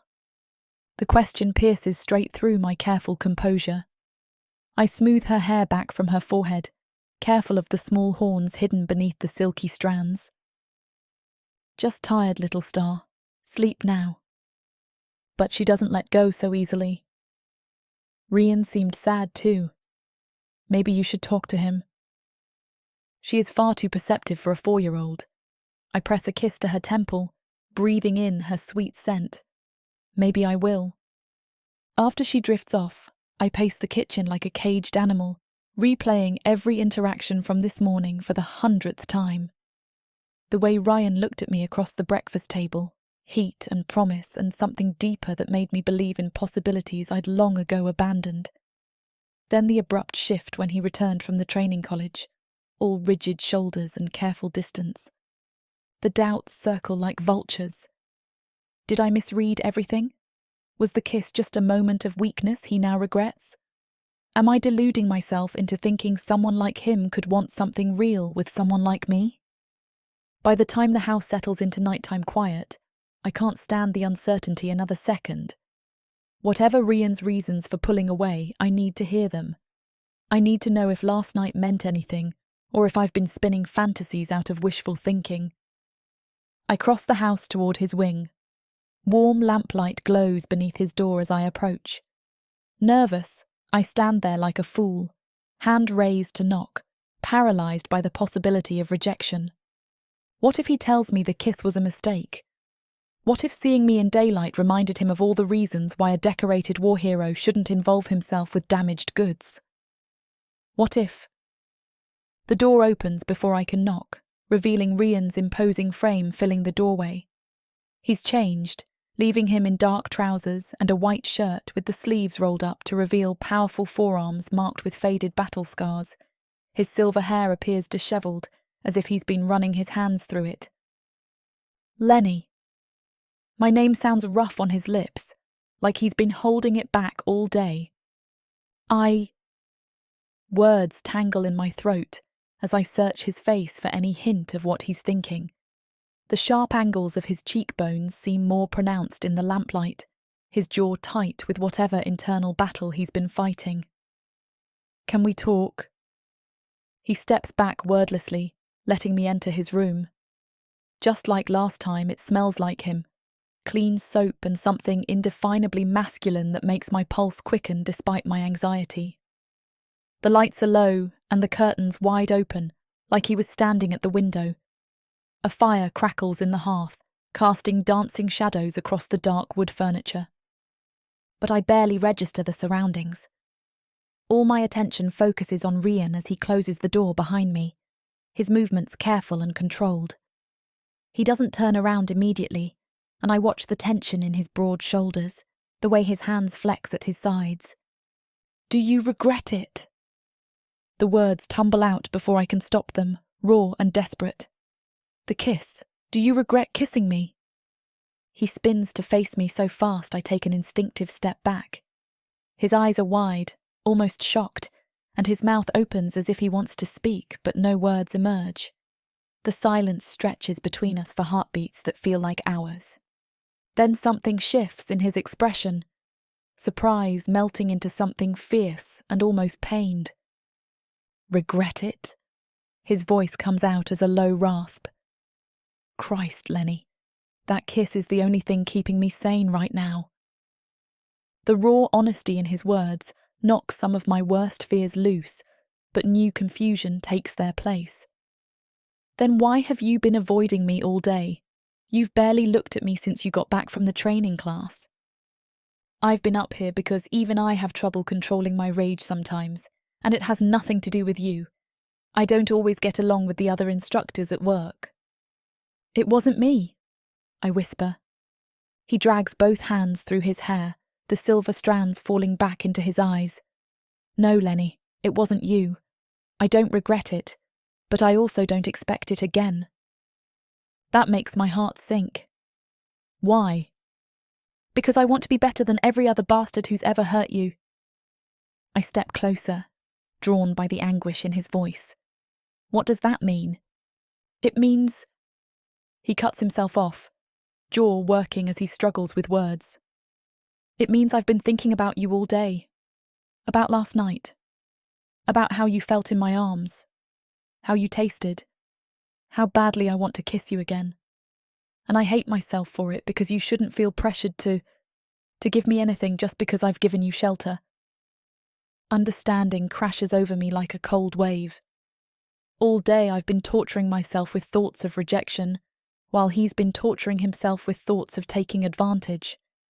The man who could command armies, who radiates confidence and control in everything else, is terrified of becoming another predator in my life. Something cracks open in my chest, not breaking, but flowering, opening like a bloom that's been waiting years for the right conditions to unfurl. I close the remaining distance between us, noting how his breath catches as I move into his space. Up close, I can see the exhaustion around his eyes, the tension bracketing his mouth. He's been fighting this want as hard as I've been drowning in uncertainty. Rian. I reach up, sliding my arms around his neck. His hands hover near my waist but don't quite touch, as if he's still afraid of overstepping. Maybe I can help take your mind off things. But instead of the heated response I expect, he tenses beneath my touch. His hands finally settle on my waist, but only to gently set me away from him. The careful rejection feels like ice water in my veins. Lenny, no. His voice is strained but firm. I won't let you think you owe me anything. Not shelter, not safety, not your body, nothing. I start to pull away completely, uncertainty and old shame flooding back, but his hands tighten on my waist just enough to keep me close. When I look up, his expression has gentled, those crystalline eyes warm with something that looks dangerously like tenderness. I never want to be another man who expected things in return for basic decency, he continues, each word careful and deliberate. You don't owe me anything, sweetheart. Not a damned thing. The endearment hits me like a physical touch, and suddenly I understand what's happening. This powerful, confident man is terrified of being like my master, terrified of becoming another person who takes instead of gives, who demands instead of protects. The realization cracks something open inside me, not the brittle breaking I'm used to, but something warmer, like ice melting after a long winter. You want to know what my life was before? The words come out steady, stronger than I've felt in years. It was never having a choice, never being asked what I wanted or how I felt. It was hands that took without permission and a voice that commanded without caring if I agreed. His jaw tightens, fury flashing across his features at the reminder of what I endured. But I'm not finished. I know what pressure feels like, Rian. I know what it means to give, because refusing isn't an option. I step closer again, letting my hands frame his face the way he held mine last night. This isn't that. This is the first time in my entire life that I want something for myself. His expression shifts, surprise giving way to something dark and reverent. The careful control he's been maintaining all day finally starts to crack around the edges. You want this? The question comes out rough, vulnerable in a way that makes my heart ache. I want you. The admission feels like stepping off a cliff, but his eyes catch fire at my words.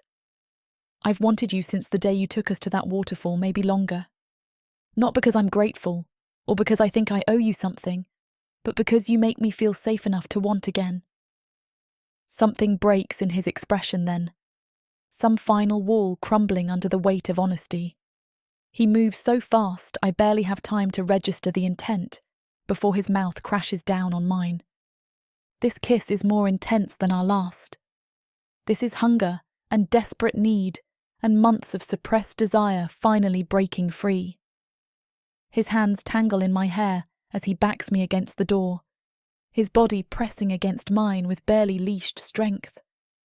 I can taste the desperation on his tongue, feel the tremor in his powerful hands as they map the curve of my waist.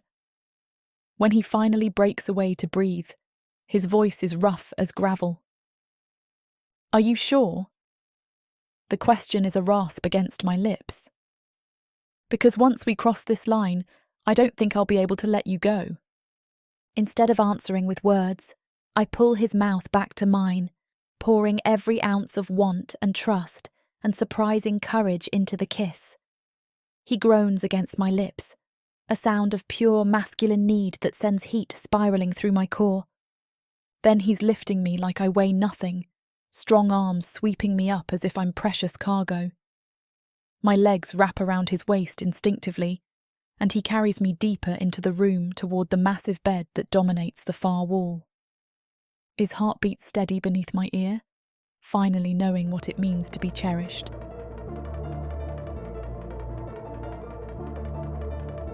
Chapter 21. Lenny. When Rian sets me down beside the bed, the world seems to shift into something softer, more reverent. The firelight flickers across his face as he reaches for me, but his hands stop just short of touching, hovering near my shoulders like he's asking permission even now. "We don't have to rush this," he murmurs, those crystalline eyes searching mine for any hint of hesitation. "I know what you said, but I don't want to push you too hard, Lenny." The careful consideration in his voice makes my throat tight. When was the last time someone asked what I wanted? When was the last time someone cared about my comfort more than their own need? "I want this," I whisper, reaching for the buttons of his shirt. "I want you." But even as I say it, my fingers tremble against the white fabric. Not from fear, though that's there, threaded through everything like an old scar that never quite heals, but from the overwhelming newness of choosing, of being asked. Rian's hands cover mine, steadying them. "Together?" I nod, and we begin the slow ritual of undressing. He works the buttons of my simple blue dress while I push his shirt from his shoulders, revealing the bronze expanse of his chest marked with old battle scars. Each piece of clothing that falls away feels like shedding armor, leaving us both vulnerable in the golden firelight. Sorry for the interruption. I know you were gearing up for a steamy scene, but it's way too hot for this platform. If we want to keep sharing our stories for free, we have to abide by this platform's guidelines. To get the full unabridged audiobook, go to worldsofprotheka.com. Browse through unabridged audiobooks, countless ebooks and bundles offered at a discount. If the thought of me whispering all the dirty details into your ear isn't enticing enough, use discount code YouTube30 to get 30% off of all digital products. Story after story, audiobook after audiobook, the Worlds of Protheka are waiting for you. Protheka's magic is eternal. But unabridged, it's unforgettable.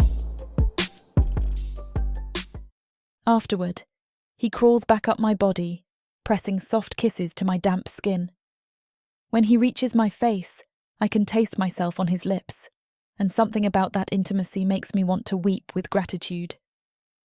"Thank you," I whisper against his mouth, though the words feel inadequate for what he's just given me. "Thank you," he counters, pulling back to study my face with those intense blue eyes. "For trusting me, for letting me make you feel good." A grin curves his lips. It did make my day better. Instead of responding with words, I curl into him, pressing my face against the warm hollow of his throat. His arms come around me immediately, holding me close as exhaustion and satisfaction pull me towards sleep.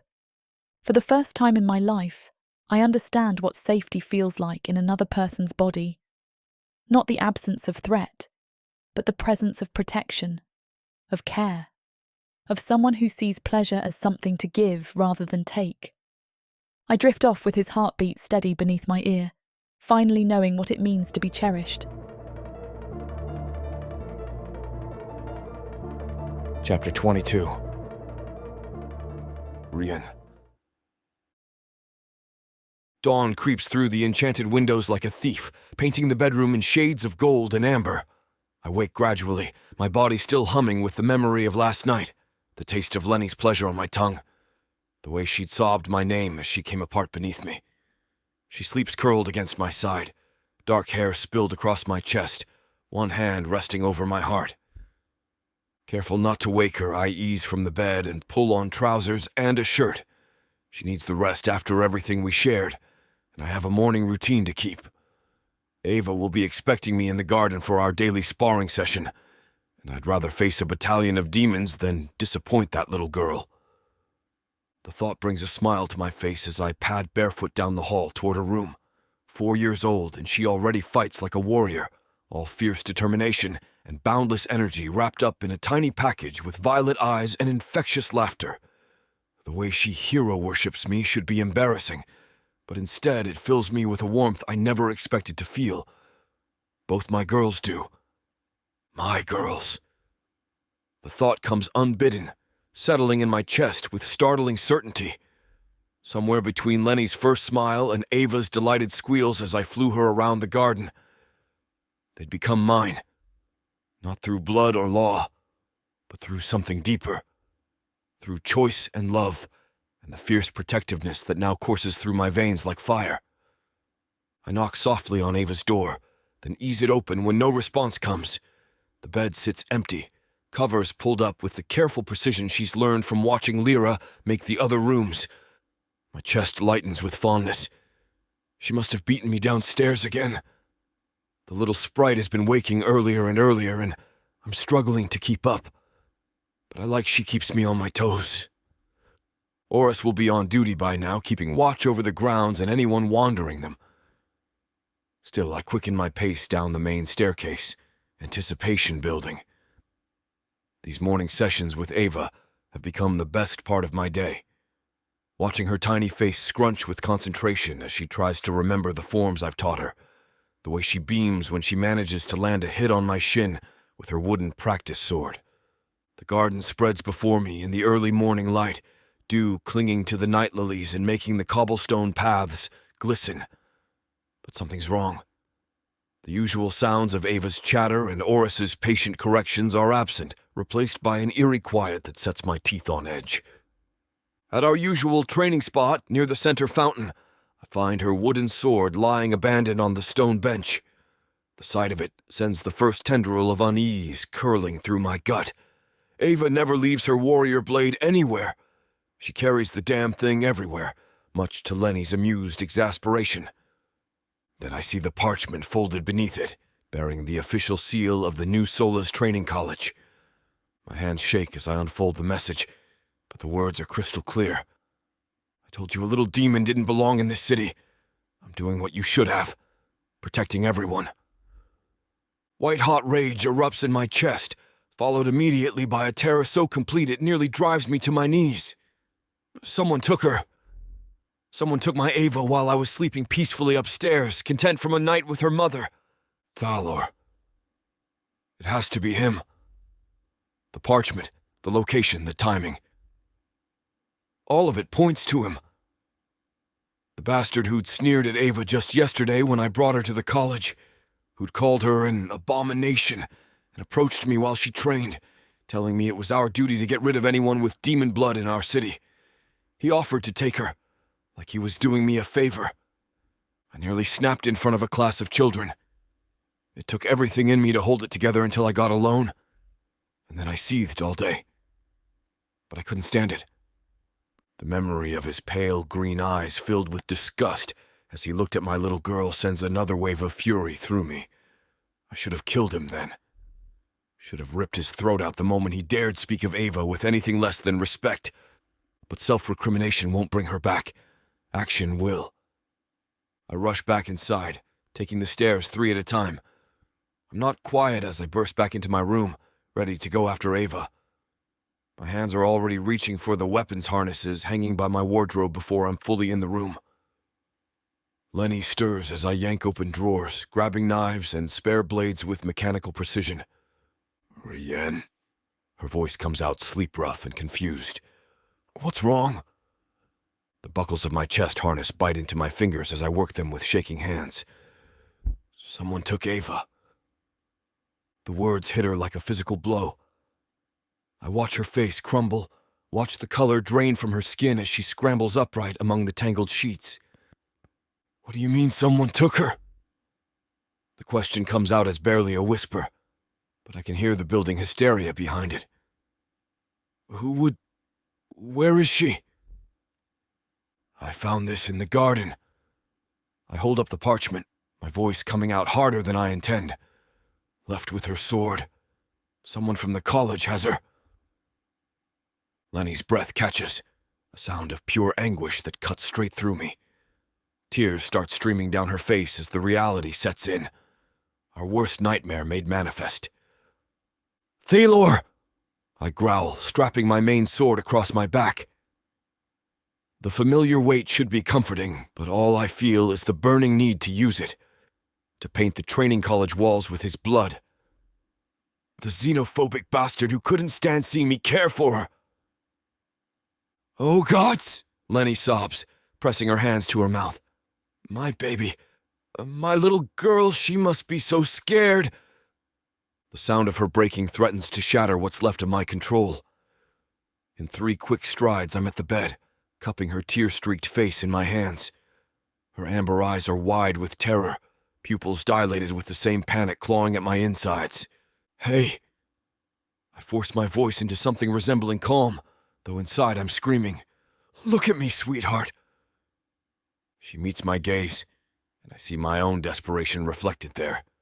The bone-deep fear of someone whose world has just tilted off its axis. "I'm going to bring her home," I promise, thumbs brushing away her tears even as new ones take their place. "I'm going to find our daughter and bring her back to us. Do you hear me?" "She's just a baby," Lenny whispers, her hands clutching at the front of my shirt. "She's so little, Rian. What if they hurt her? What if... I won't let that happen." The words come out like a vow, backed by every ounce of fury and love burning in my chest. No one hurts our girl and lives. No one. I lean down and capture her mouth in a fierce, desperate kiss, tasting salt from her tears and the lingering sweetness from last night. When I pull back, her lips are swollen and her breathing ragged. "Stay here," I order, already moving toward the door. "Stay safe. I'll be back with Ava before you know it." "Rian, wait." But I'm already gone, thundering down the stairs with vengeance singing in my veins. The moment I clear the manor doors, my wings snap open, massive spans of pale blue catching the early morning light. The familiar sensation of air rushing beneath them feels different now, charged with purpose and barely contained violence. I failed her once. Let someone take her while I was lost in my own contentment, too satisfied with domestic bliss to remember that the world is full of people who would hurt an innocent child simply for existing. But I won't fail again. Whatever it takes, whoever has to die. I'll tear New Solus apart stone by stone before I let anyone keep Ava from coming home. The wind cuts across my face as I launch myself skyward, fury driving me faster than I've flown in years. Below, the estate grows small, but my resolve only grows larger. They took my daughter. Now they're going to learn exactly what that mistake costs. Chapter 23. Rienne. The New Solus Training College rises before me like a fortress of white stone and gleaming spires, its architectural perfection a stark contrast to the violence churning in my chest. I fold my wings and drop onto the main courtyard with enough force to crack the marble beneath my boots. Several junior cadets scatter like startled birds, their faces pale with shock at seeing their commander land like an avenging angel in their midst. I don't spare them a glance. My focus narrows to a single point, finding Thalor and getting my daughter back. The main halls echo with my footsteps as I stride through corridors I know as well as my own home. Students and instructors press themselves against the walls as I pass, sensing the barely leashed fury radiating from every line of my body. My hand rests on my sword hilt, fingers twitching with the need to draw steel and paint these pristine walls with blood. But I force myself to think like the tactical commander I used to be. Thalor is smart, calculating. He wouldn't keep Ava in the main halls where anyone could stumble across them. No. He'd want somewhere private, somewhere he could hold her without being caught. The back administrative corridors, of course. Thalor always preferred the shadows, even in the war. My wings twitch with the urge to take flight again, to cover ground faster, but these halls are too narrow. Instead, I lengthen my stride, each step carrying me closer to whatever confrontation awaits. The scent hits me first, Ava's unique blend of innocence and that faint undertone that's become as familiar to me as breathing. She's here, close. My muscles coil with anticipation, every warrior instinct sharpening to a knife's edge. Then I hear it, a tiny whimper that sounds like it's being muffled. The sound drives straight through my chest like a blade, and I have to grip the wall to keep from running blindly forward. Ava never whimpers. She laughs and chatters and occasionally cries when she's hurt, but she doesn't make small, frightened sounds like a cornered animal. The bastard has terrified my little girl. I round the corner, following the sound until I kick open a door, and there he is, Thalor Kishin in all his cold, perfect glory. He's hidden in one of the offices, his jet-black hair pulled into that ridiculous warrior's braid, pale green eyes glittering with satisfaction. And there, clutched against his chest like a trophy, is my daughter. Ava looks so small in his arms, her thick black curls disheveled, and her violet eyes wide with fear. There's a hand pressed over her mouth, his hand keeping her quiet with casual cruelty that makes me see red around the edges of my vision. Thalor's face is expressionless. Rienne. He sounds almost disappointed. I told you I was going to handle this. You couldn't leave well enough alone? Every muscle in my body screams for action. I want to launch myself forward, to rip him apart with my bare hands for daring to touch her. But Ava is right there, pressed against his chest, and one wrong move could hurt her. So I force myself to stillness, to the cold calculation that once made me a formidable commander.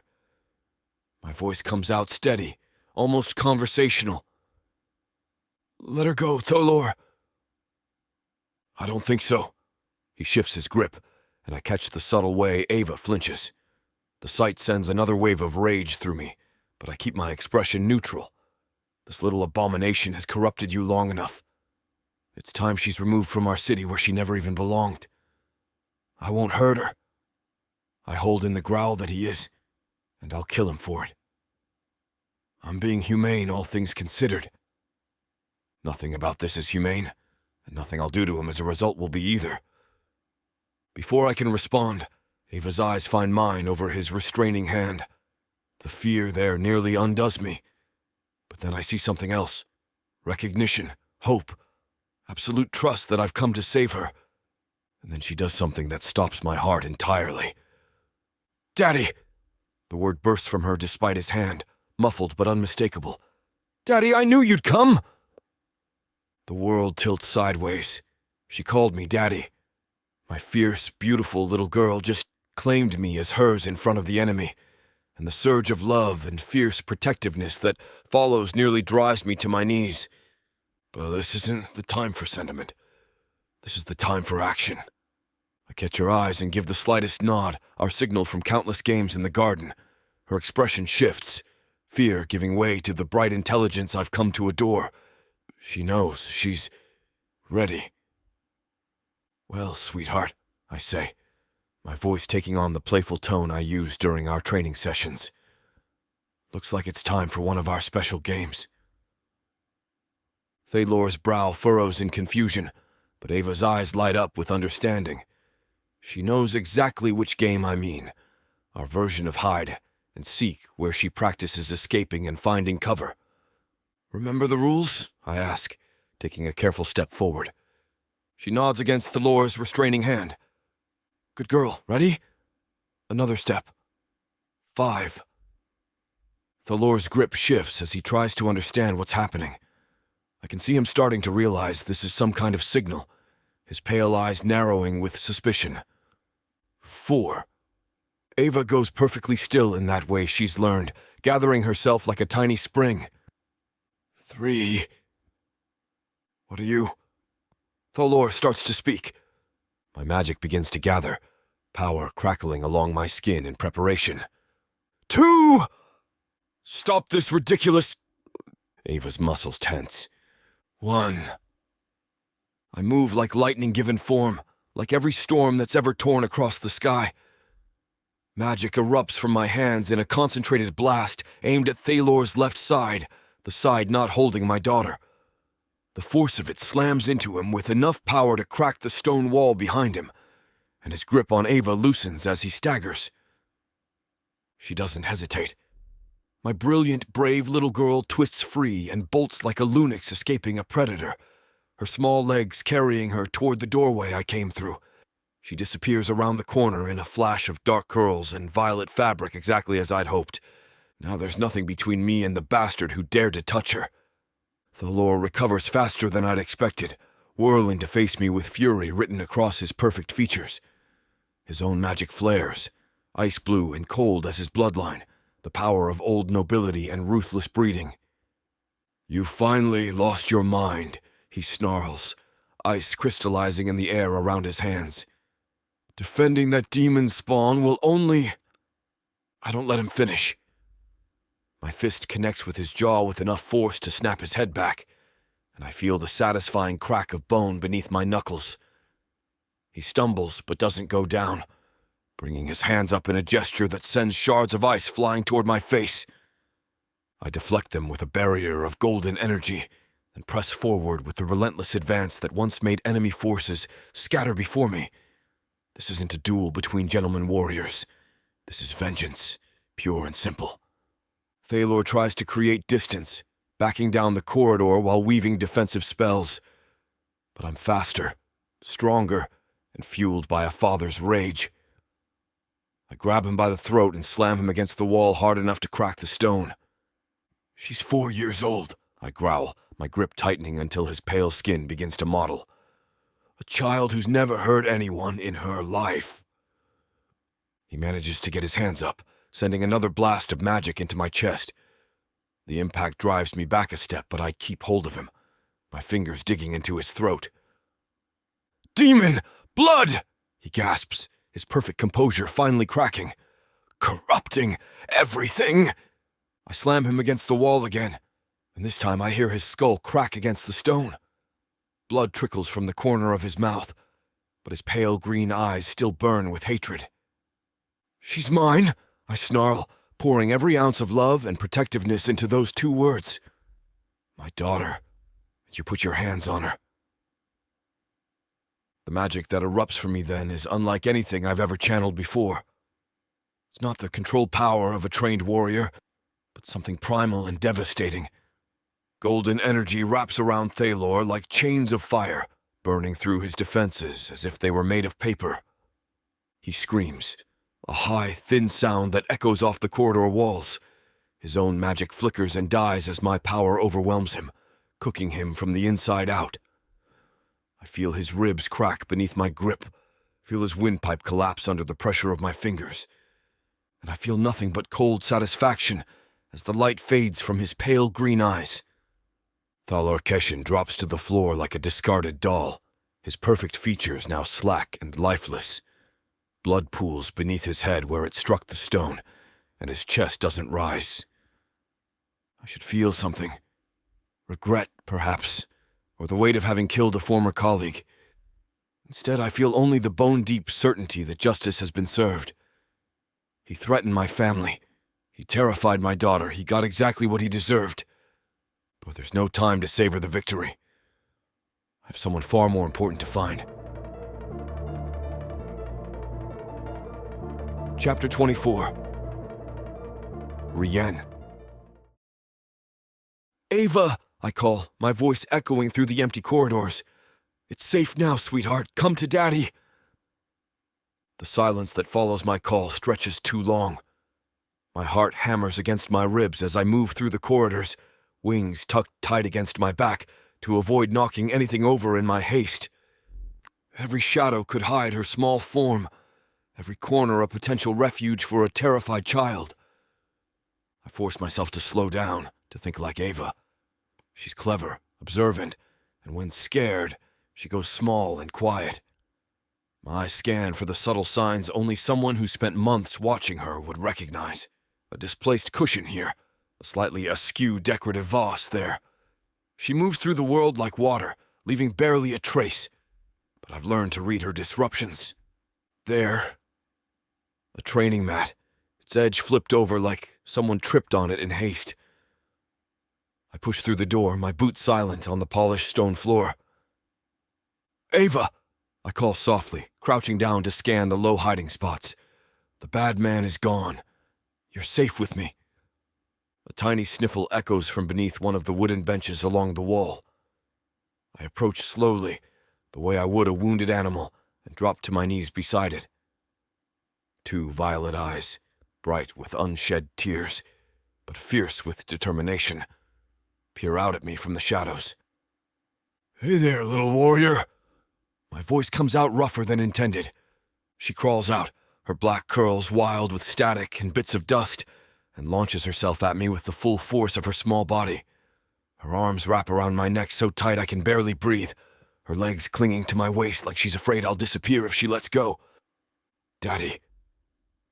The word comes out muffled against my throat, followed by a shuddering breath. "Daddy, I was so scared."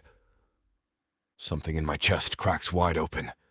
She'd called me that before, in the heat of the moment, but hearing it now, deliberate, desperate, repeated like a prayer, undoes me completely. "Daddy's here!"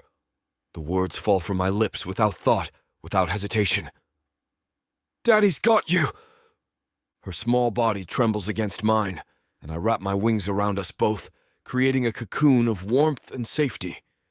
She burrows deeper into my embrace, her face pressed so firmly against my neck, I can feel her tears soaking through my shirt. "I hid like you taught me," she whispers, her voice small but proud. "I waited for you to come get me." "You did perfect, sweetheart. So brave, so smart."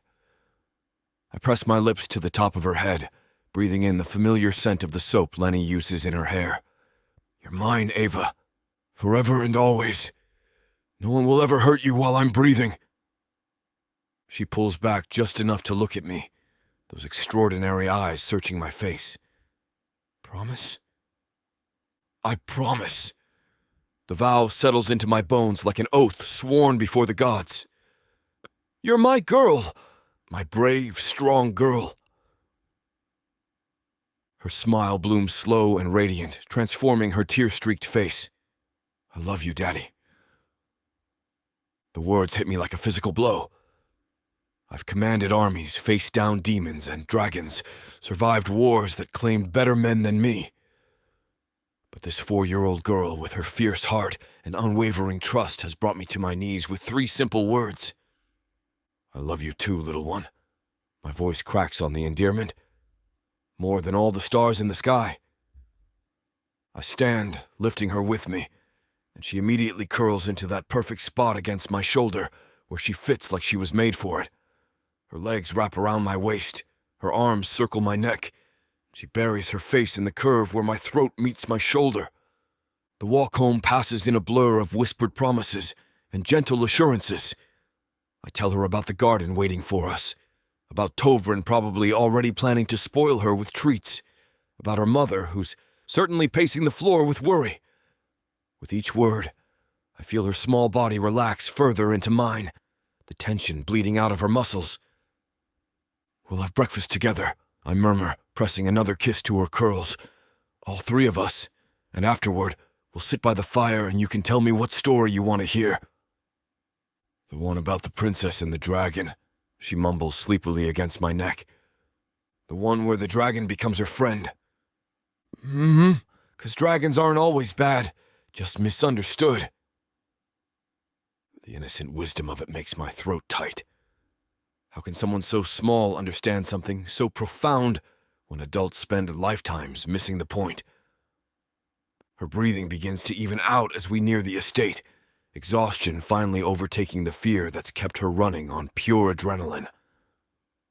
By the time I push through the front gates, she's fully asleep in my arms, trusting me completely to carry her home safe.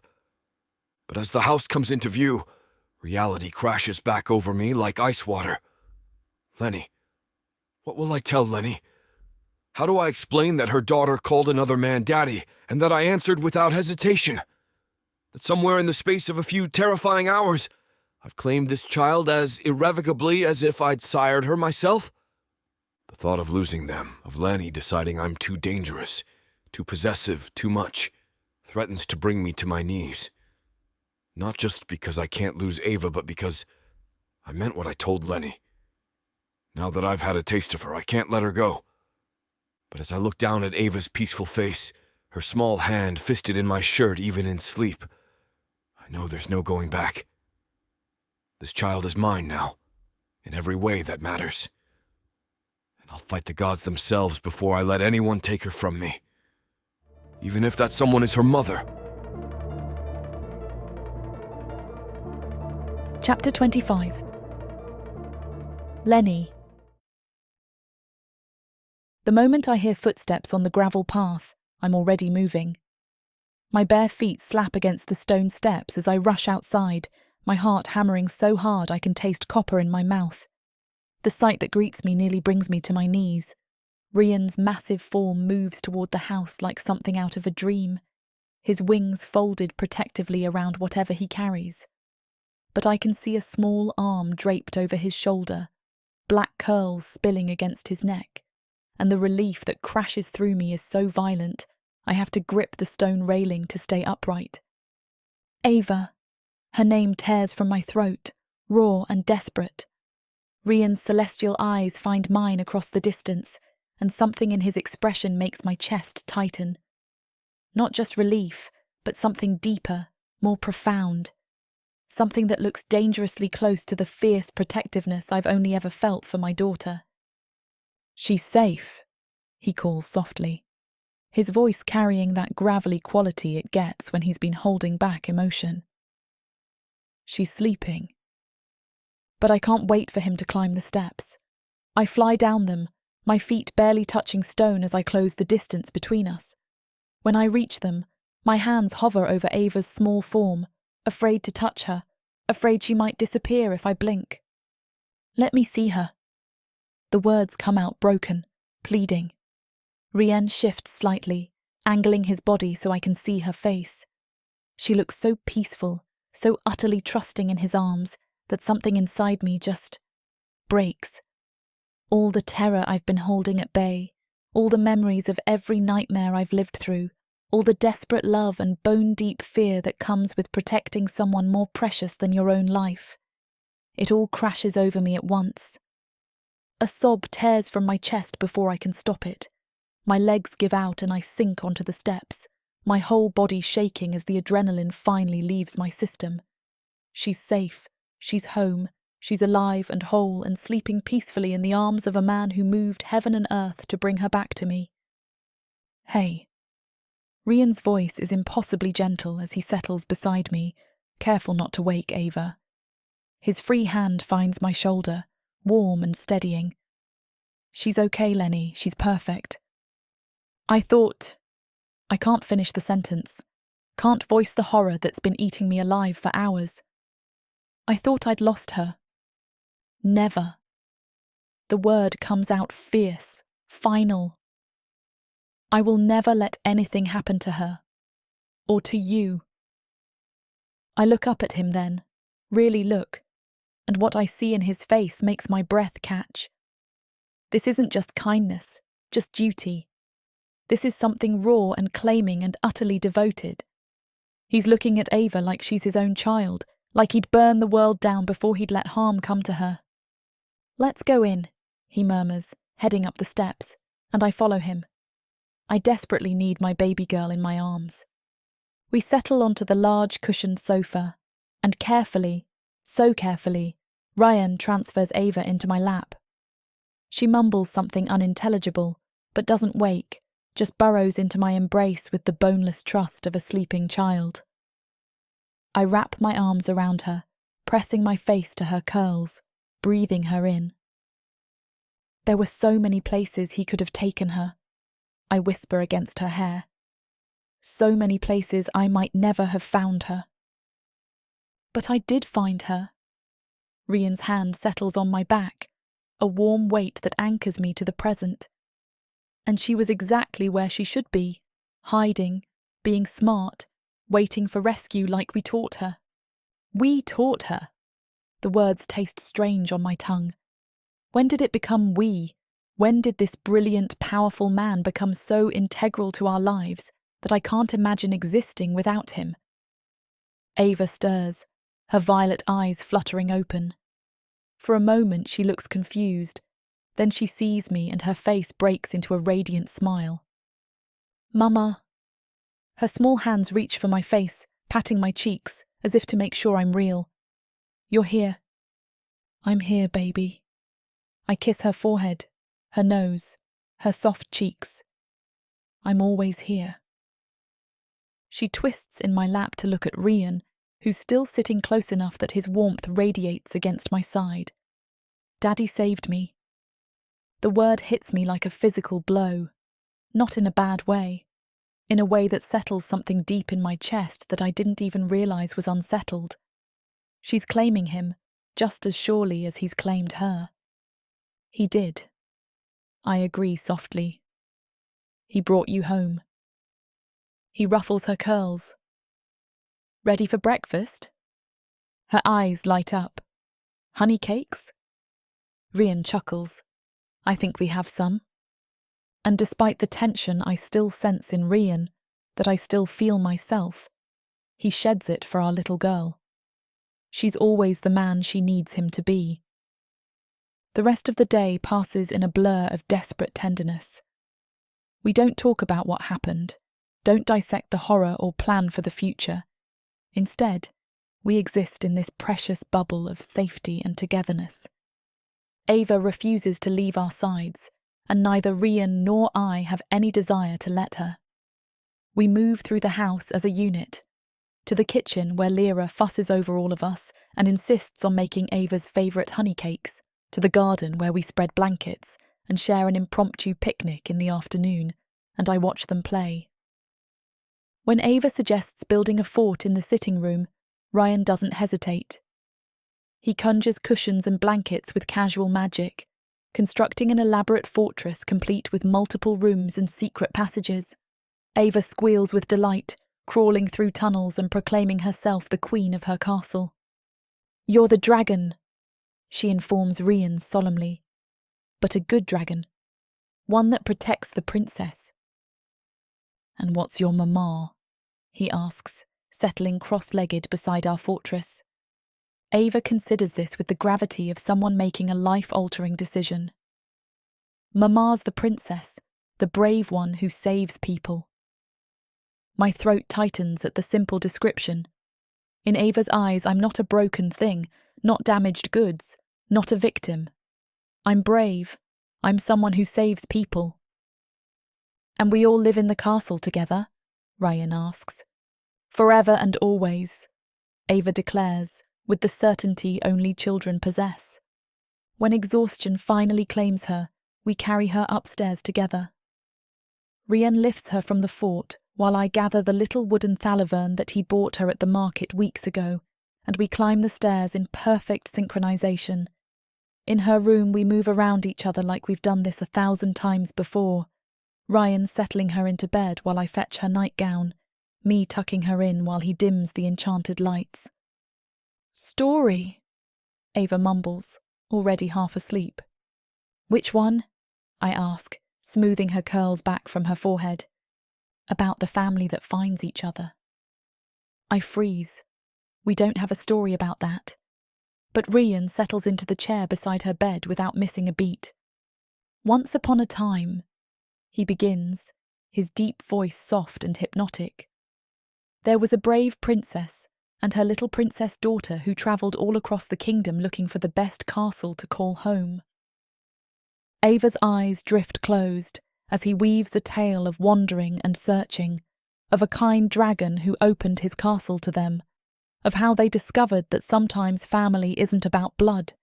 It's about choice, about love, about the people who would move mountains to keep you safe. And they lived happily ever after, Ava whispers. They're still living it, Rian says quietly. Every day. When she's finally asleep, we stand there for a long moment, watching her chest rise and fall. The soft glow of the enchanted nightlight plays across her peaceful features, and I'm struck again by how young she is, how much trust she places in us. She called you Daddy, I say again, because I need to understand this shift, this claiming that's happened between them. She did. Rian's hand finds mine in the darkness, and I realised I would die before I let anything happen to her. That's what being a parent feels like, I whisper, like your heart is walking around outside your body, completely vulnerable. his fingers tighten around mine. I never thought I'd want this. A family. But looking at her, at you. He trails off, shaking his head. You've changed everything in my life, Lenny. Both of you have. We slip from the room together, but before he can lead me to his room, I stop Rian. In the hallway, I turn to face him fully, taking in the exhaustion around his eyes, the tension still coiled in his massive shoulders. Thank you, I breathe. For bringing her home, for being what we needed. There's so much more I want to say, but I don't know how. I don't know what it's like to care for someone, to express that. Lenny. My name sounds different in his mouth now, rougher, more possessive. I need you to understand something. I wait, my heart stuttering in my chest. I'm not letting you run again, he says quietly. Not from this, not from me. What happened today proved something I should have realized already. You're mine, both of you, and I protect what's mine. The words should terrify me, should send me spiraling back into the familiar patterns of fear and flight. Instead, they settle into my chest like a key finding its lock. I don't want to run, I admit.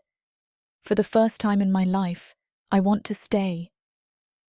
The words hang between us in the dimly lit hallway, heavy with promise and possibility. Rian's celestial eyes search my face, and I can see the exact moment something fundamental shifts in his expression, when careful restraint gives way to raw need. Say it again, he breathes, his free hand coming up to cut my face. I want to stay. The words come easier this time, more certain. With you, here, home. That's all it takes. His mouth crashes against mine with a desperation that mirrors my own, all the terror and relief of the day pouring out in the way his lips move against mine. His kiss tastes like promises, and forever, like the safety I never thought I'd find again. Without breaking the connection, he sweeps me into his arms with that effortless strength that still takes my breath away. My legs wrap instinctively around his waist as he carries me down the hall, his wings rustling softly behind him. Each step sends little shockwaves of awareness through me, the solid warmth of his body against mine, a reminder that this is real, that we're both here, that we survived today. The door to his room closes behind us with a soft click, sealing us away from the rest of the world. He sets me down gently, his hands lingering on my waist, as if he's afraid I might vanish if he lets go. The moonlight streaming through the tall windows catches the silver threads in his hair, making him look almost ethereal in the soft darkness. Lenny. My name on his lips sounds like a prayer, reverent and desperate all at once. I reach up to trace the sharp line of his jaw, marvelling at how someone so powerful can be so gentle with me. I never thought I could trust anyone again, I whisper, my voice barely audible in the quiet room. After what he did to me, what they all did, I thought that part of me was broken forever. His eyes darken with something fierce and protective, and I can see his jaw clench beneath my touch. But he doesn't speak, just waits for me to find the words I need. But somehow you made me feel safe enough to try. My thumb brushes across his lower lip, and he draws in a sharp breath. Not just safe in the physical sense, though, that too. Safe enough to hope. Safe enough to imagine a different kind of life. Gods, Lenny. The words come out rough, strained. His arms tighten around me, pulling me flush against him. You want to know something? I nod, not trusting my voice. I started falling for you the second I saw you, fighting in the market and never backing down. The confession hits me like lightning, unexpected and devastating in its honesty. Not just because you're beautiful, though fuck you are. Not just because you're brave, though watching you face down the entire world to protect your daughter is the most magnificent thing I've ever seen. His hand tangles in my hair, and I can see him struggling to find the right words. I love the way you laugh when Ava does something ridiculous, these soft little sounds you make when you think no one's listening. I love how you tease Lyra about her matchmaking schemes, how you've managed to charm every single person on this estate without even trying. My eyes burn with tears I refuse to let fall. No one has ever spoken about me like this, like I'm something precious rather than something damaged. I love watching you cook, he continues, his voice growing stronger, more certain. The way you get this little crease between your eyebrows when you're concentrating, how you hum under your breath when you think you're alone. I love that you're funny as shit when you let your guard down, that you can make me laugh even when I'm having the worst day. His free hand comes up to cup my face, his thumb brushing away a tear I didn't realize had escaped. But most of all, I love what an incredible mother you are, the way you'd burn the world down before you'd let anyone hurt her. The patience you have, the gentleness, the way you can calm her fears with just a touch. I'm full on crying now, quiet tears that track down my cheeks as years of believing I was worthless, damaged, broken crumble under the weight of his words. I saw myself as broken. I managed to get out. All these shattered pieces that could never be put back together properly. I know. His voice is infinitely gentle, infinitely understanding. But I never saw broken pieces, Lenny. I saw a woman who survived torture and came out the other side with her capacity for love intact. I saw strength and grace and a heart so fucking beautiful it humbled me. His lips find mine again, softer this time but no less devastating. This isn't the desperate claiming of before. This is worship, reverence, a kiss that speaks of forever promises and unshakable devotion. I melt into him, letting myself believe for the first time that maybe I deserve this kind of love. When we finally break apart, both of us breathing hard, he rests his forehead against mine. You want to know what I realized today when I thought someone had taken her from us? What? The word comes out as barely more than a whisper.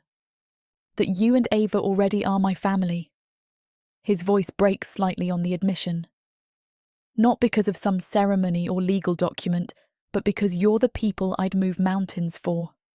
You're the ones I come home to, the ones who make everything else worth fighting for. The sob that tears from my throat is equal parts joy and relief and overwhelming love. I love you. I breathe against his lips. I love you so much, it terrifies me. I love you too. His arms crush me against him, and I can feel the fine tremor that runs through his massive frame. Both of you, more than I ever thought possible. We stand there in the moonlight, holding each other like we're the only solid things in a world that keeps shifting beneath our feet. For so long, I thought love was something violent, something that took pieces of you until there was nothing left to give. But this feels like coming home to myself, like finding the missing pieces I didn't even know I'd lost. Stay with me, he whispers against my hair. Not just tonight. Always. I pull back to look at him, this incredible man who saw something worth saving in a broken woman and her half-demon daughter. His celestial eyes glow softly in the darkness, and I see my entire future reflected there. Mornings in the garden with Ava, quiet evenings by the fire, a love that grows stronger with each passing day. Always, I promise him, we're not going anywhere. The relief that crosses his features is so profound it takes my breath away, like he was still afraid, even now, that we might disappear if he blinked. But we're here, we're real, and we're choosing this, choosing him, choosing the family we've built from hope and determination and love.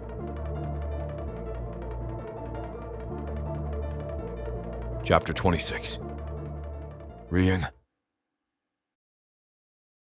The relief that crashes through me when she says those words is so profound, it nearly brings me to my knees. Always. She's choosing to stay, choosing this life we've built together, choosing me. After spending the day in hell thinking I might lose them both, hearing her promise feels like salvation. Gods, Lenny. My voice comes out rougher than I intend, thick with emotion I can barely contain.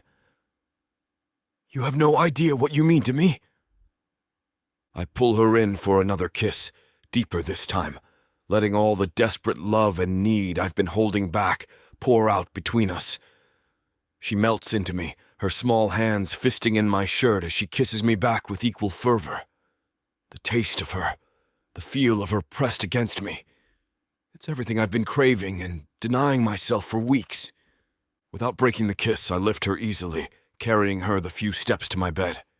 She's so light in my arms, so perfectly fitted against my chest, and the trust she's showing by letting me hold her this way makes something fundamental shift in my chest. She's never chosen this before, never willingly given herself to anyone, and the fact that she's choosing me humbles me beyond words.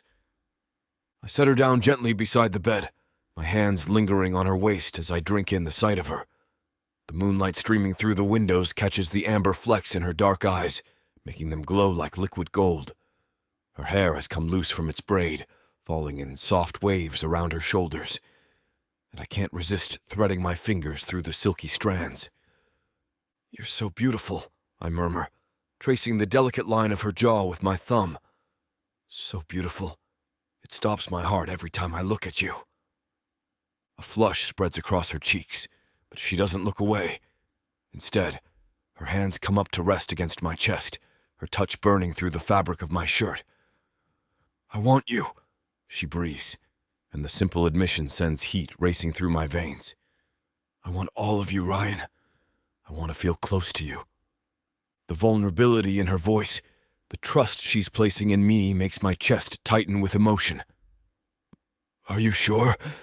I have to ask, even though every fiber of my being is screaming at me to claim her, to make her mine in every way possible. We don't have to rush anything. Her hands slide up to cup my face, and the look in her eyes is so fierce, so certain, it takes my breath away. I've never chosen this before, she says quietly. Never wanted someone the way I want you.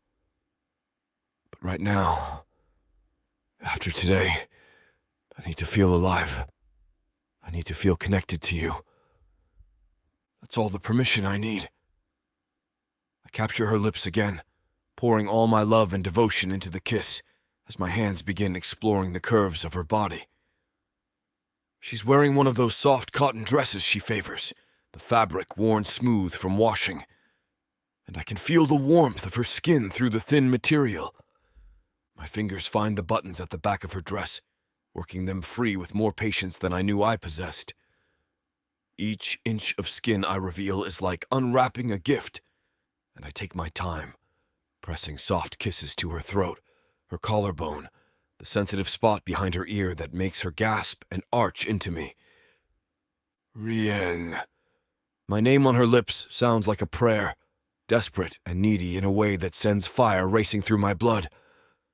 Her hands are busy too, tugging at my shirt with increasing urgency until I have to help her pull it over my head, when her palms flatten against my bare chest, exploring the scars and war brands that mark my skin. I have to bite back a groan. Her touch is reverent, worshipful, like she's memorizing every inch of me. These are beautiful, she whispers, tracing the intricate patterns of my war brands with her fingertips. You're beautiful. The dress finally gives way under my careful ministrations, pulling at her feet in a whisper of cotton. Underneath, she's wearing simple undergarments, nothing fancy or elaborate, but the sight of her standing there in the moonlight, all pale skin and gentle curves, is the most erotic thing I've ever seen. There are scars on her body, too, thin white lines on her wrists and hips that speak of cruelty and pain, but they don't detract from her beauty. If anything, they make her more magnificent to me. Proof of her strength and survival. You're perfect, I breathe, my hands skimming over her ribs, her waist, the flare of her hips. Absolutely perfect. As much as Samara and I want to finish what these two characters have started, that look Looks like this chapter is about to get too hot for this platform to handle. Unfortunately, we have to pause here because their guidelines won't allow us to reveal the spiciest details. They keep bringing you these free audiobooks. We have to follow their rules. But don't worry. You can experience the full, unabridged version over at worldsofprotheka.com, where the boundaries of passion and fantasy collide.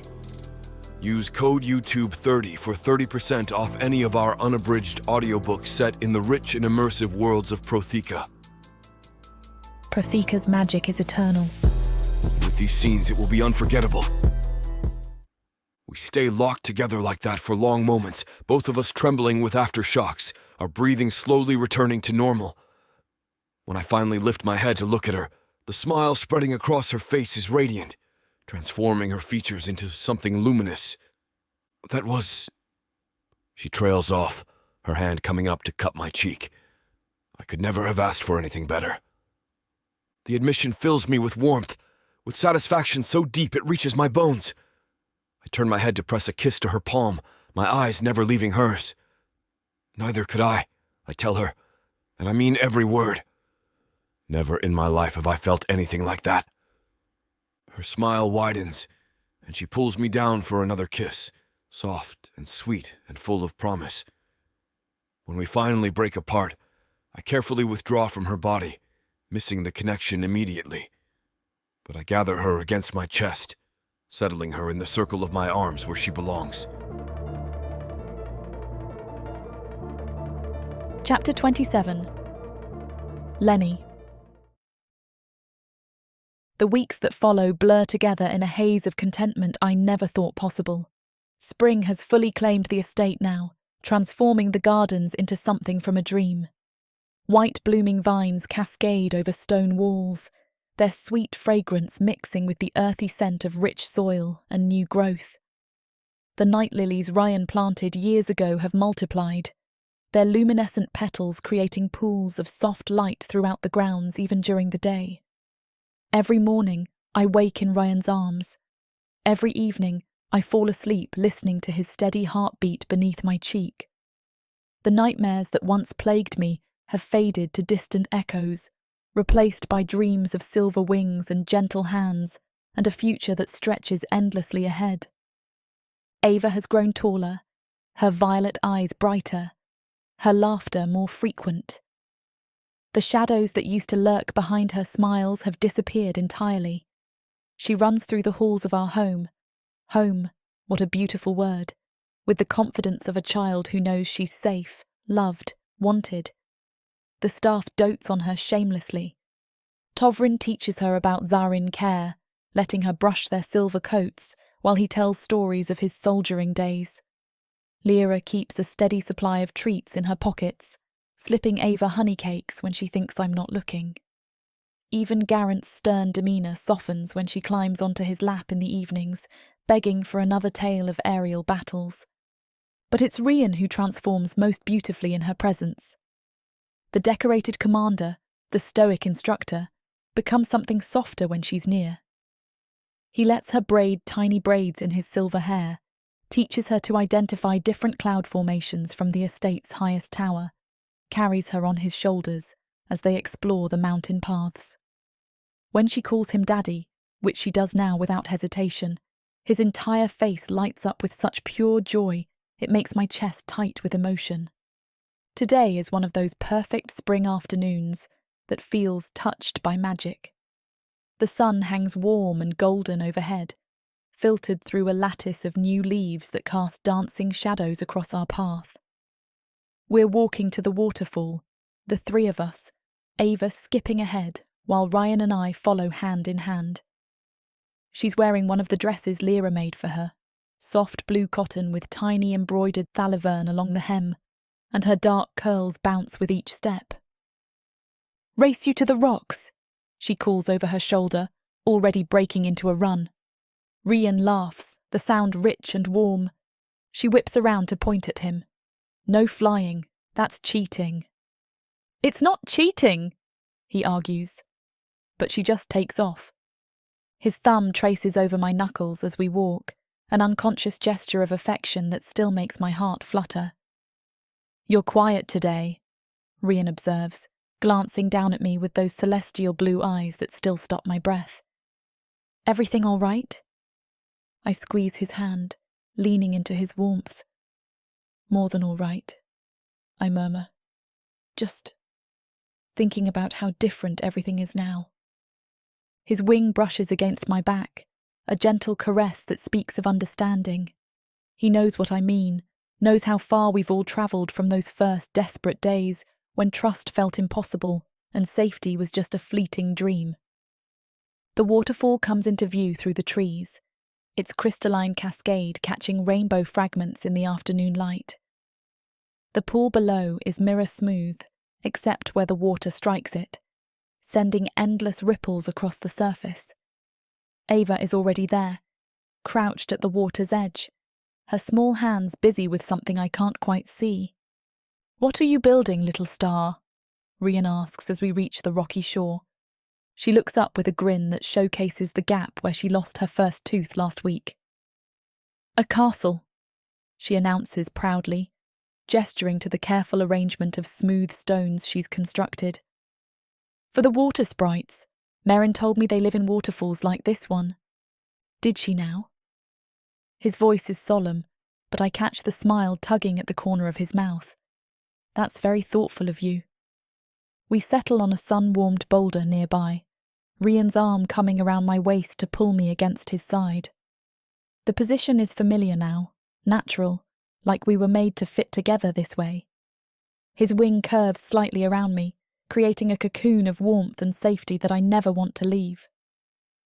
Ava abandons her rock castle to wade into the shallows, her delighted squeals echoing off the canyon walls as the cold water laps at her ankles. She splashes with abandon, sending droplets flying in wide arcs, and the pure joy on her face makes something expand in my chest until it's hard to breathe. This is what happiness looks like. Not the desperate, fleeting kind I used to steal in moments between fear and flight, but something steady and warm and lasting. Something built on foundation stones of trust and love, and the quiet certainty that tomorrow will be just as beautiful as today. The knowledge I've been carrying for the past week sits warm and secret in my chest, waiting for the right moment to emerge. I've been certain for days now. The subtle changes in my body confirmation of what my heart already knew. The timing feels like a miracle, or maybe just the natural result of love finally having space to grow and flourish. I turn slightly in Ryan's embrace, studying his profile as he watches our daughter play. The afternoon light turns his silver hair almost gold at the temples, and the laugh lines around his eyes have deepened in the months since we met. He looks younger somehow, despite the scars and war brands that mark his skin. Love has softened the hard edges worn by years of battle and loss. "Rian," I say quietly, my voice barely audible over the sound of falling water. Something in my tone must catch his attention because he turns to look at me, those blue eyes searching my face with sudden intensity. "What is it, sweetheart?" The endearment still makes my heart skip, still feels like a gift I'm not quite sure I deserve. But I'm learning to accept it, to believe that this happiness is real and mine to keep. I take a breath, letting my hand rest against his chest, where I can feel the steady rhythm of his heart. "I have something to tell you." His expression grows serious, alert, and I can practically see him cataloguing possibilities, threats, problems, reasons I might look this nervous, excited combination I know must be written across my face. "I'm pregnant," I whisper, the words falling into the space between us like stones dropped into still water. For a moment, everything goes completely still. The waterfall keeps falling, Ava keeps splashing, but Rian has gone statue still beside me, his eyes wide with shock. I watch understanding dawn across his features, see the moment the words truly sink in. Then he's moving, his arms coming around me as he stands, lifting me with him in a rush of motion and beating wings. He spins us in a circle, his feet leaving the ground as his wings carry us up into the golden afternoon light. The world tilts and spins around us, a blur of blue sky and green trees and dancing water, and through it all I hear his voice, rough with emotion and wonder and pure, unbridled joy. Lenny, he breathes against my ear, and there are tears in his voice. Gods, Lenny, really? Really, I confirm, laughing as he spins us again, my arms tight around his neck. The happiness radiating from him is infectious, warming me from the inside out until I feel like I might burst with it. Mama! Daddy! What are you doing? Ava's voice cuts through our euphoria, and we both turn to see her standing hip-deep in the pool, water streaming from her dark curls, eyes wide with confusion and delight. She doesn't understand what's happening, but she knows it's good, knows it's something worth celebrating. Rian lands us gently on the shore and immediately drops to one knee, opening his arms wide. Come here, little star. She scrambles out of the water and launches herself at us, all wet skin and giggles, and suddenly we're a tangle of arms and wings and laughter. Rian lifts her easily, settling her between us so she's part of the embrace, part of this moment that feels too perfect to be real. You're going to be an older sister, I tell her, smoothing her wet curls back from her face. There's going to be a baby. Her eyes go round as saucers. A real baby, like the one Merrin's sister has. Just like that, Rian confirms, pressing a kiss to the top of her head. What do you think about that? The grin that spreads across her face is radiant, transforming her features into something luminous with joy. I think it's the best thing ever, she declares, throwing her arms around both our necks in an enthusiastic hug that nearly knocks us over. We laugh, holding each other close as the waterfall sings behind us and the late afternoon sun bathes us all in golden light. This moment, messy and wet and perfect, crystallizes in my memory with the sharp clarity of something precious, something to be treasured and remembered when the world grows dark again. But as I look at Ryan's face, see the fierce protectiveness and tender love shining in his eyes, I know the darkness won't find us here. We've built something stronger than fear, something more enduring than the pain of our pasts. We've built a home, a family, a future bright with possibility. My heart feels so full it might burst, overflowing with a contentment I never dared dream was possible. This isn't perfect. Nothing in life ever is, but it's ours. We chose it, fought for it, built it with our own hands and hearts and stubborn refusal to let the past define our future, and that makes it exactly the ending we deserve.